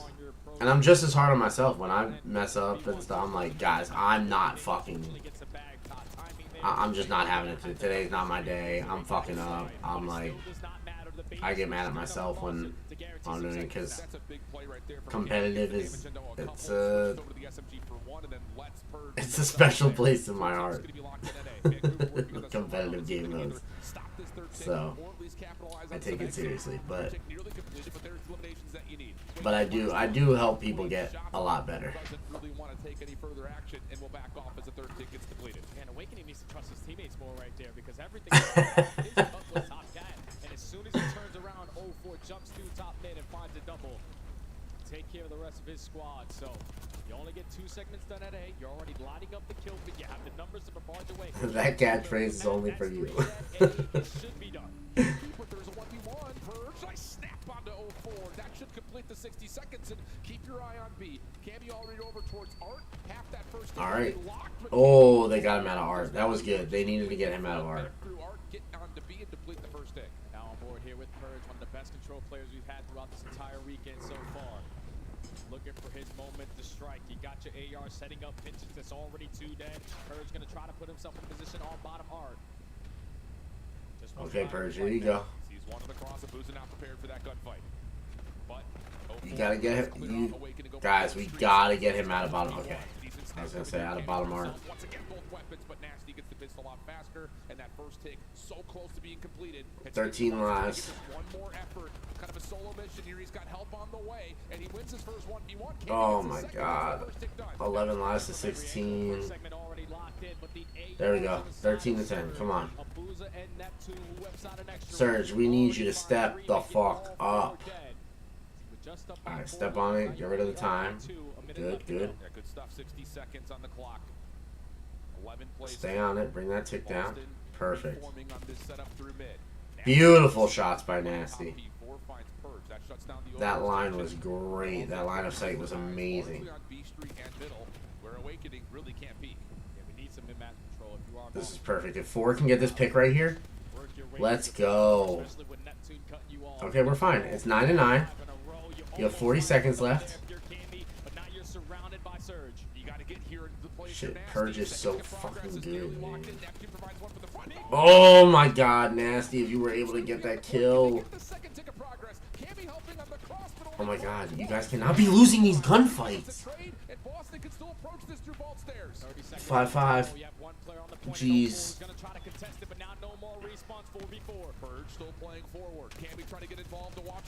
Oh my god. Okay. 4v3, 3v2.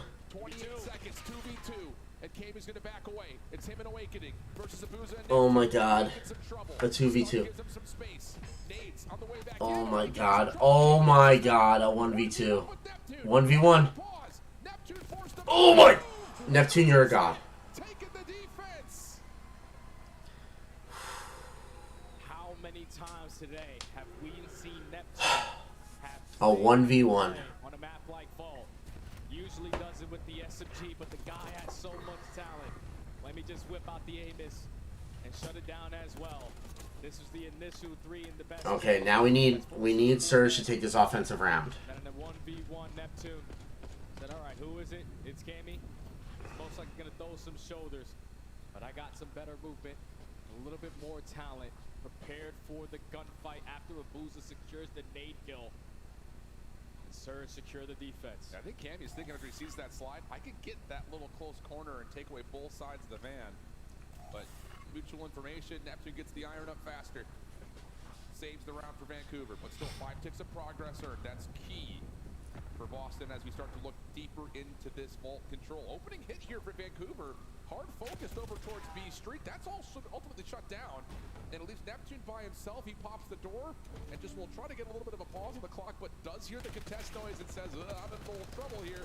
Trying to get out. No way. Need to. Still wins the gunfight. And look at the kill. Come on. Vancouver find the other Okay, stack A, stack A, stack A, right now, stack A.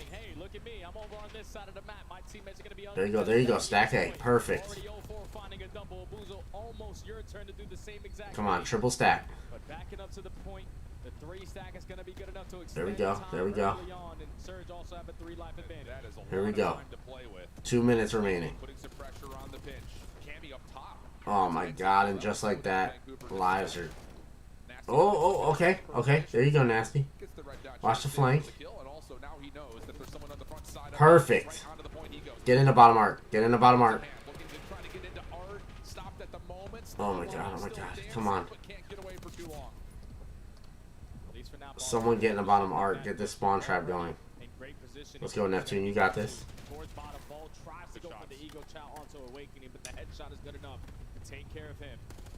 Oh my god. Abuza has a big problem with firing too early instead of getting information. Like, he sees somebody pass a doorway and he just starts shooting. Like, you're never going to get a kill that way. He gets like a shot into somebody and then he gives away his position because of it, and then they reposition and kill him every single time.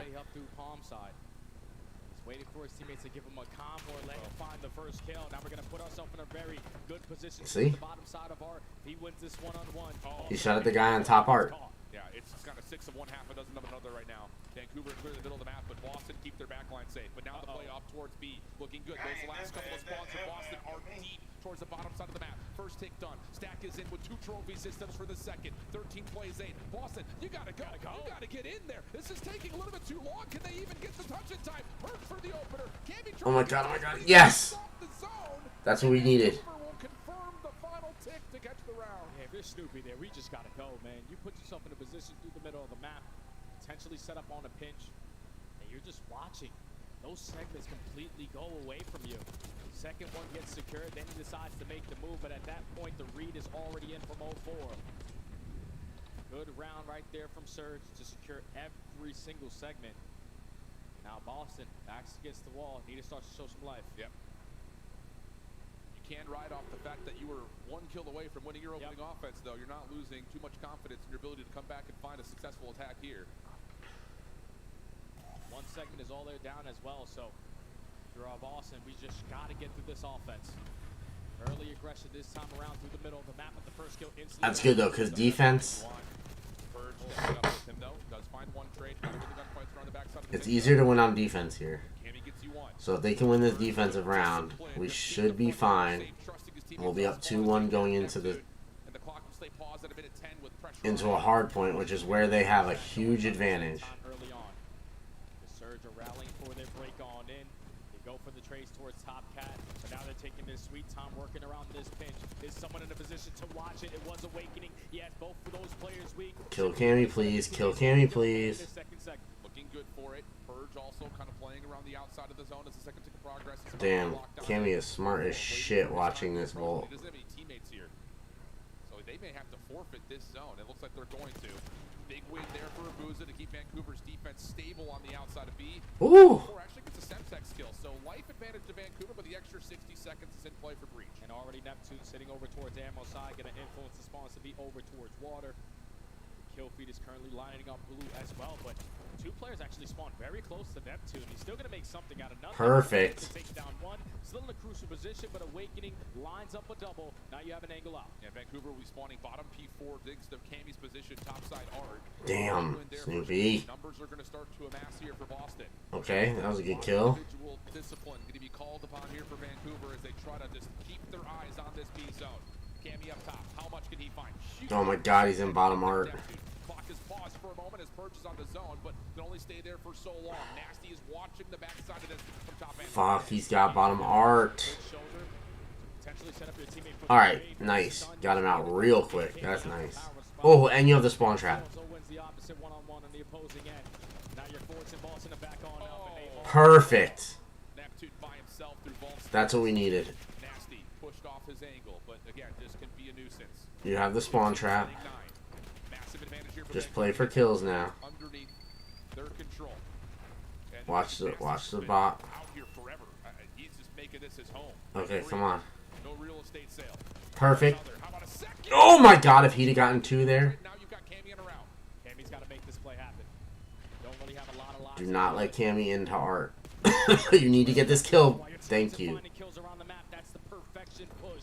But 0-4 wins the one-on-one. The team Nade is going to take down the rest of Boston. Perfect. They only have 5 lives. Just the worst This is what we needed.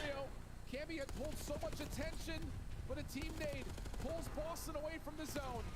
Last chance, no more respawns. Perfect. 40 seconds on the clock is plenty of They only have time. 3 lives. Come on. Here comes Nasty again. Play smart. Just play positioning now. Airbnb, but this is my playground. Let me get There you go, Nasty. looking for another, might not even be needed. 9v2. Last chance for Boston.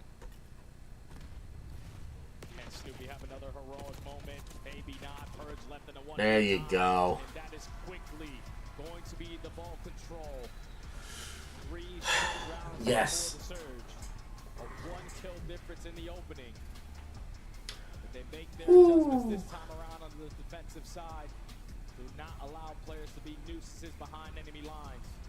That was a clean control there from Surge to go up 2-1 in the series. How much difference a kill makes. How different that could have looked. But Vancouver, they have owed this head-to-head control matchup. Even though the mode hasn't necessarily been really great for either of these two teams as of lately, in this head-to-head matchup, it was a very heavy favor towards Vancouver, and that comes through once again. Looking at the stats, how about Nasty? 20 and 15. Not to be outdone, Neptune, who is, I think, in the MVP consideration race for Surge, 23 and 17, nearly 3K damage. I mean, really, you could pick a stat line for all 4 members, and that's what we keep saying about this Vancouver team. Yes, there may be someone who's got the highest kill-death ratio, but someone else is doing the objective work. It's a perfect piece. Everyone's helping each other. Yeah. Simple as that. When Neptune needed All right, so at the beat point, don't worry, I'll get 3 for you. All right, now all of our we need Vancouver to close it out in this hard point. Because if Boston wins this next hard point, Boston might have the better chance going into a search and destroy. So we need Vancouver to end it here and let Vancouver be the team that faces Optic tomorrow, because they are the only team that stands a chance against Optic right now. But a couple of them being close, but the rest of them being blowouts. You got to put it together right here on a map like Skyline, where you struggle off the rotation, where you struggle in your setup, so you also struggle with your braking. Oh man, if you're Boston, man, you can't run out of gas right now. No, you can't. And just to reflect, again, when we talked about this Boston team, come on, their journey to be more of a force outside of just like, are they top 8, are they not? You go back, I think, to Major 3 qual. Probably gonna make myself a sandwich after this. Sitting here making Kind of hungry. Changes across the board, and Boston sitting saying, we're gonna add Skyline, no matter what it takes. They played it in almost every single one of their series at Major 3. Problem is, they were still getting blown out by some of the best teams in the game. A couple of wins here and there, sure, but it just didn't really feel like this map was connecting with them. And when it did, it wasn't just Snoopy that played well. I'm actually looking at Purge. He was like a walking kill streak a couple of different times, thinking back to those Major 3 quals. Yeah, so far in these respawns in this series, Purge has not had the best performance that he's looking forward to. He's been one of the best control players that we had throughout this entire I don't know, that's a good question. Maybe a tuna sandwich. Definitely looking at that young man. It's fast and easy to make. Or actually, maybe I'll order some Uber.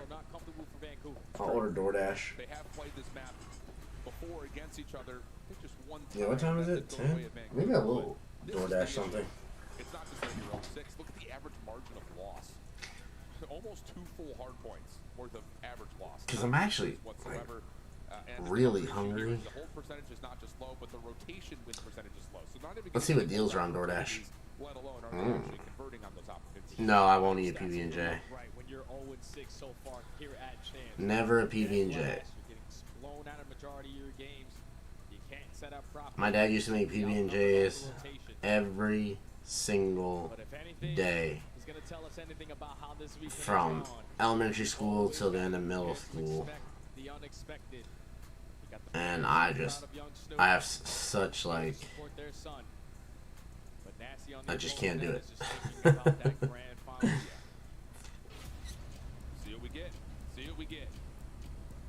Hit the other side of this, kind of talking about what this Vancouver team does well is they don't allow you to feel comfortable. They're always running at you, always moving the map around and manipulating it to their name. So it's not even just looking at can the SMGs keep up in the tempo. I'm actually looking. I was actually just looking at Wawa.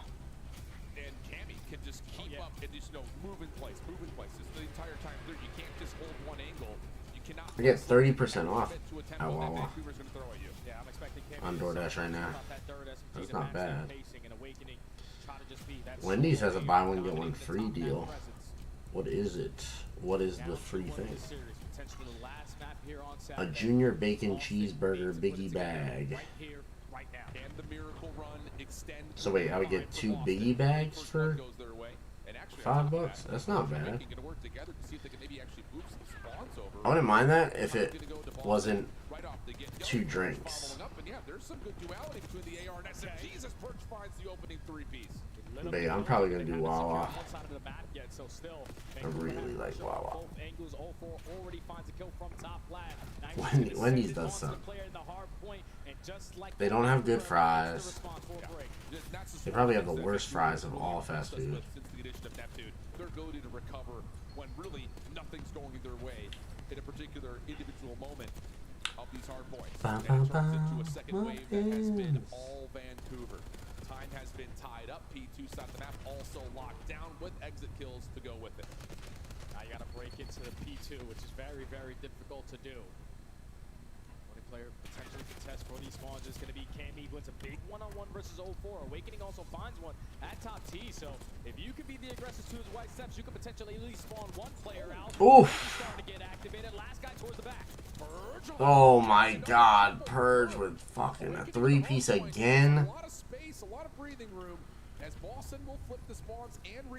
I do agree. Fries make or break fast food. Go and get some sleep. I love Baby woke up again. Oh my God. Oh, he is on fire right now. You can just tell the way that he is playing. He is filling himself on Skyline. To the courthouse. 6 in a row could potentially earn himself an early cruise missile going forward. I don't think so. Locates Neptune, trying to still assist his teammates at the old time of read onto Nasty. Not enough ammo to take down a Boozer. I'm sorry, Zephyr, buddy. So you trying to put her back to bed now? Follow up though again. When Vancouver starts to deal with resiliency, they make the right read, they make the right call, they set themselves up for a full wipe, but now the opening time at P3. 12-point game. Nice shots from Uza. Peels Cammy off the stairs heady. But Snoopy, Purge, couple eliminations. Has Boston looking to break through the middle of the map. Just comes down to can Purge open the door. He finds the first. Snoopy follows up, trades back and forth, but it is Boston with the numbers. Yeah, that's a beautiful route right there out of Purge to work his way through underground, allow his teammates to spawn over towards Cobble side, and Cammy now lines up 3. Spawn's already flipped. There's 30 seconds remaining still here. You can already see trying to think about the next one. Wins a big one-on-one. Trying to set up this pinch for his teammates to apply pressure from the backside. Already lines up. Oh man, that's crazy, buddy. I'm so sorry. Because in history class, we went to the state courthouse to witness how the system worked. Oh yeah, I definitely didn't go to that. 04 up top, responsible for the high ground. Shut down immediately. Now it's just down to what Nasty can find. Tough opening shots. Just down to Nasty in the back. Clean for 2. Does he see the one over to his right? Yeah, that I 100% did not go to that. From the front. Vancouver already in, but Snoopy's double leaves it just to 04. Tough battle around the back, but he gets overwhelmed and Boston will stabilize. Because I would have been like, yeah, what a joke how the system works. So you're gonna be ready for this next wave, and Giga Wake is starting to come alive. Lines up 3 on the bottom side of Closet. All of Vancouver spawning all the way across the map. The only one that is waiting now for his teammates to get back into the play is going to be 04, but they have it all cut off. It'll be a little bit of damage, backs off, respects the play. Back and forth we go. 2v2. Damn, so you get to witness the system working. Good opening shots. Has help from And then had shitty food afterwards? That's crazy. Yeah, Wendy's is probably my worst, or my least favorite fast food place. My favorite's Arby's. Then probably Burger King or Checkers, like tied for second. McDonald's is definitely third.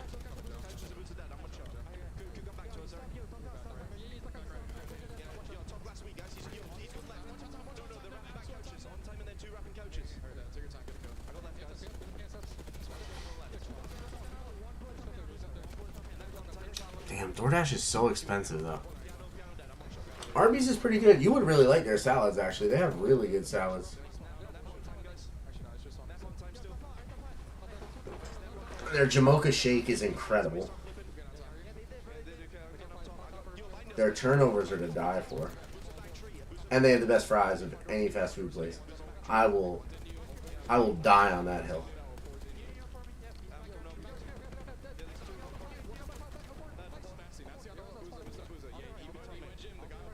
Yeah, their fries and shakes are incredible.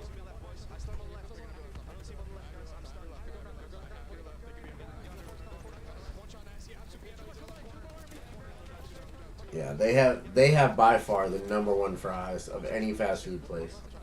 And I will 100% die on that hill.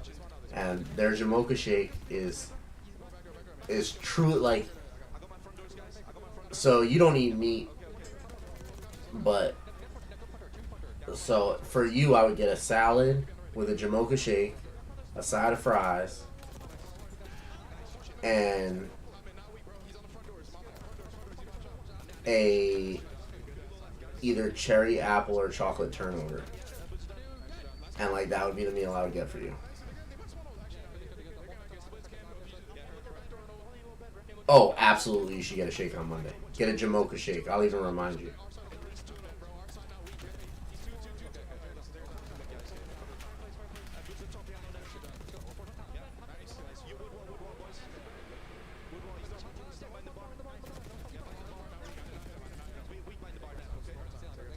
Yeah, you don't eat any meat, right, Becca?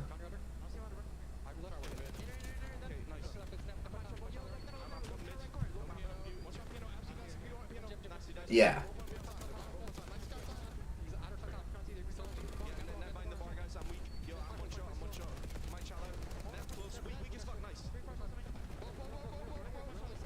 Because of that, I would get one of their salads with the Jamocha shake in their fries. Or just get fries and literally just get fries, a Jamocha shake, and a turnover. Their turnovers are their desserts. The chocolate turnover is my favorite, but that's because I'm kind of biased. I don't really like cherry as a flavor, and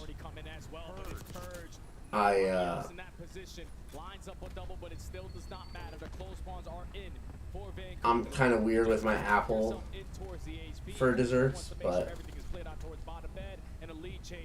yeah, that's fine. No salads. Just fries, a Jamocha shake, and a turnover. He's doing all the dirty work. Pistol out, almost finds 3. But Boston flipped the spawns, and with that, also the hill. That's a beautiful break right there for Boston. Everyone rallying through the bottom side of bed. Now you see Neptune. That's so funny, Zephyr. That's so funny that you put the turkey Swiss. That's one of my favorite orders there. I either get the turkey Swiss or I get. Yeah, I'm just weird with apple.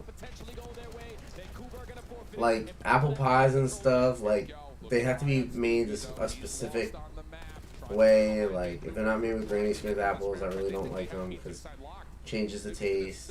Like. This is the opportunity to go on to 0-4. And now he's a little bit trapped. Has to just value his life while his teammates come off spawn. Able to get the one out of the hard point. Does he get a second? Oh, or if you like jalapeno poppers. I don't know if you like spicy stuff, but their jalapeno poppers are incredible. Oh my god, I want Arby's so badly. I'm so upset there's not an Arby's near me. I would DoorDash it right now.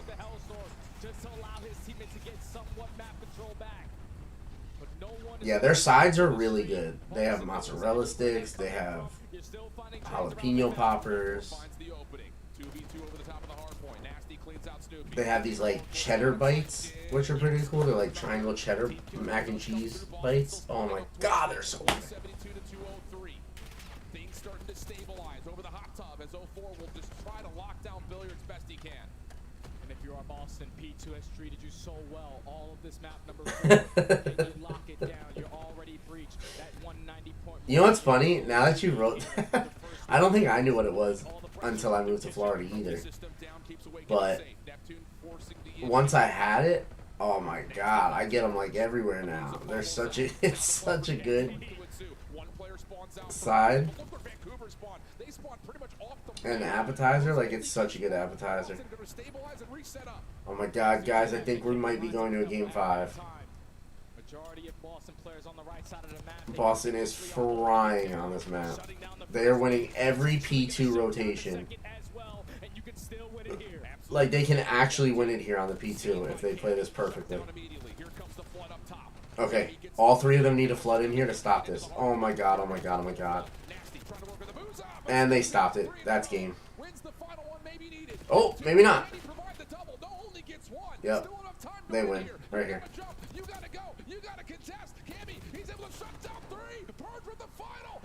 Fuck, we're going to a game 5. Fuck, we're going to a game 5. No, no, no, no, no. Boston literally just got 3-0'd by Optic.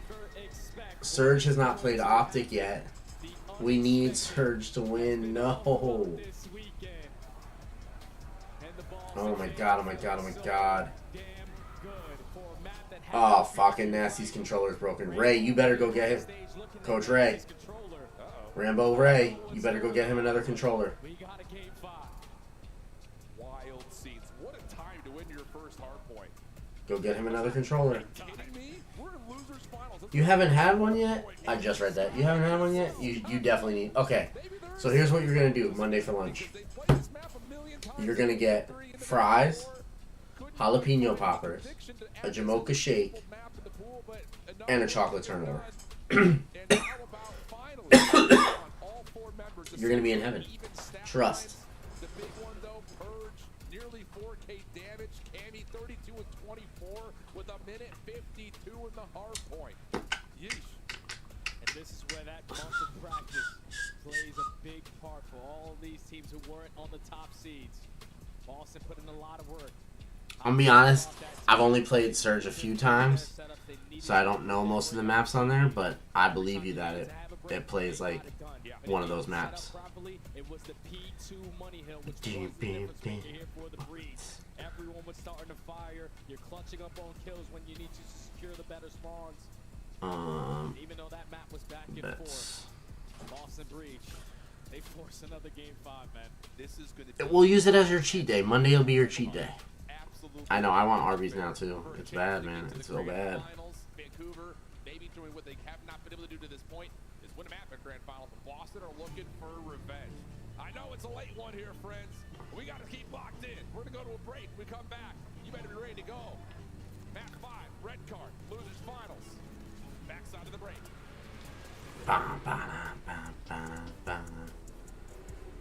Okay. Let's bet on some tennis tomorrow morning. Where is tennis? Tennis. What bets are we gonna place for tennis? Bam.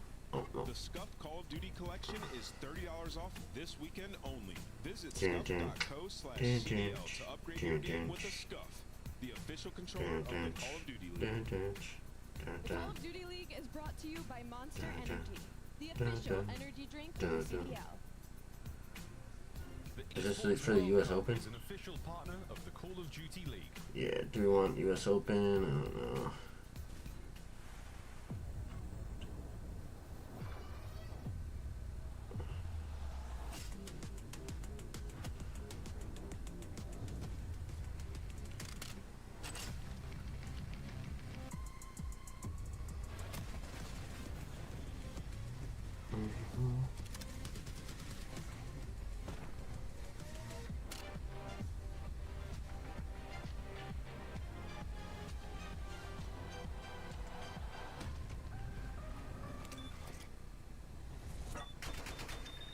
Madiv Rune Alcaraz.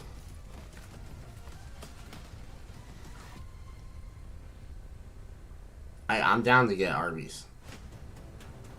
You don't have to convince me to get Arby's. I will get Arby's.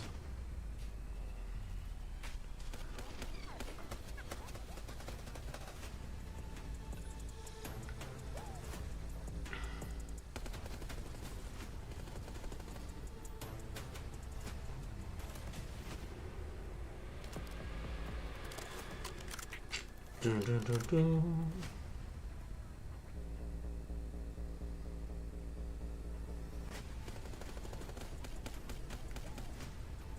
Medieval.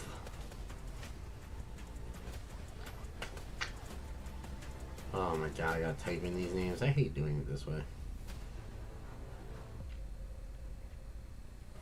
I don't want to have to type in names. But I will. MEDV. MEDV. Set spread to win. Winning.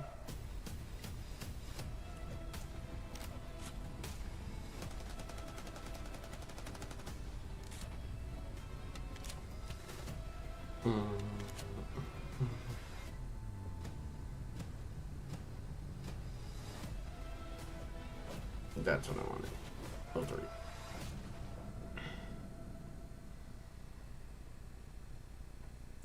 On match day, everything matters. $5 on that one. The night before, how you slept, what you ate. Rune. Players gather in the arena, ready to go toe to toe, fueled by the dedication, passion, and love. Yo, your stream is gonna pop off tonight. What do you mean? What do you mean, bro? Believe in yourself. Rune. Between winning and losing. And when you have your pride on the line, every decision has to be perfect. Every movement and every shot on target. Over 21 and a half If you want to be games. remembered here, you have to make them believe. Scuff has been a proud and passionate supporter of Call of Duty esports for 14 years and enables you to play like a pro. A chance for redemption, a chance for revenge. And both of those two teams on the screen doing it in surprise fashion. On one side, you have Boston. No one expected them to get this far. On the other, Vancouver, after being slapped in the mouth in Major 4. Alright, we got this, guys. Round 1 to potentially make their way all the way back to their 3rd Grand Finals appearance. And the battleground. Yeah, there's always notification problems, I'm finding out. Yesterday, or no, Friday, when I went live on YouTube, after I ended my stream, I had gotten messages from people, you got off, you just got on. I was like, I was on for 4 hours. And they were like, what? I just got the notification now, and they sent me a picture. It said like 2 minutes ago, and I'm like, I don't understand. 8-7, 9-7, 1 win streak, 2 win streak, opening door win percentage is basically the same. Yep. This is an absolute square up here in this scenario. Yeah, it's nuts. The history between these two teams, they've played this map once before. If you really want to even consider that, it was all the way back at Major 1 qualifiers where they did play it in map 5, I believe, and it went all the way into a round 10 that Boston had won. But the big news here, again, revenge and redemption. The winner moves on to Championship Sunday with a chance to stop Optic from going back to back. The other finishes at a respectable 3rd, but wanting more before we eventually consider things like the Esports World Cup. Here's a reflection of how this series has gone. Outside of the blowout map 2, blowout map 3, everything else has been as tightly contested as you could possibly want. So let's get it locked in one more time for Vancouver and Boston. Map 5, let's get it on. And the matchup that I'm looking at is 0-4v Purge. 2 tremendous playmakers on both ends, but not afraid to take risk. Already into this round number 1, Vancouver with the aggression, knowing there's no trophy system is going to allow Boston to take this space away from them. We're just going at A. Yeah, sure are. All 3 members right up close and personal. Nasty finds the opener. Purge nearly able to play spoiler, but enough damage had been dealt to stop the play in its tracks, leaving now Abuza to a 1v2. Good thing is he does have the bomb in hand. Minus 2.5 games. To make whatever decision that he wants at this point. Snoopy and Cammy have wrapped their way to the opposing side of the map. They put themselves in a position towards top trips to gain the info.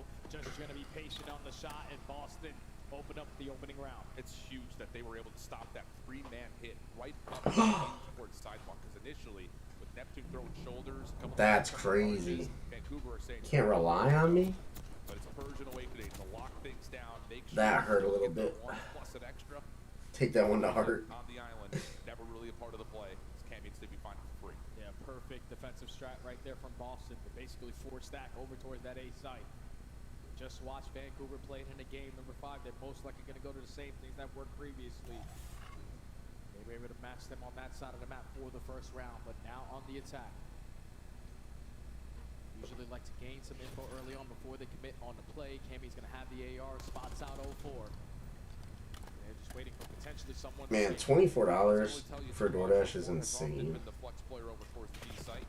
Abuza top hedges has found Awakening and respectively given on both sides. The big drill kind of key here is Nasty's position forward through A. Oh, okay. Now the knowing that Nasty's in the spot, they're essentially locked on. I'm like, dang. Can't rely on me. That's terrible.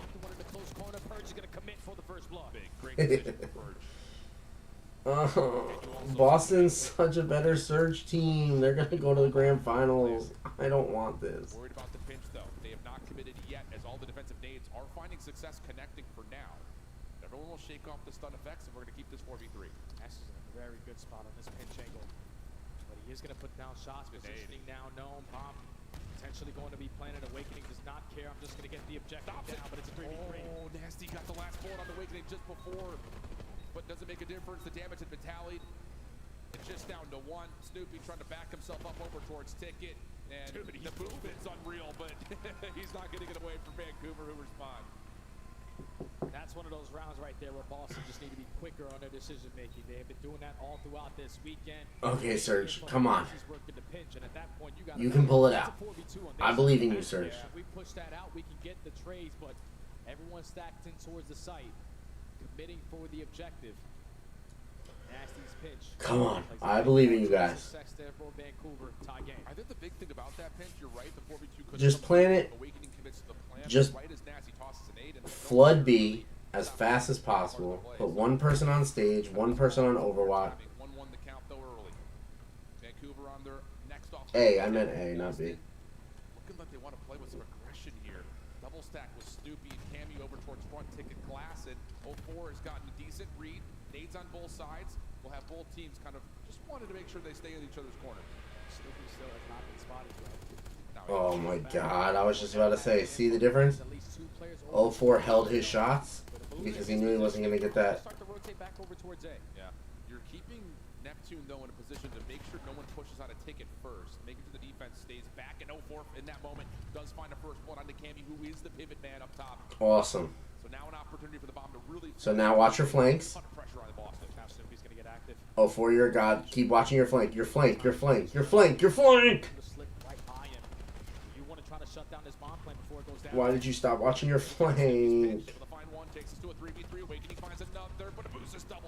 Oh my god, yes. A 1v2. You found Snoopy. Abuza once again just shoots. I don't understand. Does he not know how to hold his finger? Like, why is he always pressing down on the trigger?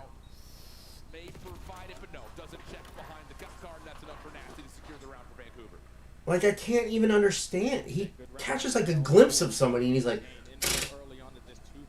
bro, relax. Hold your gunfire because he didn't know where you were. You saw him, you could have gotten a better angle. Nasty won that, but now you were out of position because Snoopy just disappeared on you. Like, I don't know what it is with Abuza. He got to stop that. Especially if they make tomorrow. If they win this and make tomorrow, he cannot do that against Optic. Optic will turn and fucking light him up. First bloods will reflect the score on the board. 2 for Vancouver, 1 for Boston. Conversion percentage has been strong to this point. Nades aggressively tossed early for Vancouver has Boston a bit weary at hedges, but will live to tell the tale. And more importantly, Verge has gotten through stage and has eyes on A.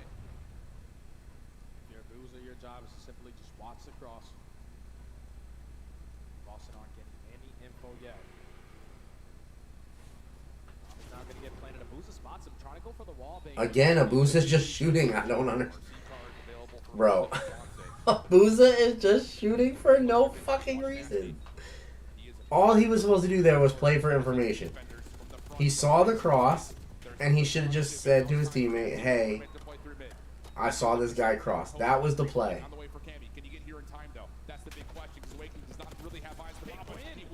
Oh my god, Cammy and Awakening both win that gunfight. Cammy just needs to run away. Yep. Perfect play. Trying to make the call. And Cammy's going to kill off enough time to save the round for That's Boston. crazy. Is it going to shy away from the moment? No, it's 15. Abuza is literally costing them games. Up against, so it's Neptune. He's most likely going to be looking for the kill. Cammy puts himself back into the play at the right time, but it all starts with Awakening. Winning that one-on-one over towards Globe.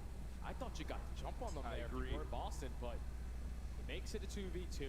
Cammy keeps him alive. And just not enough time there for Neptune to find the kill and secure the defuse. 2-2 now. Massive 3v4. Vancouver back on the attack. Nasty this time will just play in through mid while the other three members for Surge look to hard commit for some extra pressure at A. Boston doing the same thing going the other side. Maybe early contact here. Nate is tossed 0-4. Not going to commit to the gunfight initially because you know there's a player inside of this hedge though. Shoulders being thrown. He has not seen it, and Snoopy is out of there. Yeah, there's only been one person with information gained, and that was on the Awakening over towards hedge. Even though Boston was going to match that aggression over towards this hedge side. Going to back on up and continue to play safe. 50 seconds remaining on the game clock. Vancouver are now going to cross. They're going to see a lot of freedom here at P2. Awakening, going to be challenged. See the difference? Oh my god, I can't believe he lost. I can't believe 0-4 lost that, but and Neptune just gets a fucking 3-piece. That was crazy. But see, 0-4 saw him cross, didn't take the shots because he didn't want to give away his position. Oh my god, Neptune gets the ace? Aww. And initially to start that round, that's what Boston were playing for, to not allow Neptune in that head control positioning again. But with all the nades, all the stuns getting invested, My finger got cut somehow. create the opening for Neptune. And even with Awakening finding that first blood, still don't know how he finds it. Neptune is instantly always there to play the trades with 0-4 and do him one better. Come on. How long am I food? Vancouver, 3-2. Huge. Because you call it, Awakening wins a miracle 1v1, it feels like. Doesn't matter. About 20 minutes. Too strong. Boston gonna support this. Ooh, that was a good throw. The trophy system here. 0-4 Neptune, the one Oh, shoulders. Neptune losing those shots were crazy. backs off, and he will be the sole defender for now on B. Are they still saying fuck you, Draza? FaZe has been out of the tournament for an entire day. They have throwing at them on this defensive And approach. crowd is still chanting fuck you, Draza. 35 seconds already gone. The back eight going to force Snoopy to back on down, but they don't really want to take the risk to go over towards A. We're going to wrap it back towards B. We've seen this before out of Austin. 0-4 this time. Going to see something from the lower ground. Abuza going to help out from top third. Doesn't like the look of it. And makes the move over to window and finds Awakening. That stops the play for Boston trying to rotate over to A with any sort of conviction. So now you're kind of stuck in a rock and a hard place. You don't have anything to work with right now after breach. And third shows that shoulder. I can't find an opening through the middle of the map. Now we fully have to commit over towards B. You do have the man advantage if you hit it quick, but Neptune again lines up three, almost makes another three-piece. Oh my god. Neptune out here destroying. Into Mr. McLeod. He is going to make something out of nothing. Vancouver with 3 rounds in a row now have a comfortable lead, up 2. Big time. And that's just the byproduct of what Vancouver are finding success in search. It's an opening first blood for free, and you force your opponent to make the most impossible decision. And Neptune benefits with a bit Neptune, of a you're god, bro. And then the little snapper does a lot of damage to Purge. Did he get the RC car? For all you cinematic fans of how Neptune deals with this. I don't know if he got the car. 4-2 the count. Neptune up to 8 total kills, and Vancouver back onto the attack with the trophy, looking over towards A. Here, Boston, you got to switch something Yep. up. Nasty has an RC car. Aggressive from B Street. Nasty, your job to watch the pitch angle. What a stun check. Doesn't hit though. Sees Okay, you saw Purge. That's mutual information. Snoopy not going to commit to anything. Not yet, at least. As Vancouver still feeling things out in top A. Awakening and Purge through the same army of 2 Oh, that's a beautiful spot, Nasty, if you keep it. Neptune is doing the same exact play. Slips behind enemy lines. Finds finds the first blood. You know Awakening has to be somewhat nearby. The movement. Oh, Neptune. 10-4, you're a god. Just has to be off the flank. Cammy does take care of Nasty in the middle of the map. 04 gets a read. Yep, and that's going to be enough to hold Cammy at mid. Nowhere to go. Oh my god, Cammy gets the kill. And an ace. Slips away for now, but under 30 seconds to play with. Has to go quickly. And you don't really know where either member is. Oh, well. Cammy just made the same mistake Abusa keeps making. Neptune with an ace.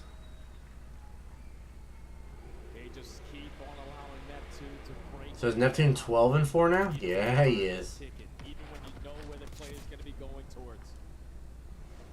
He continuously is finding opening after opening.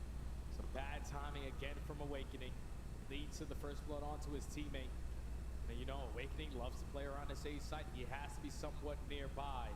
Early shots connect. Omni that was beautiful. From Neptune. And he lines up another 3 to put Vancouver at game point. Oh, he only got 3. 11-4. Neptune's found a lot of it. I thought he got the ace. That's alright though.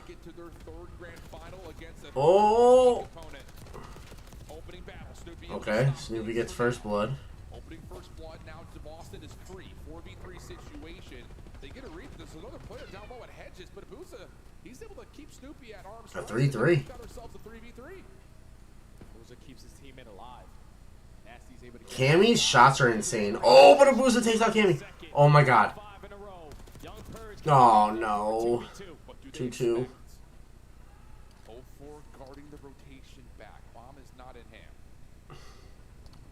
04 is going to listen to the girl from Ipanema on his way up the elevator. Bomb should be collected here by Awakening. Oh god, please. How do you commit here? 04 is in the just end it right here. 04, please just end it right here. Yes! Beautiful. Watch your back. Watch your back. Looking to isolate onto 04, who's on his backside. He's going to be right in front of the door. Here's the pop. There's the kill. And it's going to be a third grand finals appearance for Vancouver. Okay.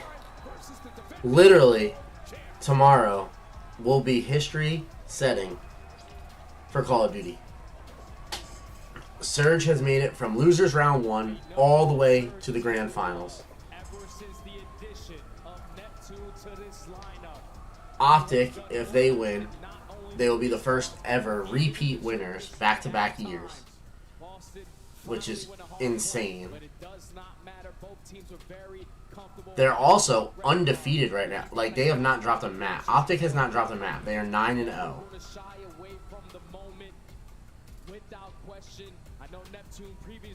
So as much as like, so Surge has been to 3 grand finals. This will be their 3rd grand final. They lost 4-0 and 4-0. Both grand finals they've been in. If they go against Optic and lose 4-0, Optic will not only be back-to-back champions, they'll be the only team ever to win a champs without dropping a single map. If they 4-0 them. So there's so much history that can be written tomorrow. To then come out against the #1 seed, make a run all the way to the winners finals, and put up a hell of a fight here in the lower finals. That's So I'm just waiting for the interview, which will probably be with Neptune. And after that, I will end my stream and I'll be back live tomorrow.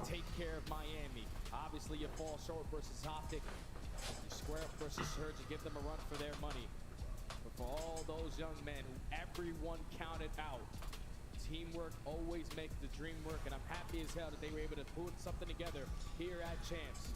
Because the top 3 is nothing to shy away from or to be disappointed with. Boston, they played their hearts out. Just Vancouver were the better team today. That's just, again, I think a lot of credit to the This is crazy. Oh, yeah. Okay, Nasty has a whole night to get a new controller.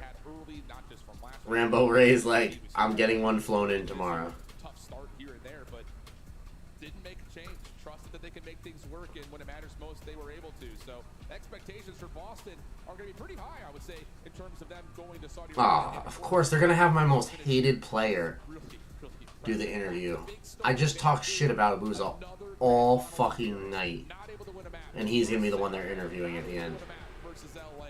Now they've got another new opponent and 9 maps to try to get it done tomorrow. How do you feel about Vancouver's run to the lower bracket? And Vancouver did tremendously through the lower bracket. It's just tomorrow they're playing a different beast. Optic are playing the best Call of Duty I've seen in quite some time, so tomorrow's going to be a battle from start to finish. It's been a hell of a run here, but we've got Abuza ready for the postgame. Fuck you, Abuza. Yes, sir. Everybody make some noise for the Vancouver Surge. They're going to the grand finals to play up against Optic Texas. Man, Abuza, talk about a weekend for you guys. A lot of highs, a lot of lows. You know, let's kind of start with you guys having to win 2 Game 5s just to make it to champs, okay? Before we talk about the Boston series, the Miami Game 11. I know that was nerve-wracking, okay? But you felt good being able to take down those guys, right? Yeah, that was a great win. That was really hard. It's been a long week. But I'm proud of the team that we did it. And it's not down, but like we are in grand final, so I'm happy with that. There you go, okay? The job is not done, but being there is just half the battle, okay? Now, being able to show up on this grand finals and play on a championship Sunday, just talk to me about how proud of you are the boys and all the work which they put in today. We saw so many clutch plays from 04. We saw everybody's already cleared out of the stadium. And how deadly nasty was on the map. How proud are you for this team, man? I mean, I'm so proud of the guy. Like It was so packed before this game. every day, like to give 100% every time, and I'm really proud of the guys. And we do a good job every day, and I just think that's what we deserve. I think you guys deserve it as well, okay? And you know what? I want to give some. Only the Surge fans are still there. Everybody else dipped. They're like, we're going to be back tomorrow. I mean, he got a lot of experience, so that's for sure. Like, he's actually a good coach. He's giving us like some good confidence too, like some tips, you know. Like, so yeah, no, I'm happy to be with you. I know you are, okay? Now, last time we got to a grand finals, you know, last time you guys got to a grand finals, it was you guys kind of flatlined in that one, didn't do too well. How do you? The time before that too. That outcome, going to the grand finals tomorrow and putting up a fight. I mean, I definitely don't want to do like the last 2 times, that's for sure. Yeah, 04-04. Play our game, play confidence, and we can beat everybody. So that is just on us. There you go, and I agree with you. You guys play your game, you can take down anyone, all right? One more time, make some noise for the Vancouver Surge. We will see them on Championship Sunday. Thank you, guys. Surge fans staying loud, and they have been that way since 3 p.m. That was the first match for Vancouver on their road to a championship run. And this is kind of insane because Boston Breach, great series. You are out of the tournament in 3rd. But Vancouver truly is the story of Canada so far for me, Maven. Oh, no, 100%. Were they going to rebound after that last major? Like, they get top 12, things seem to be collapsing. Will they be able to bounce back? And they have. This has been awesome to watch. I'm just hoping this night break into the final is going to lead to. You don't want them to get blanked in a grand final again. I don't. No. God, I hope they don't get blanked in a grand final again. Unfortunately, all of Optic's opponents have been blanked in their matches. If they go 0-12 after or 0-10, wait, how many do they lose? 4-4 and 4. Yeah, 0-12. If they go 0-12 in 3 grand finals, that's crazy. That can't happen. But Optic has not dropped a map all weekend, so tomorrow is going to be insane. I believe it starts at 3, so I will be live at 3. Probably a little beforehand, but I will catch y'all tomorrow. Thank you for staying with me for stream. Love the support, guys, and hopefully I'll see you in here tomorrow.